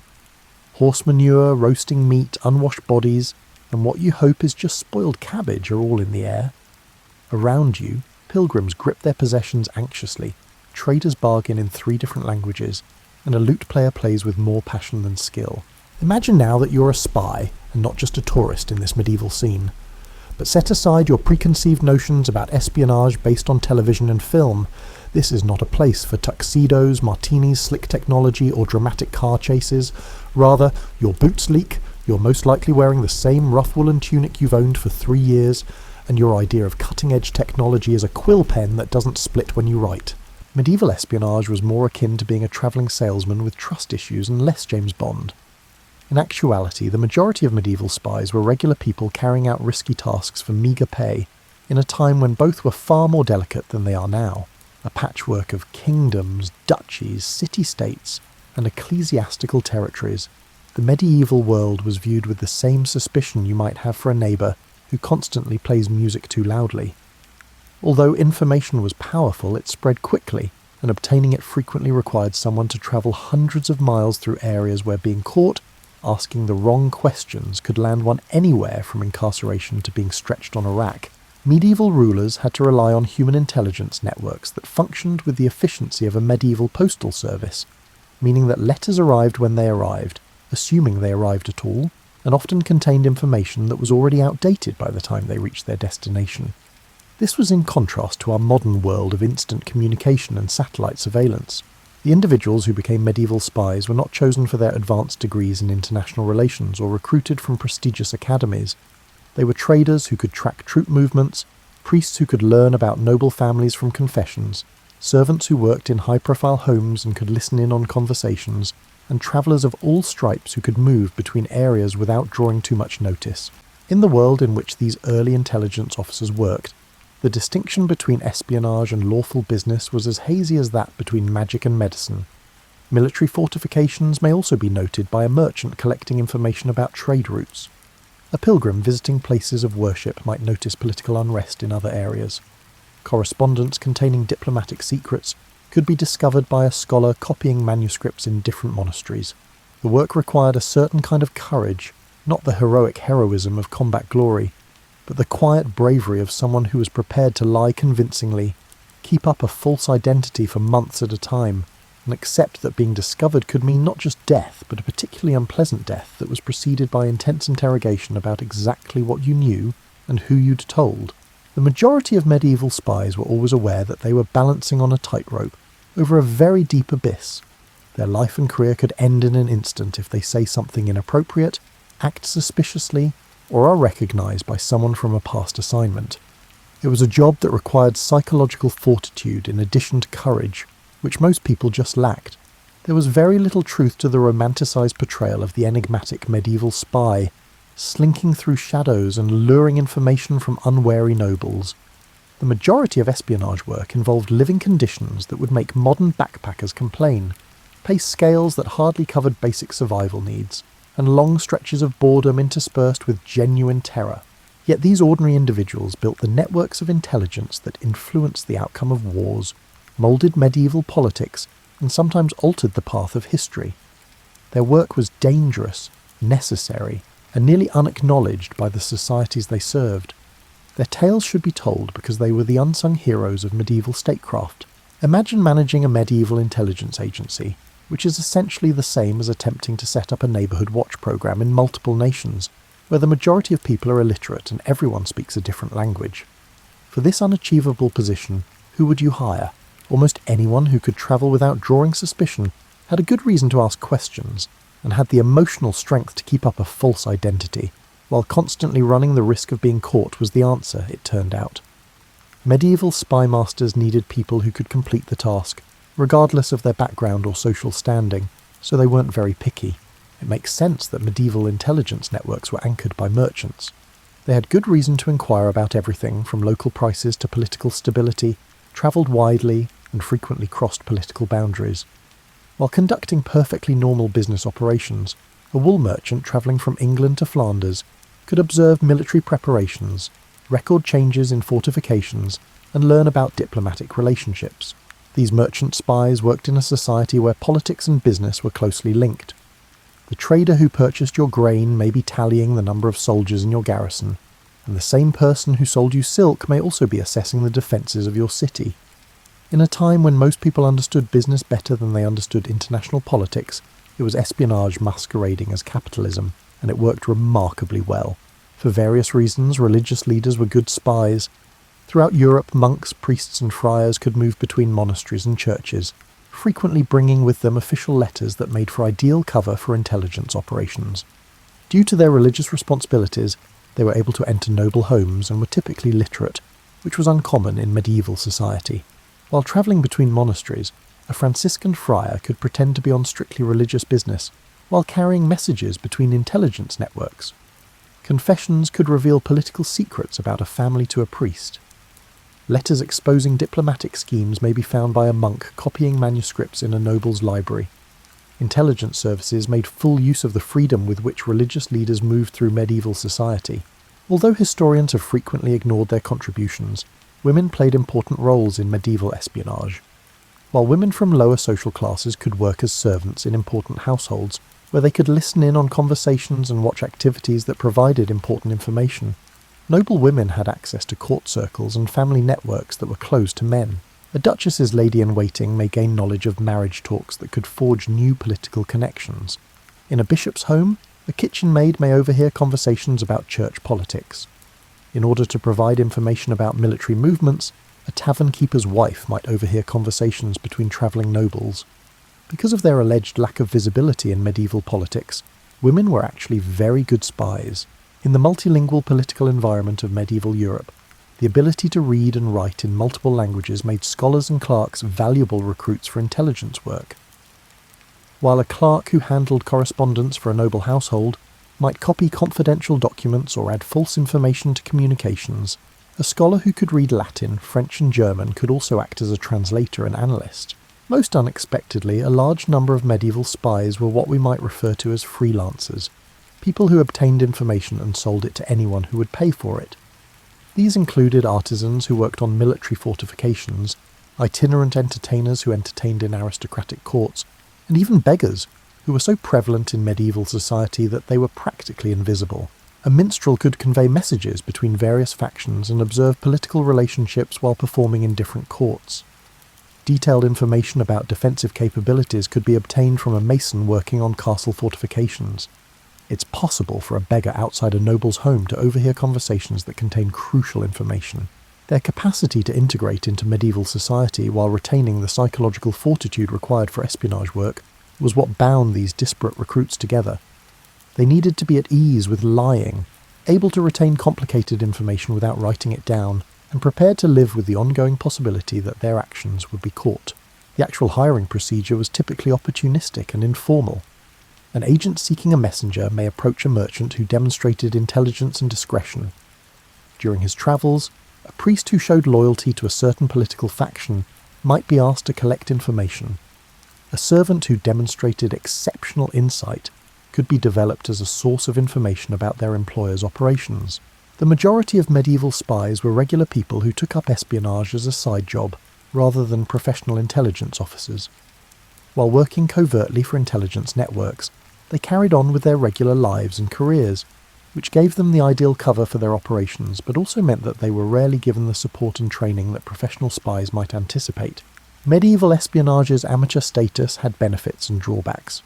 Intelligence networks could, on the one hand, easily integrate into medieval society.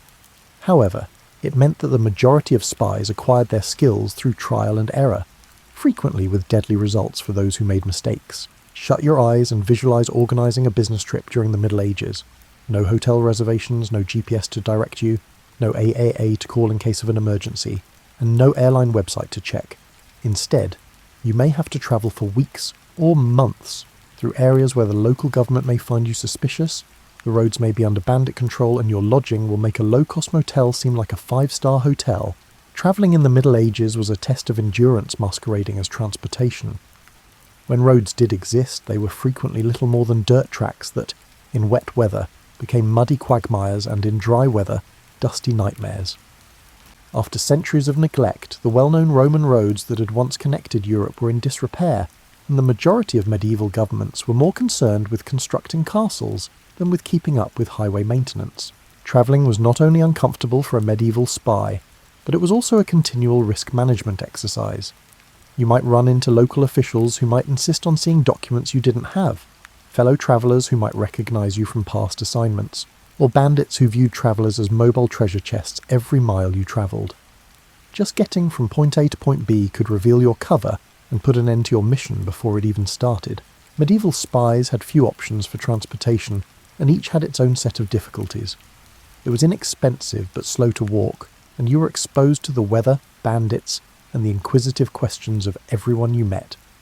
An individual travelling alone on foot was either extremely impoverished, extremely desperate, or extremely suspicious, all of which are not suitable cover identities for intelligence operations. Although they offered speed and a certain level of social respectability, horses also came with high maintenance, feeding, and cost. Since a good horse was an expensive investment, losing one to disease, accident, or thieves could leave a spy stranded far from home and unable to finish their mission. Additionally, horses required food, water, and rest, which meant making frequent stops at locations where inquisitive innkeepers might awkwardly inquire about your destination and line of work. Carrying supplies and keeping a merchant's cover identity were two benefits of travelling by cart or wagon. But it was slow and required good roads, which were frequently non-existent. Carts broke down on rough ground, got stuck in mud, and caught the attention of bandits who, rightly, thought that anyone with enough goods to fill a wagon might be worth robbing. Travellers in the Middle Ages could find accommodations that were anything from hardly suitable to downright hazardous. When inns did exist, they were usually little more than spacious rooms with straw mattresses in which travellers shared space with strangers who could range from professional thieves to honest merchants. The food was whatever the innkeeper happened to be serving that day. There was no privacy, and sanitation was rudimentary. Medieval inns were a constant source of difficulty for a spy attempting to keep up a cover identity. Other visitors may inquire in depth about your background, your destination, or your business. By collecting information about tourists to sell to local authorities or anybody else who would pay, innkeepers frequently served as unofficial intelligence agents themselves. Your entire mission could be jeopardized by a thoughtless remark made during dinner or a suspicious object spotted in your luggage. Even worse was the alternative to inns. Travellers could take refuge in monasteries, which provided rudimentary lodging but also put them under the roof of religious leaders who might feel compelled to alert local authorities to questionable activities. Although country priests had strong ties to local nobility and could provide information about odd travellers, rural churches occasionally offered sanctuary. Although camping outside had its own risks, it avoided the social complications of formal lodging. Travellers who were alone and vulnerable were the targets of bandit attacks, and sleeping outside exposed one to weather that could be anything from mildly uncomfortable to actually fatal. If a spy becomes ill or hurts themselves while camping by themselves, they might just vanish, leaving their mission uncompleted and their fate uncertain. For travellers in the Middle Ages, the weather was a continual enemy. Extreme heat or cold could kill unprepared travellers, snow made navigation impossible, and rain turned roads into impassable swamps. There were no emergency services to call, no weather forecast to refer to, and no assurance that assistance would be accessible in the event that conditions deteriorated. Travel conditions and political requirements had to be balanced, and medieval spies had to schedule their trips around seasonal weather patterns. In certain cases, the best travel times occurred during times when heightened security made espionage work more hazardous, and in other cases urgent intelligence had to be delivered in spite of hazardous weather. Medieval travel was as difficult on the mind as it was on the body. In addition to continuously assuming false identities and remaining on the lookout for potential threats, spies spent weeks or months away from their homes, families, and any emotional support systems. Even seasoned agents could become emotionally weary and prone to making potentially fatal mistakes due to the isolation and stress of medieval travel. Another ongoing worry on medieval travels was food. Long trips necessitated resupplying along the way, which meant relying on local markets that might not exist, local cuisine that might not be edible, and local prices that might be exorbitant for foreigners. Travellers brought what provisions they could. A spy's ability to finish their mission could be severely jeopardised if they became ill from eating poorly or were unable to find enough food. During the Middle Ages, even the basic task of navigation was difficult. When maps were available, they were frequently erroneous and depicted political boundaries that may have changed since they were created. The majority of tourists depended on locals for directions, who may have been helpful, deceptive, or entirely incorrect about routes they had never taken themselves.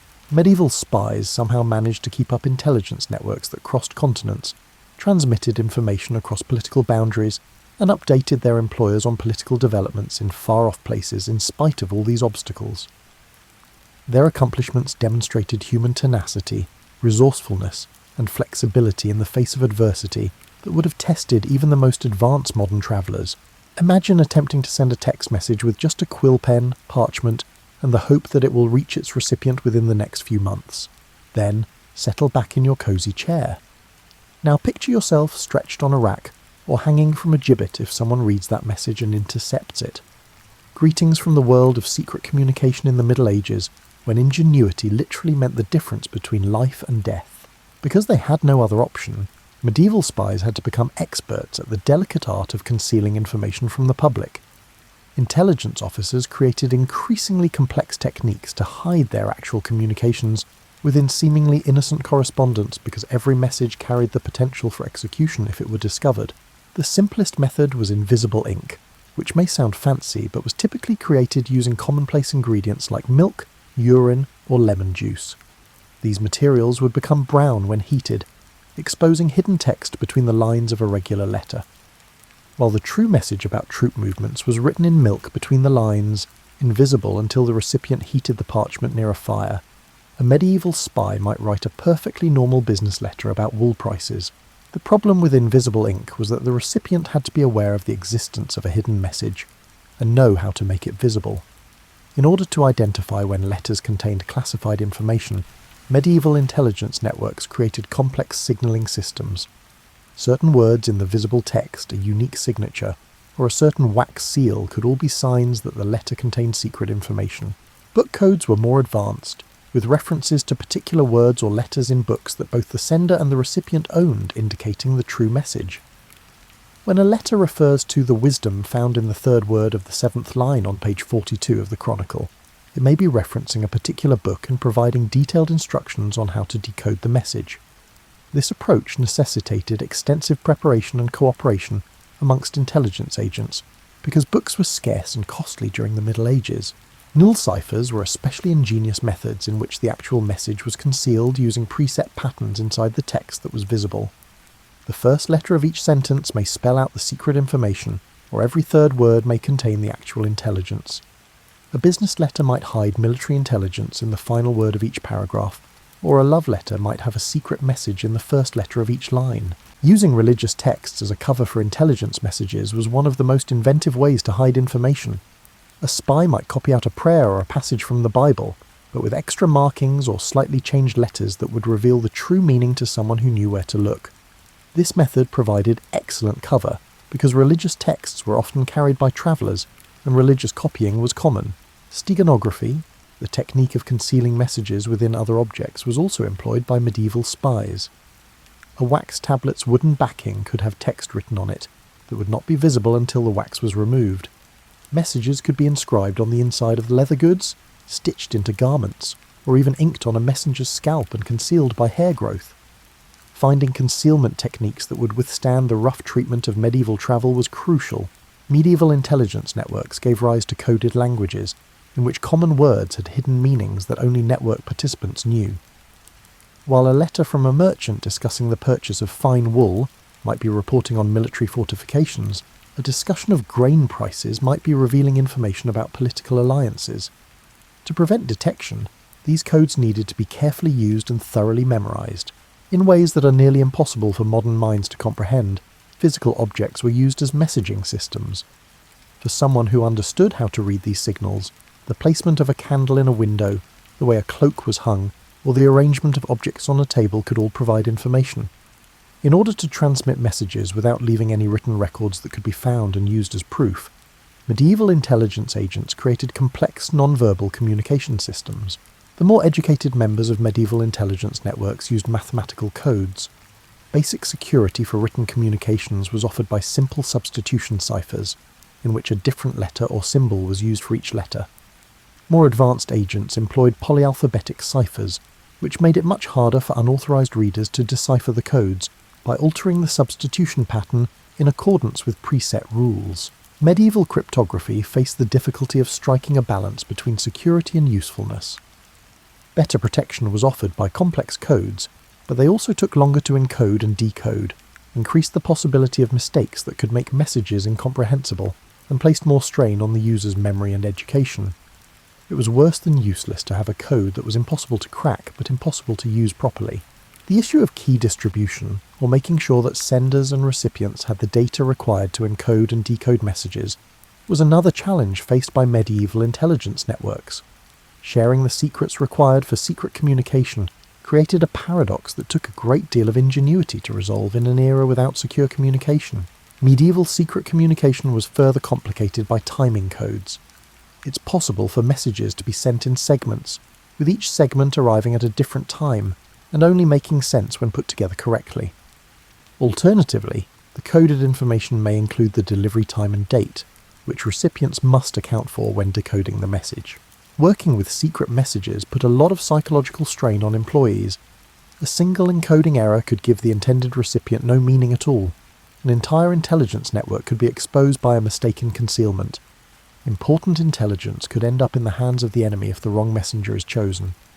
Under circumstances that made perfection all but impossible, medieval spies had to be flawless cryptographers. Medieval secret communication systems were remarkably successful in spite of these obstacles. Intelligence networks were able to coordinate intricate operations, sustain communications over long distances, and protect their most sensitive data from hostile interception. Ingenuity, meticulous planning, and the kind of attention to detail that could mean the difference between personal destruction and mission success were the foundations of their success. Pour yourself another cup of tea and think about how you would budget for an intelligence network if you were a medieval king attempting to manage one. There are no accounting departments to monitor operating costs, no standardized pay scales, and no corporate expense accounts. Instead, you're dealing with a shadow economy where your most critical employees are unable to provide receipts, and where, in order to protect all parties, payment must frequently be disguised as something completely different. The financial theories used in medieval espionage would make modern accountants shudder. Generally speaking, spies received erratic compensation that varied greatly based on the value of the information they provided, the risk of their missions, and the financial standing of their employers. It was the pinnacle of freelancing, with no job security and retirement planning, limited to wishing you lived long enough to retire. Medieval spies were typically paid a combination of bonuses for certain pieces of valuable intelligence and regular stipends for continuing agents. To keep him loyal, a merchant who frequently covered political events in the cities he visited might get a small annual payment. For more significant information, he might get larger sums. Maintaining credible justifications for these financial transactions was a challenge for both the spy and the spymaster. As alluring as that image may be for Hollywood, money couldn't just be handed over in dim alleyways. Payments had to be made under false pretenses that would pass muster if they were caught. A spy may be compensated by inflated prices for goods they purportedly sold to their handler, loans that were never meant to be paid back, or winnings from gambling that were actually intelligence payments. The practical realities of medieval life complicated the cost structure of medieval espionage. In order to maintain their cover identities and obtain information, spies had to pay for their own travel, lodging, and the various bribes and gifts they would need. In order to keep their credibility, a spy masquerading as a merchant might have to genuinely buy and sell goods, which would require them to invest money in inventory, in the hopes that their trading operations would generate enough revenue to fund their intelligence operations. Medieval spies faced especially high travel costs. A spy's earnings from intelligence work could easily be outweighed by the costs of horses, food, lodging, and the numerous fees and tolls associated with medieval travel. It's likely that many medieval spies lost money on their operations, either accepting a lesser standard of living than they could have obtained through legal employment, or funding their espionage efforts with other sources of income. For medieval spies, financial planning was practically impossible due to the erratic nature of intelligence work. After months of collecting information for free, a spy may be paid handsomely for a particularly useful piece of intelligence.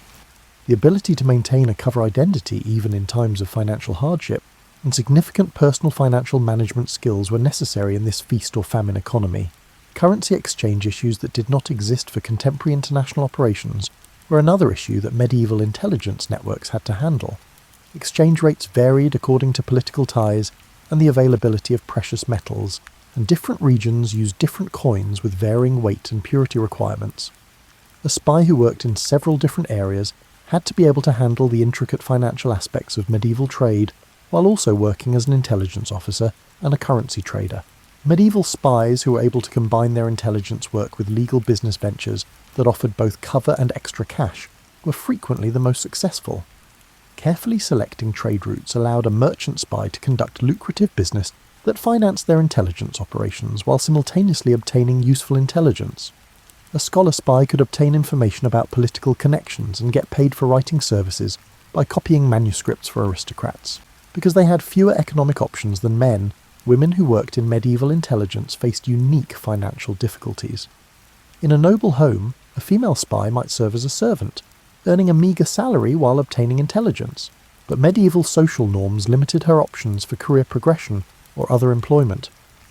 Because they frequently had to depend more on their handlers for financial support, female spies were more susceptible to abuse. For many agents, regular banking relationships were impossible due to the security requirements of medieval espionage. Operating under a false identity prevented a spy from keeping accounts under their real name, and from having financial records that could be used to expose their intelligence operations. Precious metals or gems were likely carried by many medieval spies, making them easy targets for theft while on the road. Medieval spies hardly ever planned for retirement. There were no social security programs or pension funds, and there was no assurance that an intelligence organization would keep paying agents who were no longer actively contributing. If they lived long enough to reach old age, successful medieval spies had to amass enough wealth during their active careers to sustain themselves in their later years. Medieval spies' families had to deal with financial instability that went beyond the agents themselves. There was no life insurance, no survivor benefits, and frequently no recognition that a spy had been working for their employer if they were killed or vanished during a mission. Medieval spies' wives and kids could find themselves unexpectedly poor, with no way to support themselves and no reason for their loss. Medieval intelligence networks were able to recruit and retain agents who offered their employers valuable services in spite of these financial difficulties. People who found that espionage offered better opportunities than traditional employment in their social class, or who were prepared to accept financial uncertainty in exchange for the thrill of intelligence work, were drawn to the work.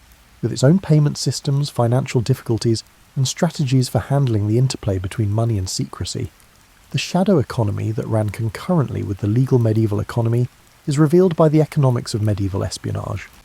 It was capitalism with a conspiracy twist, where information was the most valuable resource and the cost of discovery was frequently the highest. Turn down the lights a little bit and imagine what it would be like to get out of bed each morning and put on not just your clothes, but a completely different persona. Imagine posing as someone else for months or years at a time, never being able to let your guard down, and never knowing if those around you are buying into your carefully crafted lies. In a world where authenticity was a luxury they couldn't afford, medieval spies had to learn not only the methods of obtaining intelligence but also the far more challenging art of psychological survival. Maintaining false identities for extended periods of time while residing close to people who might discover the deception was the main obstacle of medieval espionage. Compared to contemporary communities, medieval society was more intimate, smaller, and suspicious. Individuals inquired about strangers, knew their neighbours, and looked for clues that might indicate someone's true motivations or background. A medieval spy masquerading as a merchant needed to be familiar with the finer points that would persuade seasoned traders, in addition to the fundamentals of business life. They had to comprehend seasonal market swings, trade route challenges, regional price disparities, and the interpersonal ties between merchants in various cities. One discussion with an actual merchant could reveal knowledge gaps that could take years to fill on their own. There was no way to alleviate the psychological stress brought on by the ongoing attention to detail needed to maintain cover identities. While medieval spies frequently went months without speaking to their actual employers or co-workers, modern undercover agents can at least communicate with their handlers or take breaks from their duties. They maintained personalities that weren't their own, lived in total seclusion, and were surrounded by untrustworthy people. For medieval spies, memory became both a psychological burden and an essential survival skill. They had to recall the intricate fictional histories they had written for their cover identities in addition to the intelligence they had gathered. If the spy was unable to reliably recall the specifics of their fake background, a casual inquiry about early life or familial ties could turn into a risky situation. Medieval society placed a great value on social connections and community ties, making the social isolation of medieval espionage especially challenging. Suspicion was immediately raised against those who appeared to have no family ties, roots, or long-standing community ties. Spies in the Middle Ages had to establish credible social networks while steering clear of intimate connections that could expose their true identities. Medieval espionage was further complicated psychologically by religious conflicts. Spies frequently had to maintain cover identities that required them to support political causes they personally opposed, participate in religious ceremonies that might violate their conscience, or pretend to hold religious beliefs that were at odds with their true beliefs. Moral stress resulting from the internal struggle between one's personal convictions and professional obligations could jeopardize an agent's psychological stability. Medieval spies lived in a state of chronic anxiety that pervaded every part of their lives due to their constant fear of being discovered. They couldn't afford to unwind, they couldn't believe their gut feelings about people, and they couldn't make true friends with anyone they met while on missions. Physical fatigue was only one aspect of the exhaustion brought on by the hypervigilance required for survival. The moral ambiguity and guilt of their work were other issues that medieval spies had to cope with. In order to obtain intelligence, they frequently had to lie to people they thought were their friends, betray the confidence of those who had been kind to them, or support military and political initiatives that could endanger innocent people. Over time, the psychological toll of these ethical concessions mounted, resulting in internal strife that might be just as damaging as outside dangers. Medieval espionage's mental health issues were especially severe because of the inability to get support or assistance when experiencing psychological issues. When missions became too much to handle, there were no supervisors to offer support, no colleagues to confide in, and no counsellors to consult. In order to maintain complete operational security, medieval spies had to create their own coping strategies. Medieval espionage put a tremendous strain on family relationships. Married spies were required to lie to their wives about their whereabouts, activities, and frequently their core values and allegiances. Medieval spies had fathers or mothers who were mysteriously evasive about their work and often absent. The most significant interpersonal relationships in an agent's life were tainted by the secrecy required for operational security. After completing intelligence missions, returning to normal life was frequently just as psychologically taxing as the actual espionage work. In addition to readjusting to their true identities, medieval spies had to make amends with emotionally distant family members and friends and somehow cope with months or years of deceit and seclusion without being able to talk about their experiences with others. Because of the ongoing danger, the psychological strain of assuming false identities, and the moral dilemmas that came with their job, some medieval spies most likely experienced what is now known as post-traumatic stress disorder. Medieval society lacked resources to assist intelligence agents in recovering from the psychological harm of their service because it lacked knowledge about mental health and effective treatment techniques. Those who were able to compartmentalize their emotions keep a clear separation between their true and false identities, and find ways to defend the moral complexity of their work were likely the most successful medieval spies. However, even these psychologically strong people had to pay a price in terms of their capacity to build genuine bonds and sustain emotional ties with others. Medieval intelligence networks maintained operations throughout Europe for centuries and attracted new recruits in spite of these significant psychological obstacles. The thrill of doing meaningful work, the fulfillment of supporting causes they supported, or just the allure of a life very different from the few options available to the majority of people in medieval society, must have been the satisfactions that offset the psychological costs of the job. Medieval espionage's psychological reality highlights the human cost of intelligence work in a time when mental health was poorly understood and there were no resources available to support those who compromised their psychological well-being to further military and political goals.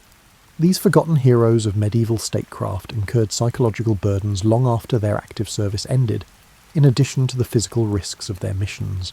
Now, let's take a step back and examine the larger picture, much like when you examine a medieval tapestry, where individual threads come together to form patterns that are not visible when you concentrate on any one of them. Without computers, phones, or any other communication technology that we now consider necessary for organising large-scale operations, medieval intelligence networks were organisational marvels. Rather, they depended on human memory, interpersonal connections, and trust structures that were both necessary and brittle. Imagine attempting to manage a contemporary business with only handwritten letters that take weeks to deliver, in-person meetings that require days or weeks of travel to set up, and staff members who are unable to accept their position. When medieval spy masters established intelligence networks that crossed continents and impacted the results of wars, succession disputes, and diplomatic negotiations, they essentially achieved that. Although they didn't call it that, the cell structure served as the cornerstone of medieval intelligence networks. Agents collaborated in small groups, each with a limited understanding of the larger network. The identity of 2 or 3 other agents may be known to a merchant spy in one city, but they would have no knowledge of intelligence activities in other areas. In the event that a single agent was apprehended and interrogated, the network was shielded by this division. Medieval intelligence networks relied on complex networks of cutouts and intermediaries to facilitate communication between various components. A spy in London might give information to a merchant, who would then give it to a monk in Dover, who would then include it in a letter to a monastery in Calais. From there, another monk would extract the information and give it to a local agent, who would then deliver it to a French nobleman who was working for English interests. Because everyone in this chain was only familiar with their close associates, ignorance provided security. The authentication problem, or how to confirm that information was authentic and that agents were who they said they were, was a challenge for medieval intelligence networks. To enable agents to recognize one another and verify their legitimacy, they created systems of codes, passwords, and recognition signals. Agents who had never met before could authenticate each other using a unique letter-signing style, a phrase incorporated into conversation, or a distinctive piece of clothing. Without official schools or training programs, new agents had to be recruited and trained. Potential recruits were found by seasoned agents, who then gradually exposed them to intelligence work and offered unofficial apprenticeships that allowed them to gain the skills they needed through hands-on experience. Before taking on more difficult tasks requiring advanced tradecraft, a new recruit may start out carrying simple messages and work their way up to gathering basic information. Medieval intelligence networks faced ongoing quality control challenges. Multiple sources had to be used to confirm information, and because medieval communication was slow, this could take weeks or months. False information may have already affected significant choices or military operations by the time it was discovered and fixed. In order to assess the credibility of sources and information, medieval spy masters had to cultivate their intuition. Medieval intelligence networks needed to be funded creatively to avoid drawing the attention of adversarial authorities. Without leaving visible paper trails, money had to be transferred between various territories and exchanged between currencies. Trade profits were used to fund espionage activities, and legitimate companies, places of worship, and merchant enterprises frequently functioned as fronts for intelligence funding. In addition, medieval intelligence networks had to coordinate intricate operations involving numerous agents in various locations while maintaining operational security. Coordination between agents in multiple cities may be necessary for a plan to obtain intelligence on an enemy's military preparations, and timing is crucial to its success. However, coordinating these activities necessitated communication that, if intercepted, might jeopardize the network as a whole. Medieval intelligence networks were both strong and weak due to their inherent redundancy. The same information could be gathered by multiple agents, which would increase the likelihood that someone would notice unusual interest in certain topics, while also providing verification. In order to ensure that vital information would reach its destination, even in the event that some channels were compromised, networks frequently maintained parallel channels for important intelligence. Because of the potential for allies to suddenly turn into enemies, medieval intelligence networks had to adjust to shifting political conditions. After a political marriage, a succession crisis, or a change in diplomatic ties, an agent who had spent years cultivating sources in a certain court may find themselves operating in hostile territory. To withstand these political upheavals and continue to function effectively, networks required adaptability. Because medieval intelligence operations lasted so long, they faced particular difficulties that are uncommon in contemporary intelligence services. Within the same families or organizations, some networks continued to function for decades, with agents transmitting information from one generation to the next. Before he retires, a monk may choose to hire his successor, ensuring continuity of operations while simultaneously building up institutional knowledge that could be disastrous if hostile forces find out. The seasonality of medieval life presented another challenge for medieval intelligence networks. While summer campaigns and harvest seasons brought opportunities and challenges that necessitated careful timing of network operations, winter weather made travel and communication much more difficult. Political intelligence had to take into consideration the seasonal movements of noble courts, while military intelligence had to be collected and disseminated in accordance with campaign schedules. In order to concentrate resources on specific kinds of information, the most advanced medieval intelligence networks created specializations.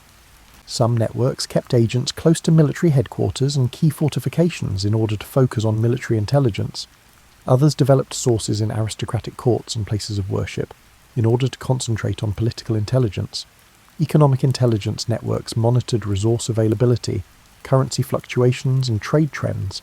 Despite not having the formal safeguards that contemporary intelligence services do, medieval networks were constantly concerned about counterintelligence.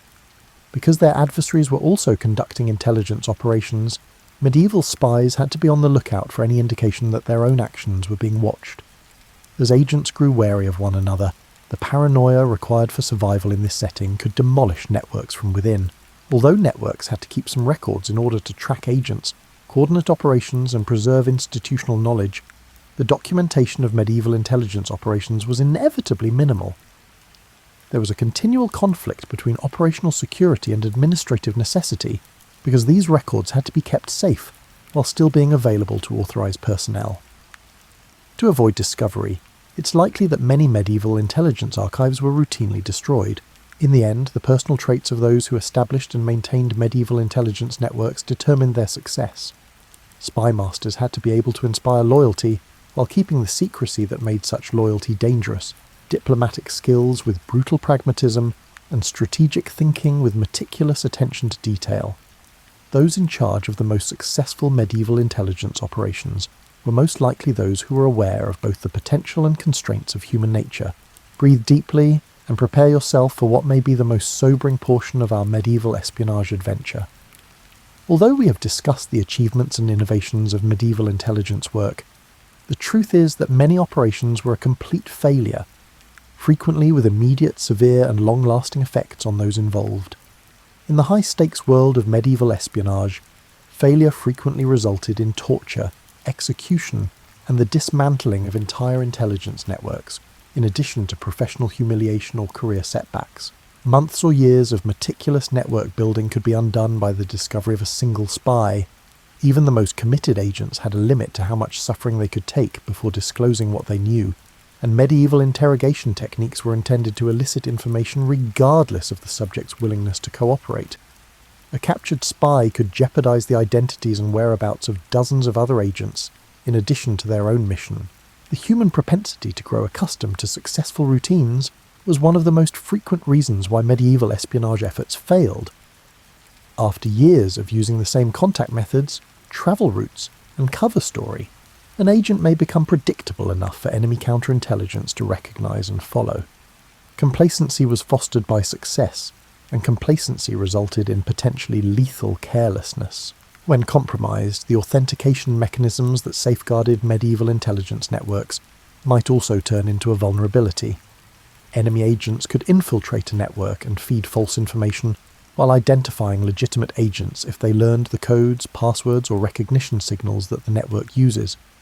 Because it fostered false confidence while actually advancing the objectives of the enemy, a compromised authentication system was worse than none at all. People they trusted could betray medieval spies, sometimes for reasons unrelated to their intelligence work. In order to avoid being captured, a fellow agent may divulge network secrets. Personal grievances, financial strains, or shifting political allegiances could cause a contact to turn against them.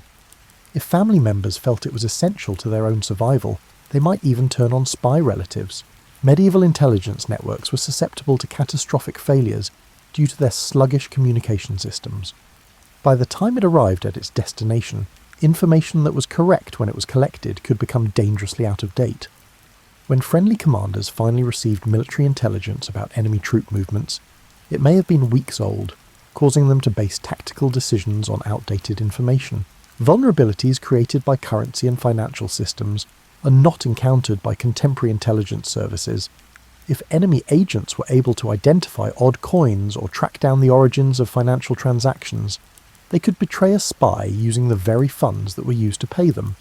Medieval espionage employed irregular payment systems, which made it possible for agents to be recognised by their suspicious financial activity or unexplained wealth. Intelligence officers face particular risks due to the medical realities of medieval life.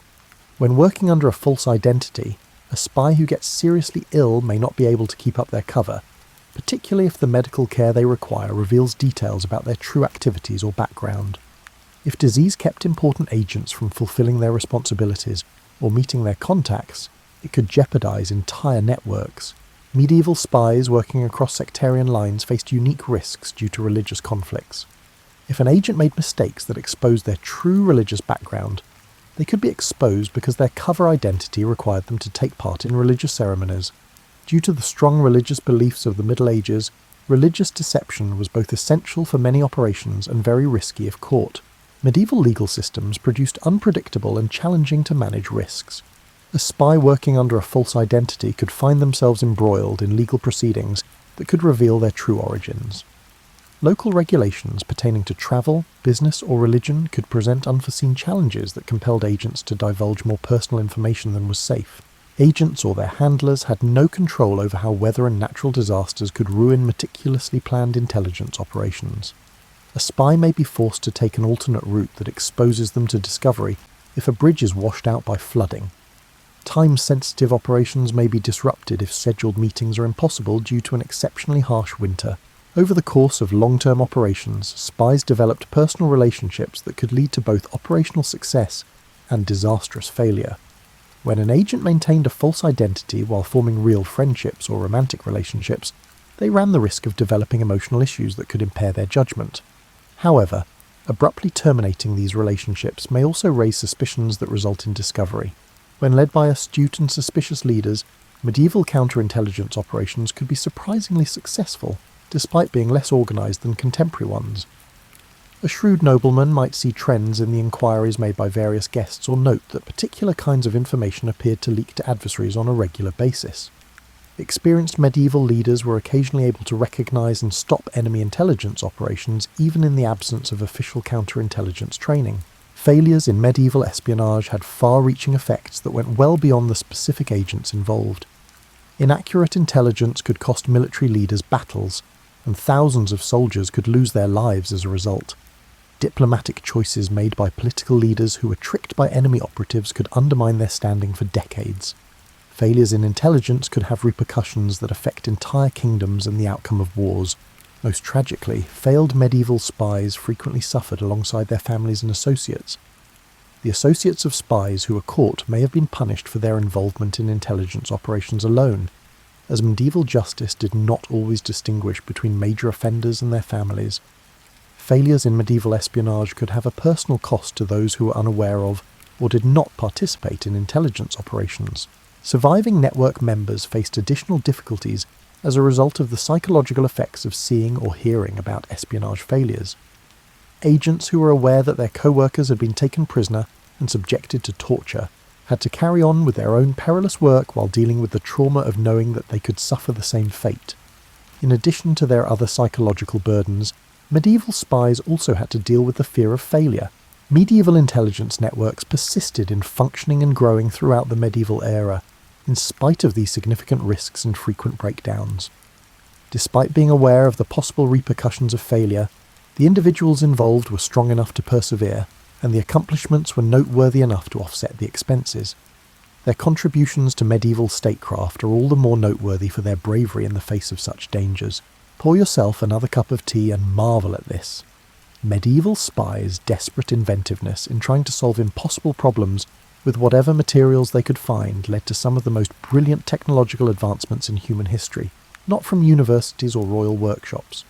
These were not science fiction devices, but rather workable solutions developed by individuals who realised that staying one step ahead of their adversaries was essential to their survival.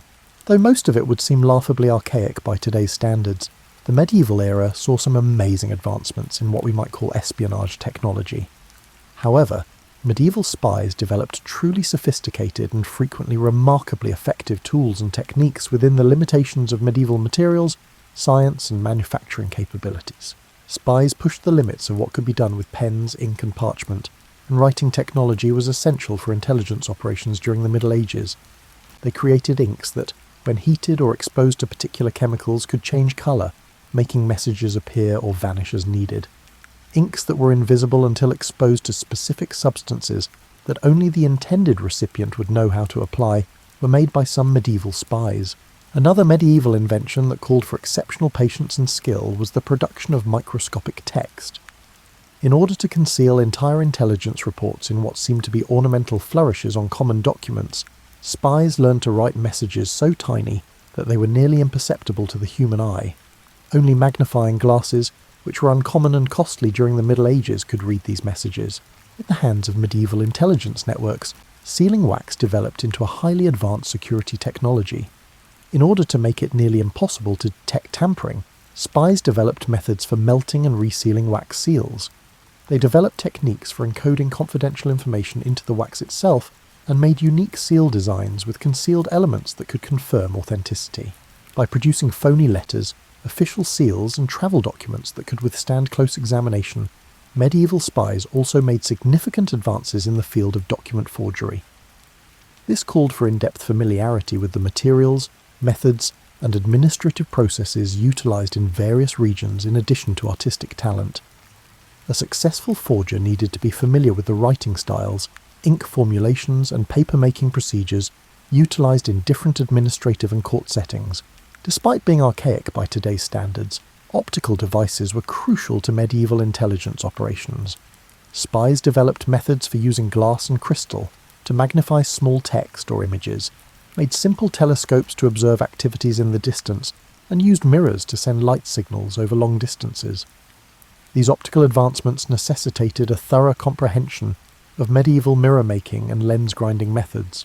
Medieval spies were able to operate more effectively and with less chance of being caught thanks to the development of portable writing and message systems.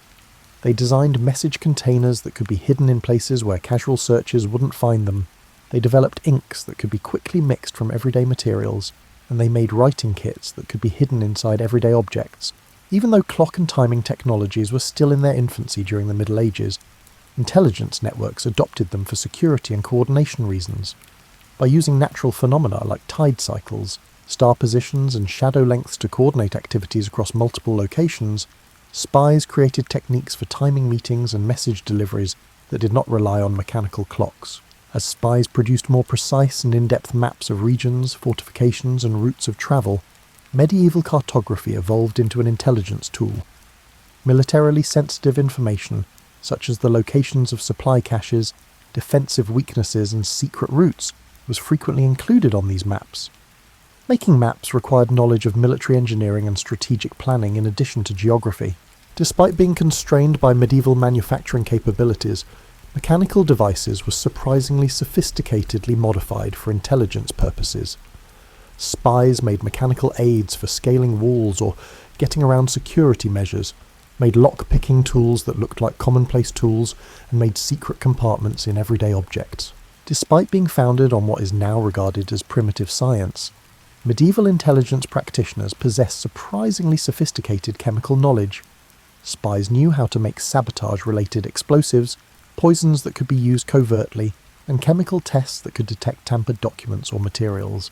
Technologies that could shield confidential documents from moisture, insects, theft, and accidental discovery were needed for the preservation and storage of intelligence data. Waterproof containers, hiding spots that could withstand building renovations, and storage systems that would keep data safe for years or decades, while still being available to authorized users, were all inventions of medieval spies. Medieval spies had to invent innovative ways to modify existing technologies in order to communicate over great distances. They established networks of human messengers who could transmit information more quickly than traditional commercial or diplomatic channels, employed trained birds to deliver messages, and devised systems of signal fires and mirror flashes for quick communication. Medieval spies were able to better conceal their activities and change their appearances thanks to technologies for disguise and concealment. Using the tools and resources available in medieval society, they created ways to alter their physical appearance, social standing, and perceived age. These disguises needed to be convincing enough to fool anyone who might come into contact with the spy on a regular basis over a long period of time. Medieval intelligence networks created authentication and verification systems that were incredibly difficult to forge and frequently cleverly straightforward. They developed physical tokens that were almost impossible to counterfeit, identification systems based on information that only authorized agents would know, and recognition protocols that could confirm identity without written records. The creation of information processing and analysis systems by medieval spies, who lacked formal bureaucratic structures and computers, may have been the most remarkable development. They produced systems for monitoring shifting political ties, techniques for integrating data from various sources, and analytical frameworks that could spot patterns and trends in intricate political circumstances. These technological advancements show how extraordinary creativity was driven by practical necessity in the field of medieval intelligence work. Medieval spies, operating under strict material and technological limitations, developed solutions that were sophisticated in their application, but often elegant in their simplicity. The intelligence technologies that would develop over centuries into the systems utilized by contemporary intelligence agencies were made possible by their innovations. Let's take a step back and track the unseen strands that link those mud-splattered medieval spies to the advanced intelligence operations of today as you approach the bottom of your cup and feel the soft pull of impending sleep. With the end of the medieval era, the methods, networks, and values they created did not vanish.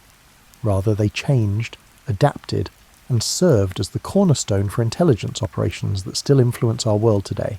The establishment of intelligence gathering as a crucial government function was the most fundamental legacy of medieval espionage. Initially considering spying a repugnant necessity, medieval rulers eventually realized that information was just as crucial to preserving political power as armies. As a result of this acknowledgement, permanent intelligence organizations were established, which later developed into the national intelligence services of contemporary nations. Medieval intelligence networks created recruitment guidelines that set trends that are still used by contemporary organizations. Intelligence recruitment still heavily favors those who could travel without suspicion, who naturally ask questions, and who have the psychological fortitude to keep up false identities. The most successful spies, as demonstrated by medieval spies, are frequently those who can blend in with the general population. The foundation for contemporary intelligence communications was established by medieval advances in secure communication and cryptography. The complex encryption systems that safeguard contemporary intelligence communications were developed from the codes and ciphers created by medieval networks. The fundamental concepts of secure communication, message authentication, and key distribution that medieval spies found difficult to grasp continue to be major obstacles for contemporary intelligence organizations. Modern intelligence services continue to employ the organizational principles established by the network structures developed by medieval intelligence organizations. Modern intelligence compartmentalization was based on the cell structures that prevented medieval networks from being totally compromised when individual agents were apprehended. One of the main challenges for contemporary intelligence operations is maintaining the operational security and coordination balance that medieval networks were able to achieve. The fundamentals of contemporary defensive intelligence work were established by the counterintelligence awareness that medieval spies developed in reaction to enemy intelligence activities.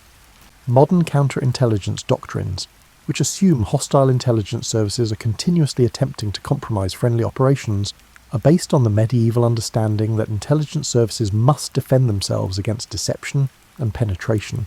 Modern forensic methods for examining intelligence materials are the result of medieval advancements in document analysis and verification. Modern intelligence analysis techniques, which employ technology but adhere to similar logical principles, evolved from the abilities that medieval spies developed for identifying forged documents, evaluating writing styles, and confirming the reliability of information sources. Modern knowledge of intelligence operations incorporates the psychological understanding of human motivation, deceit, and loyalty that medieval intelligence practitioners acquired. Medieval spies acquired skills in motivating agents, evaluating the credibility of sources and preserving operational security while fostering fruitful collaborations. These realizations continue to be essential to contemporary human intelligence activities. Medieval networks' successful integration of military and diplomatic operations with intelligence work created models that contemporary governments continue to adhere to. The effective coordination of military action, diplomacy and intelligence was a lesson learned by medieval rulers that is still applicable to contemporary national security strategy. Modern intelligence funding and financial management have their roots in the economic principles that guided medieval intelligence operations. Just as it was for medieval spy masters attempting to pay agents covertly, the problem of financing covert operations without leaving audit trails that hostile services could use is still present today. Modern intelligence services are still confronted with the moral and legal dilemmas brought up by medieval espionage operations. Modern democratic societies must strike a balance between security requirements, legal restrictions, and ethical principles. Medieval societies grappled with the conflict between the practical necessity of intelligence work and traditional moral and legal principles. Modern intelligence technology development is characterized by patterns of adaptation and creativity that were established by the technological innovations pioneered by medieval intelligence networks. In the same way that contemporary intelligence agencies modify commercial technologies for security applications, medieval spies who modified civilian technologies for intelligence purposes started a tradition. Medieval intelligence work's global scope set the stage for contemporary intelligence competition and collaboration. Cross-political medieval intelligence networks created models for state-to-state intelligence cooperation and competition that still have an impact on contemporary international intelligence cooperation. Literature, entertainment, and the general public's perception of intelligence work all reflect the cultural influence of medieval espionage and continue to shape how contemporary societies view spies and intelligence organizations. The way intelligence work is portrayed and understood in popular culture is still influenced by the narrative patterns created by medieval tales of spies and secret agents. The value of historical analysis for contemporary intelligence work was established by the institutional memory that medieval intelligence networks preserved. Medieval practitioners set the standard for contemporary intelligence services that preserve historical records and analyze past operations to enhance present performance by learning from the successes and failures of earlier operations. Most significantly, medieval espionage showed that, at its core, intelligence work is not about technology or institutional frameworks, but rather about human relationships and psychology. The success or failure of medieval spies was determined by their capacity to comprehend and influence human behaviour, a skill that is essential to intelligence operations even with all of the modern era's technological advancements. Modern intelligence services are still influenced by the moral and professional standards set by the bravery and commitment of medieval intelligence agents. Modern intelligence professionals are still inspired by the traditions of service established by medieval spies who risked their lives for causes they supported, upheld professional standards in the face of personal danger, and served their societies without much credit or compensation. The principles and techniques that were initially developed by those anonymous medieval agents who travelled muddy roads, slept in flea-infested inns, and risked their lives to gather information that would shape the course of history, are still used by modern intelligence agencies as they confront new challenges from international terrorism, technological change, and evolving security threats. Think about the amazing people whose stories we have told tonight as you get ready to close this chapter of history and go to sleep. They were regular people who made extraordinary life choices, people who put up with discomfort, risk, and anonymity for causes that frequently brought them little reward and little recognition. The glitzy characters of contemporary fiction were not the medieval spies whose stories we have examined. Rather, they were perhaps more admirable, actual people who bravely, creatively, and resolutely faced real challenges. They contributed to historical advancements that shaped the world we inherited, solved problems that would have challenged contemporary professionals, and upheld their integrity in situations that would have broken many others. These underappreciated heroes of medieval statecraft serve as a reminder that history is shaped by the innumerable people who labour silently in the background to maintain communications, gather information, and provide the intelligence necessary for effective leadership, not just by kings and queens, conflicts and treaties. Their contribution should be honoured because they were the unsung heroes of their time. Their experiences also serve as a reminder that the problems intelligence professionals face, such as striking a balance between security and effectiveness, juggling personal and professional commitments, and balancing morally challenging but necessary work, are universal human struggles that cut across all time periods. Dreams of moonlit castle walls, coded messages concealed in merchant letters, or courageous people walking perilous roads in support of causes they believed in may come to mind as you drift off to sleep. These dreams introduce you to a never-ending tale of selflessness, service, and unsung bravery that has influenced our world in ways we hardly ever recognise. Although the lives of the medieval spies we've met tonight were frequently uncomfortable, dangerous, and little known, their work was vital to the societies they served. They serve as a reminder that civilization is not solely dependent on the well-known people whose names we can still recall, but also on the innumerable unnamed people who make incalculable, frequently unseen, but always vital contributions to the common good. Rest easy knowing that you've spent the evening with some of the bravest and most devoted people in history, people whose dedication to service and willingness to make sacrifices for the greater good made traditions that still serve and protect our contemporary world. Every intelligence professional who carries on their work carries on their legacy, and their memory is honoured every time we remember that true heroism frequently doesn't wear a uniform and doesn't seek recognition. Sweet dreams, and may you rest in peace knowing that courageous people have always worked in silence to defend the societies they served, requesting nothing more than the fulfilment of their duty and service to causes bigger than themselves. When Emperor Alexios I Komnenos dispatched his emissaries to Pope Urban II in 1095, he hardly imagined his diplomatic outreach would unleash 2 centuries of bloodshed across 3 continents. The Byzantine ruler merely sought military assistance against the Seljuk Turks, who had claimed significant portions of Anatolia following the Battle of Manzikert. What transpired instead was the weaponization of religious fervour on an unprecedented scale. Pope Urban II's response at the Council of Clermont transcended mere strategic calculation. The papacy, having emerged from the investiture controversy with its authority diminished, saw an opportunity.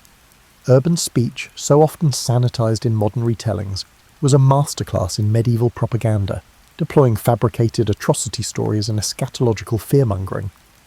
He falsely claimed that Eastern Christians faced systematic extermination and that Muslim forces were desecrating Christian holy sites in ways that historical records simply do not support.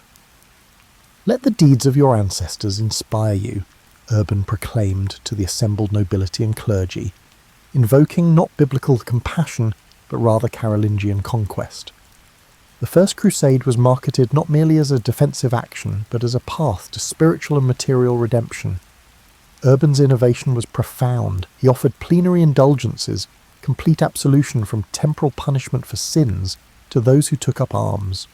This spiritual economy of violence transformed killing from a sin requiring penance into a means of achieving it. What historians often overlook is how the Crusades emerged precisely when Europe was experiencing its first sustained period of economic growth since the collapse of the Western Roman Empire. Agricultural innovations had increased food production, creating population pressures and land scarcity among the noble classes. The promise of new territories served the interests of younger sons disinherited by primogeniture, Urban's call offered a providential solution to social pressures that threatened to destabilise the feudal order. The earliest crusading armies included not just knights, but apocalyptic peasant bands led by charismatic figures like Peter the Hermit. These popular movements, largely written out of triumphalist narratives, conducted the first pogroms against Jewish communities across the Rhineland. In cities like Worms, Mainz, and Cologne, thousands of Jews were slaughtered when they refused forced baptism. Bishop Albert of Mainz's eyewitness account notes that, unless they chose baptism, the Crusaders killed the women as well as the men and nursing infants. This violence wasn't an aberration, but a logical extension of a worldview that regarded non-Christians as legitimate targets. When these irregular forces reached Byzantine territory, they subjected Orthodox Christian communities to pillaging and assault, revealing how quickly religious justifications could be abandoned when plunder was at stake. Emperor Alexios, alarmed by these supposed allies, hastily transported them across the Bosphorus, where most were promptly massacred by Seljuk forces at Siverto, an episode sympathetic chroniclers strategically minimised. The military contingents that followed, led by figures like Godfrey of Bouillon, Raymond of Toulouse, and Bohemond of Taranto, were hardly more disciplined. They extorted provisions from Byzantine cities and refused to swear the customary feudal oaths to Alexios, exposing the political ambitions that drove many crusade leaders. Their journey through Anatolia was marked by tactical blunders and internal power struggles that somehow escaped the sanitized chronicles produced by clerical propagandists like Fulcher of Chartres. What emerges from primary sources is not a divinely ordained mission, but a chaotic military expedition riven by competing interests, logistical failures of skiers, and strategic incoherence. The Crusaders weren't unified by shared purpose so much as trapped in a mutual dependency born of hostile territory. Their eventual success against overwhelming odds at Antioch and Jerusalem owed more to factional divisions among their Muslim opponents, unexpected disease outbreaks, and sheer desperation than to divine intervention or military brilliance. The mythologizing began almost immediately, transforming a brutal campaign of conquest into a miraculous triumph of faith. The fall of Jerusalem on July the 15th, 1099, stands as perhaps the single most notorious episode of the entire crusading era. The typical narrative describes the conquest as exceptionally brutal even by medieval standards, but seldom examines the psychological mechanics that enabled such violence or its broader implications for crusader governance. When the city's defences finally buckled after a month-long siege, crusader forces moved methodically through the streets. Raymond of Aguilera, an eyewitness, described the scene at the Temple Mount. Men rode in blood up to their knees and bridle reins. In the Temple and Porch of Solomon, men rode in blood up to their knees. This was not the chaotic frenzy often depicted in popular accounts. Archaeological evidence indicates a systematic execution of the city's inhabitants. The Crusaders corralled civilians into confined spaces, synagogues, mosques and courtyards, where they could be efficiently dispatched. What's missing from many accounts is how this violence was ritualized. Survivors reported the Crusaders singing hymns and religious canticles during the massacre. Their bloodshed wasn't merely strategic but performative, a violent liturgy symbolizing the purification of sacred space. When Godfrey of Bouillon entered the Church of the Holy Sepulchre, he did so barefoot and in penitential garb, even as his followers continued their bloody work. This ritualized violence established a template that would be repeated throughout the crusading period. The immediate aftermath revealed the contradictions inherent in the Crusader project. Having secured Christianity's holiest sites, most crusaders fulfilled their vows and returned to Europe. Only a small fraction remained to hold these conquests. The Kingdom of Jerusalem that emerged was a precarious entity, a narrow coastal strip perpetually on the defensive, never possessing the demographic depth to secure its existence without constant reinforcement from Europe. The governance structures established by the remaining Crusaders have been romanticized as a model of feudal efficiency. The reality was far messier. The Frankish nobility that ruled the kingdom refused meaningful integration with the local population. While other conquerors throughout history had typically intermarried with indigenous elites to secure their rule, the Crusader states maintained rigid social segregation. Even Eastern Christians were relegated to secondary status, creating a two-tiered society that undermined the kingdom's legitimacy among its subjects. Perhaps most revealing was the Crusader state's economic foundation. Despite religious justifications, the Kingdom of Jerusalem quickly demonstrated its fundamentally extractive nature. The Italian maritime republics, Venice, Genoa and Pisa, established commercial quarters in coastal cities, turning holy war into profitable enterprise. These merchants secured monopolies on trade between East and West, transforming religious pilgrimage into a commercial activity. The kingdom levied taxes on Muslim caravans passing through its territories, profiting from the very commerce with infidels that Crusader rhetoric condemned. Agricultural production relied on the exploitation of the native peasantry through a system that differed little from serfdom. Indigenous farmers were subjected to oppressive taxation that channeled wealth to a thin layer of Frankish nobility. The military orders, the Templars and Hospitallers, became major landholders, developing sophisticated financial instruments that made them Europe's first multinational corporations. The gap between rhetorical ideals and governance realities widened with each passing decade. Most striking was the kingdom's diplomatic pragmatism. Despite their origins in the religious warfare, Crusader leaders regularly formed alliances with Muslim powers against rival Christian factions. Baldwin I negotiated with Fatimid Egypt against Damascus. The Principality of Antioch allied with Aleppo against Byzantine claims. These expedient arrangements exposed the fundamentally political nature of institutions supposedly dedicated to defending the faith. The indigenous response to Crusader rule was neither the uniform hostility portrayed in nationalist historiographies nor the passive acceptance suggested by colonial narratives. Archaeological evidence reveals creative forms of resistance and accommodation.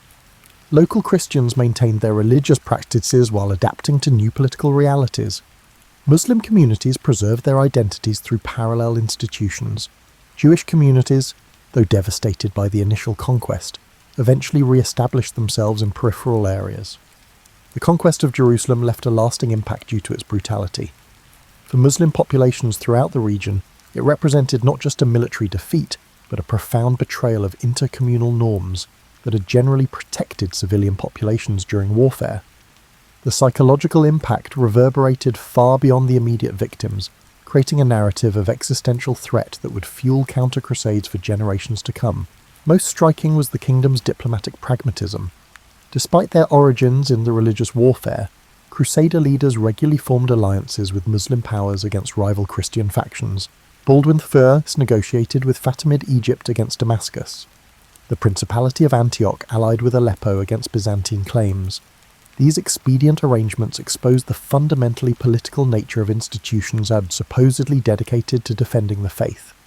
The indigenous response to Crusader rule was neither the uniform hostility portrayed in nationalist historiographies nor the passive acceptance suggested by colonial narratives. Archaeological evidence reveals creative forms of resistance and accommodation. Local Christians maintained their religious practices while adapting to new political realities. Muslim communities preserved their identities through parallel institutions. Jewish communities, though devastated by the initial conquest, eventually re-established themselves in peripheral areas. The conquest of Jerusalem left a lasting impact due to its brutality. For Muslim populations throughout the region, it represented not just a military defeat, but a profound betrayal of intercommunal norms that had generally protected civilian populations during warfare. The psychological impact reverberated far beyond the immediate victims, creating a narrative of existential threat that would fuel counter-crusades for generations to come. Pope Innocent III, who had authorized the crusade, initially expressed shock but quickly accepted the reality, legitimizing the conquest as divine judgment on Greek schismatics. This theological flexibility demonstrated how easily crusading ideology could be retrofitted to justify naked aggression against fellow Christians. The Latin Empire established in Constantinople would last less than 6 decades, but the breach between Eastern and Western Christianity proved permanent. The Children's Crusade and Fourth Crusade bookended a crucial transition. What began as a defensive response to a specific request for military assistance evolved into an institutional framework that could justify virtually any exercise of violence when properly sanctioned by ecclesiastical authorities. The victims of crusading violence now included Eastern Christians, Jews, Baltic pagans, Christian heretics, and political opponents of the papacy. Jerusalem had become almost incidental to a movement that had developed its own internal logic of sacred violence. The Islamic response to the Crusades challenges simplistic narratives of religious polarization. Initially, Muslim rulers viewed the First Crusade not as an existential religious threat, but as merely another Byzantine-backed incursion into a politically fragmented region. The limited resources committed to resisting the initial invasion reflected this miscalculation. Only gradually did a coherent counter-Crusade ideology emerge, transforming localized resistance into a pan-Islamic response. The early Muslim world's disunity was its critical vulnerability. When Jerusalem fell in 1099, the Fatimid Caliphate of Egypt was engaged in bitter rivalry with the Abbasid Caliphate centered in Baghdad. The Seljuk Turkish Empire was fragmenting into competing emirates. These divisions allowed the numerically inferior Crusaders to establish footholds in territories that might otherwise have been easily defended. The first systematic intellectual response came from Ali ibn Tahir al-Salami, who composed the Book of Holy War around 1105. Al-Salami interpreted the Crusader invasion as divine punishment for Muslim disunity and moral laxity, particularly the abandonment of jihad as a communal obligation. His work received limited attention in his lifetime, but established conceptual frameworks that later leaders would deploy more effectively. Imad ad-Din Zengi, the Turkish Atabeg of Mosul and Aleppo, represented the first phase of organised counter-crusade. His recapture of Edessa in 1144, the first major Crusader state to fall, inspired a new consciousness among Muslim elites. Zengi's propaganda portrayed him as a mujahid, holy warrior, rather than merely a territorial ruler. His assassination in 1146 prevented further advances, but his son Nur ad-Din continued this ideological project. Nur ad-Din's innovations were structural rather than merely rhetorical. He systematically redirected religious endowments, waqf, to fund military campaigns against the Crusader states. He sponsored the construction of madrasas, religious schools, that promoted jihad ideology, while commissioning architectural projects like the minbar, pulpit, intended for Jerusalem's Al-Aqsa Mosque after its recapture. This material culture of counter-crusade created tangible symbols around which resistance could coalesce. The Byzantine-Seljuk peace treaty of 1160 allowed Nur ad-Din to focus exclusively on the Latin states, creating unprecedented pressure on the Kingdom of Jerusalem. When Nur ad-Din's forces intervened in Fatimid succession struggles, his Kurdish general Salah ad-Din, Saladin, eventually emerged as ruler of Egypt, creating a united front against the Crusader states for the first time. Saladin's complex legacy has been distorted by both Western Romanticism and modern Arab nationalism. Contemporary evidence suggests he was neither the chivalric paragon portrayed by Sir Walter Scott nor a proto-nationalist hero. His initial campaigns prioritised eliminating Shia influence in Egypt and securing his own dynastic interests. Only after consolidating power did he fully embrace counter-crusade as his central purpose. The Battle of Hattin, in 1187, represented the culmination of decades of strategic preparation and ideological development. Saladin's victory was not merely military but psychological. The capture of the True Cross and mass execution of Templar and Hospitaller Knights symbolically reversed the humiliation of Jerusalem's fall nearly a century earlier. When Jerusalem surrendered later that year, Saladin's calculated clemency toward its Christian inhabitants explicitly contrasted with the 1099 massacre, establishing moral superiority within the conflict's narrative. The Third Crusade from 1189 to 1192 revealed the changed dynamics of the conflict. Despite mobilizing the full resources of England, France, and the Holy Roman Empire, the expedition secured only a narrow coastal strip and negotiated access to Jerusalem for pilgrims. This limited outcome, despite unprecedented investment, illustrated the counter-crusade's effectiveness. The Muslim world had developed institutional resilience against external aggression, while crusading had become a fiscally ruinous obligation for European monarchs. Less acknowledged in traditional narratives is how the counter-crusade transformed Islamic institutions. The military dominance of slave soldier Mamluk units accelerated during this period, eventually culminating in the Mamluk Sultanate that would deliver the final blow to Crusader presence in the Levant. Religious endowments were increasingly militarized, diverting resources from civil development. Political legitimacy became increasingly tied to anti-Frankish credentials, narrowing the space for pragmatic coexistence. The Ayyubid dynasty established by Saladin initially maintained his balanced approach, but gradually succumbed to internal rivalries. When Ayyubid rulers negotiated the surrender of Jerusalem to Frederick II during the Sixth Crusade in 1229, they faced intense opposition from religious scholars and the general population. The city was retaken by Ayyubid forces in 1244, demonstrating how counter-crusade ideology had become self-sustaining, able to override elite diplomatic calculations.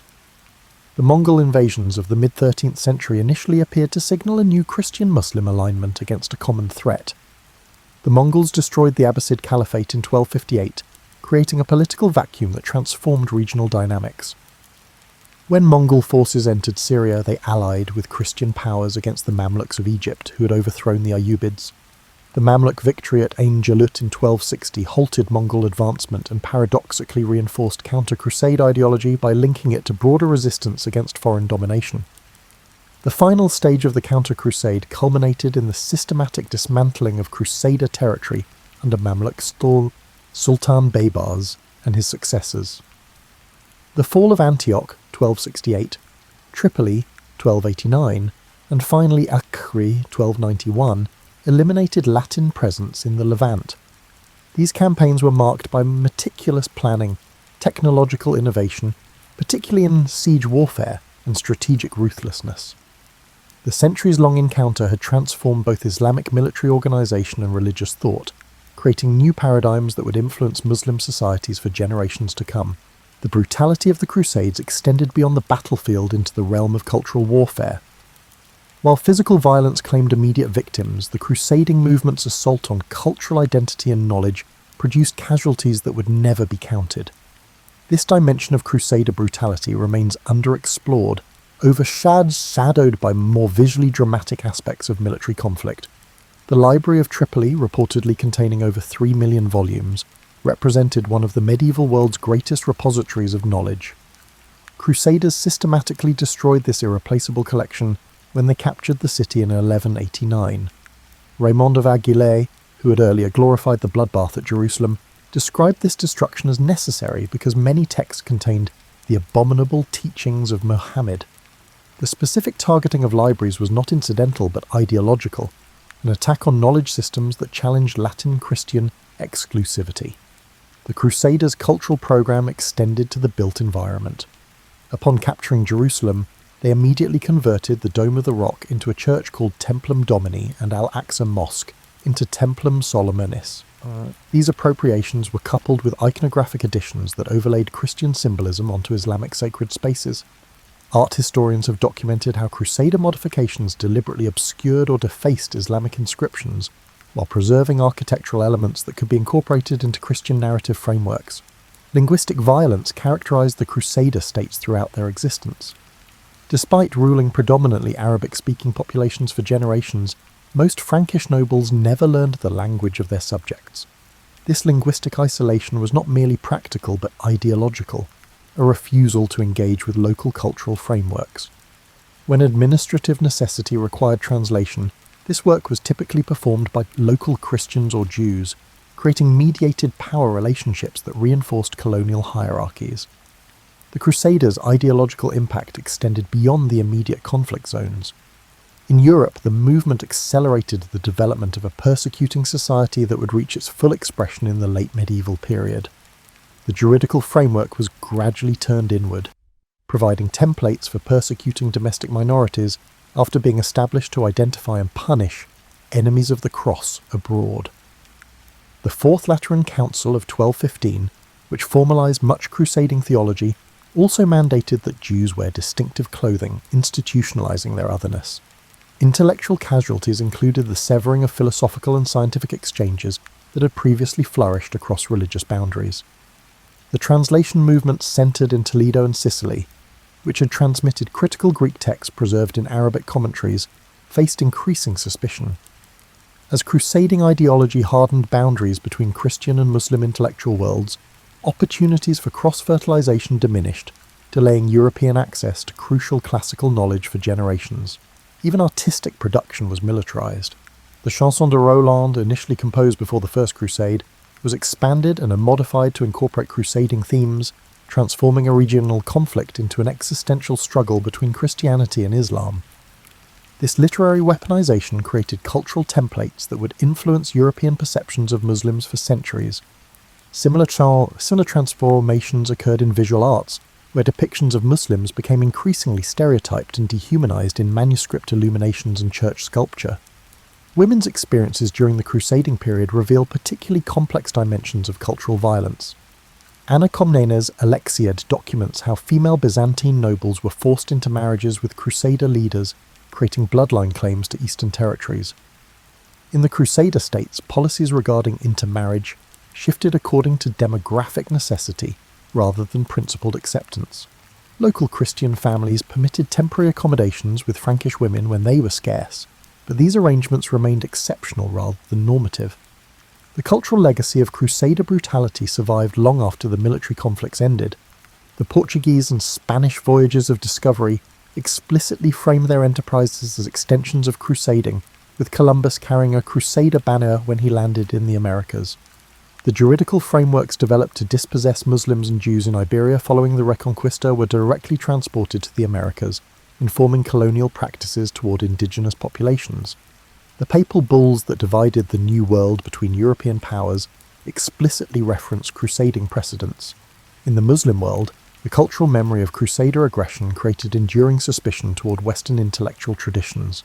The earlier openness toward Greek philosophical traditions, which had produced figures like Avicenna and Averroes, faced increasing resistance within Muslim intellectual circles. Theological positions that emphasized distinctive Islamic identity gained prominence over those that had sought common philosophical ground with other traditions. This cultural retrenchment represented a significant loss for intellectual exchange across civilizational boundaries. Perhaps most profoundly, the Crusades transformed religious violence from an incidental feature of political conflict into a central expression of devotion. By sanctifying warfare through elaborate theological frameworks, the movement created templates for religious militancy that transcended its immediate historical context. These templates proved remarkably adaptable, capable of being invoked in radically different circumstances across centuries. The cultural brutality of the Crusades thus extended far beyond the immediate violence of conquest and occupation, reshaping how religious communities understood themselves in relation to others. When the Crusaders ruled, people had to deal with intimate forms of violence every day that are often left out of stories that are mostly about battles. These daily acts of violence, which hurt people's bodies, families, and spiritual lives, were part of life for indigenous people living on Crusader lands. Evidence from archaeology, court records, and non-Latin chronicles shows patterns of dominance that went beyond regular military operations. Movement itself became a tool of control. The Crusader states set up complex networks of internal checkpoints that made it hard for Palestinian farmers to get to their farms and crops. Toll booths made it costly for locals to travel between towns. These limits significantly impacted Muslim pilgrimage routes, transforming religious journeys into periods of frequent harassment and financial demands. In the 1180s, Ibn Jubayr was moving through Crusader lands and wrote about how Muslim travellers were detained without a reason, had their goods taken away, and were physically abused at these border areas. Physical punishment in Crusader law systems demonstrated racial hierarchy.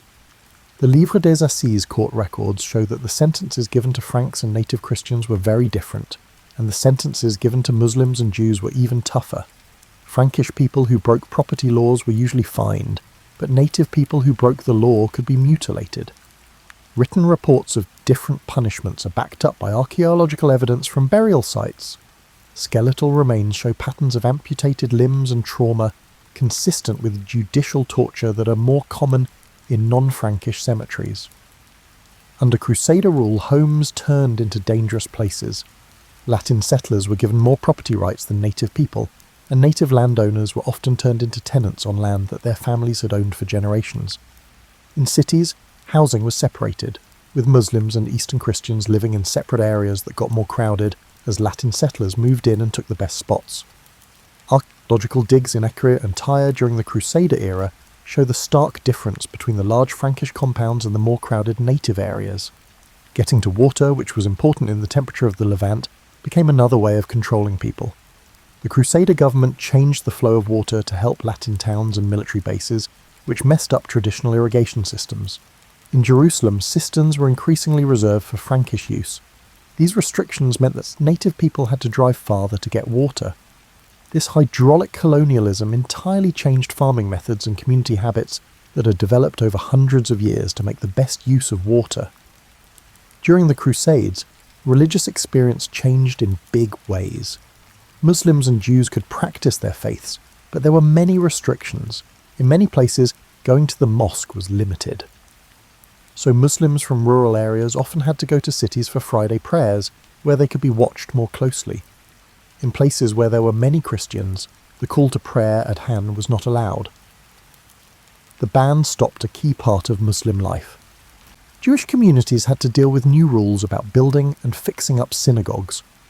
Archaeological evidence showed that Jewish religious buildings were purposely left out of urban makeover projects. There were many problems for Christian villages in the East. Theoretically, they shared the same faith as the Crusaders, yet their distinct religious beliefs and liturgical practices were increasingly undermining each other. The Latin Patriarchate regularly replaced Orthodox bishops with Latin-appointed ones, disrupting the historical lines of succession within the Church. Latin power stepped in and took away the religious freedom of Greek, Armenian, Syrian, and Coptic Christians. Their actions caused divisions within these Christian communities that lasted longer than the Crusader states themselves. During the Crusades, it was challenging to start a family and be sexual. When Latin men married local Christian women especially, it caused complicated legal questions about inheritance and status. These unions placed their children in a challenging situation, frequently facing abuse from both sides. For Muslim women, being Crusaders made them more vulnerable. Contemporary Islamic legal opinions, known as fatwa, discuss the prevalence of abuse against women by Crusader troops. These papers demonstrate the struggle of communities to maintain their unity amid systematic dominance. Under the Crusader seigneurial system, work in agriculture changed. Native American farmers were given new responsibilities, such as working as corvée on Crusader building projects. To meet the needs of European markets, traditional planting patterns were changed. Cash crops like sugarcane, which needed a lot of watering and processing, were given more attention. Archaeological and paleobotanical studies show that these changes had long-lasting effects on the environment, such as more soil erosion and tree loss that changed the Levantine landscape forever. Everyday conversations were full of linguistic abuse. Latin or Old French court cases often required native defendants to rely on biased translators. More business contracts required Latin documents, making it harder for Arabs to do business. Over generations, this linguistic exclusion led to a kind of cultural amnesia, as indigenous communities fought to keep up their literary and intellectual traditions while being shut out of government programs. Medical care showed and strengthened the order of things in society. Historical records praise the hospitals built by the military orders, but most of their clients were pilgrims and settlers from Latin America.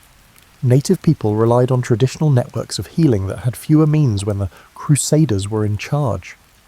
Archaeological evidence from cemetery sites shows that the health of native people in those areas got worse during the Crusader time. Skeletal pathologies show that they were malnourished and sick more than people who lived there before the Crusaders. These kinds of personal violence were not just a side effect of Crusader rule, they were what it was. The Crusader states didn't just keep their power by the winning battles, they also kept it by enforcing daily rules of body control, space separation, and spiritual disturbance. When Saladin took back Jerusalem in 1187, it was just as important that he lifted these daily restrictions on movement, worship, and property ownership as it was that he won the war itself. Native people's support for his troops wasn't based on some vague theological agreement. It was a response to the personal violence of Crusader rule. The Crusades continued to be violent after Acre fell in 1291. Diplomatic relations, religious discourse, and cultural memory still echo its effects. Understanding the crusading movement's legacy demands appreciating how its violence altered institutions and mentalities throughout civilizations, generating patterns that remain today. Diplomatic consequences followed immediately. In 1302, Mongol Emperor Ghazan Khan issued peace overtures to European nations, offering united action against the Mamluks and creating distrust. Pope Boniface VIII wondered if Islam had tainted the Mongols' Christianity. This diplomatic setback showed how much crusading ideology has limited cross-civilizational cooperation. Pragmatic coalitions were nearly unimaginable due to the religious warfare paradigm. Crusading violence set permanent precedents in European politics. Special levies for expeditions generated new fiscal mechanisms that increased state power. Henry II of England imposed the Saladin tithe in 1188, one of the earliest systematic national taxes in medieval Europe. Financial advances outlasted the Crusades and became permanent parts of new states. External cruelty helped extract resources from local communities. Crusading laws were assimilated in European communities. Domestic religious minorities gradually adopted Fourth Lateran Council restrictions against enemies of the faith. The medieval Inquisition used existing methods to locate and suppress Muslim resistance in conquered regions. Crusades were used against Cathars in southern France, pagan people in northeastern Europe, and papal opponents in Italy. European societies handled internal diversity differently due to this procedural legacy. Colonial expansions after the 15th century expressly cited crusades. Portuguese armies deliberately continued the Crusades when they took Ceuta in North Africa in 1415. Columbus thought his journeys would revive the possibility of freeing Jerusalem by avoiding Muslim-controlled territory. Papal bulls that directly cited crusading powers justified the Spanish conquest of the Americas by providing indigenous Americans with foundations for battle against Muslims. The memory of Crusader assault affected Ottoman institutions and diplomacy. The millet system, which united religious minorities under their leadership with relative autonomy, was partially a response to Crusader subjugation of Eastern Christians. Ottoman diplomatic correspondence with European nations sometimes invoked Crusader atrocities to frame current disputes. The Sultanate's claim to sacred sites contradicted the Crusader narrative of freedom. The Crusades caused significant theological and institutional damage to Eastern Christians. Eastern Christians who acknowledged papal authority while keeping their liturgical customs formed uniate churches, dividing Orthodox communities permanently. The Maronite Church in Lebanon, the Greek Catholic Church in Syria and Palestine, and the Armenian Catholic Church evolved from these difficult talks between Eastern Christians and Latin authority. Modern Middle Eastern sectarian dynamics are shaped by these ecclesiastical divisions' political identities. Jewish communities across Europe saw the Crusades as a major break with Christianity.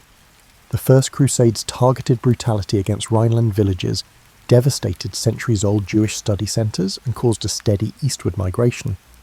Sacred poetry, piyutim, commemorated these massacres, preserving their memory.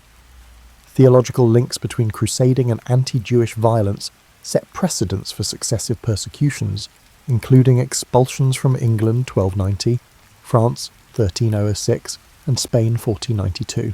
Cultural legacy created lasting symbols. Nationalist, colonial and religious groups used the Crusader cross for centuries. The Swedish flag used during the Northern Crusades and the International Red Cross flag, paradoxically a humanitarian symbol, bear the Crusader cross. These visual continuities show how deeply crusading iconography shaped European culture, often without historical context. Literary and artistic depictions skewed stories. Medieval epic poems like the Song of Roland made Muslims into monsters, shaping European perceptions for generations. Renaissance paintings of Moors used Crusader iconography. These cultural productions actively maintained differences between Christian Europe and the Muslim world. Modern nationalism in the 19th century politicized crusading memory. European colonial powers in the Middle East justified their presence with Crusader tales. Press coverage purposely evoked Crusader imagery when British General Allenby invaded Jerusalem in 1917. Syrian French Mandate authorities rebuilt Crusader castles as proof of their dominance. Arab nationalist organizations defined their struggle as continuing Saladin's liberation of Jerusalem in response to colonial appropriations. Political discourse about the Crusades shows their unfinished business. The immediate uproar demonstrated the lasting impact of the term when President George W. Bush referred to the War on Terror as a crusade in 2001. Extremist movements in Western and Muslim countries use crusading iconography, showing the conflict's enduring relevance to modern problems. Excavations continue to reveal Crusader violence's material legacy. Recent excavations at Caesarea Maritima found Frankish and Christian mass graves from Babar's 1265 conquest. The bone remains indicate hurried burial after systematic execution, echoing Crusader tactics at Jerusalem about 2 centuries before. Popular culture romanticizes, but this archaeological record is sobering. Many Eastern Mediterranean tourism economies whitewash Crusader bloodshed by commodifying their past. Crusader castles like Crac de Chevalier in Syria and Belvoir in Israel are portrayed as architectural marvels rather than military weaponry. This limited commemoration shows continued difficulties in confronting Crusader brutality and its effects on Western Middle Eastern relations. Epistemologically, the Crusades changed how different civilizations perceived themselves and others. This time hardened religious identities, associated territory with confession, and sanctified violence in defense of faith, all of which continue to impact contemporary conflicts. The Crusades changed the conceptual terrain of international contacts. True revolutionary historical events create new paradigms that last beyond their immediate influence. By this metric, the Crusades' violence was one of history's most significant events. After nearly a millennium, Urban II's fatal sermon at Clermont continues to impact our world because it cuts to the heart of how civilizations identify themselves and others. Crucifer violence haunts modern discourse as the Middle East struggles with recurrent wars and Europe grapples with religious and cultural identity. Addressing this history's enduring legacies requires understanding its complexity beyond triumphalist narratives and simplistic condemnations. The Crusades' cruelty was a revolutionary historical process with lasting effects.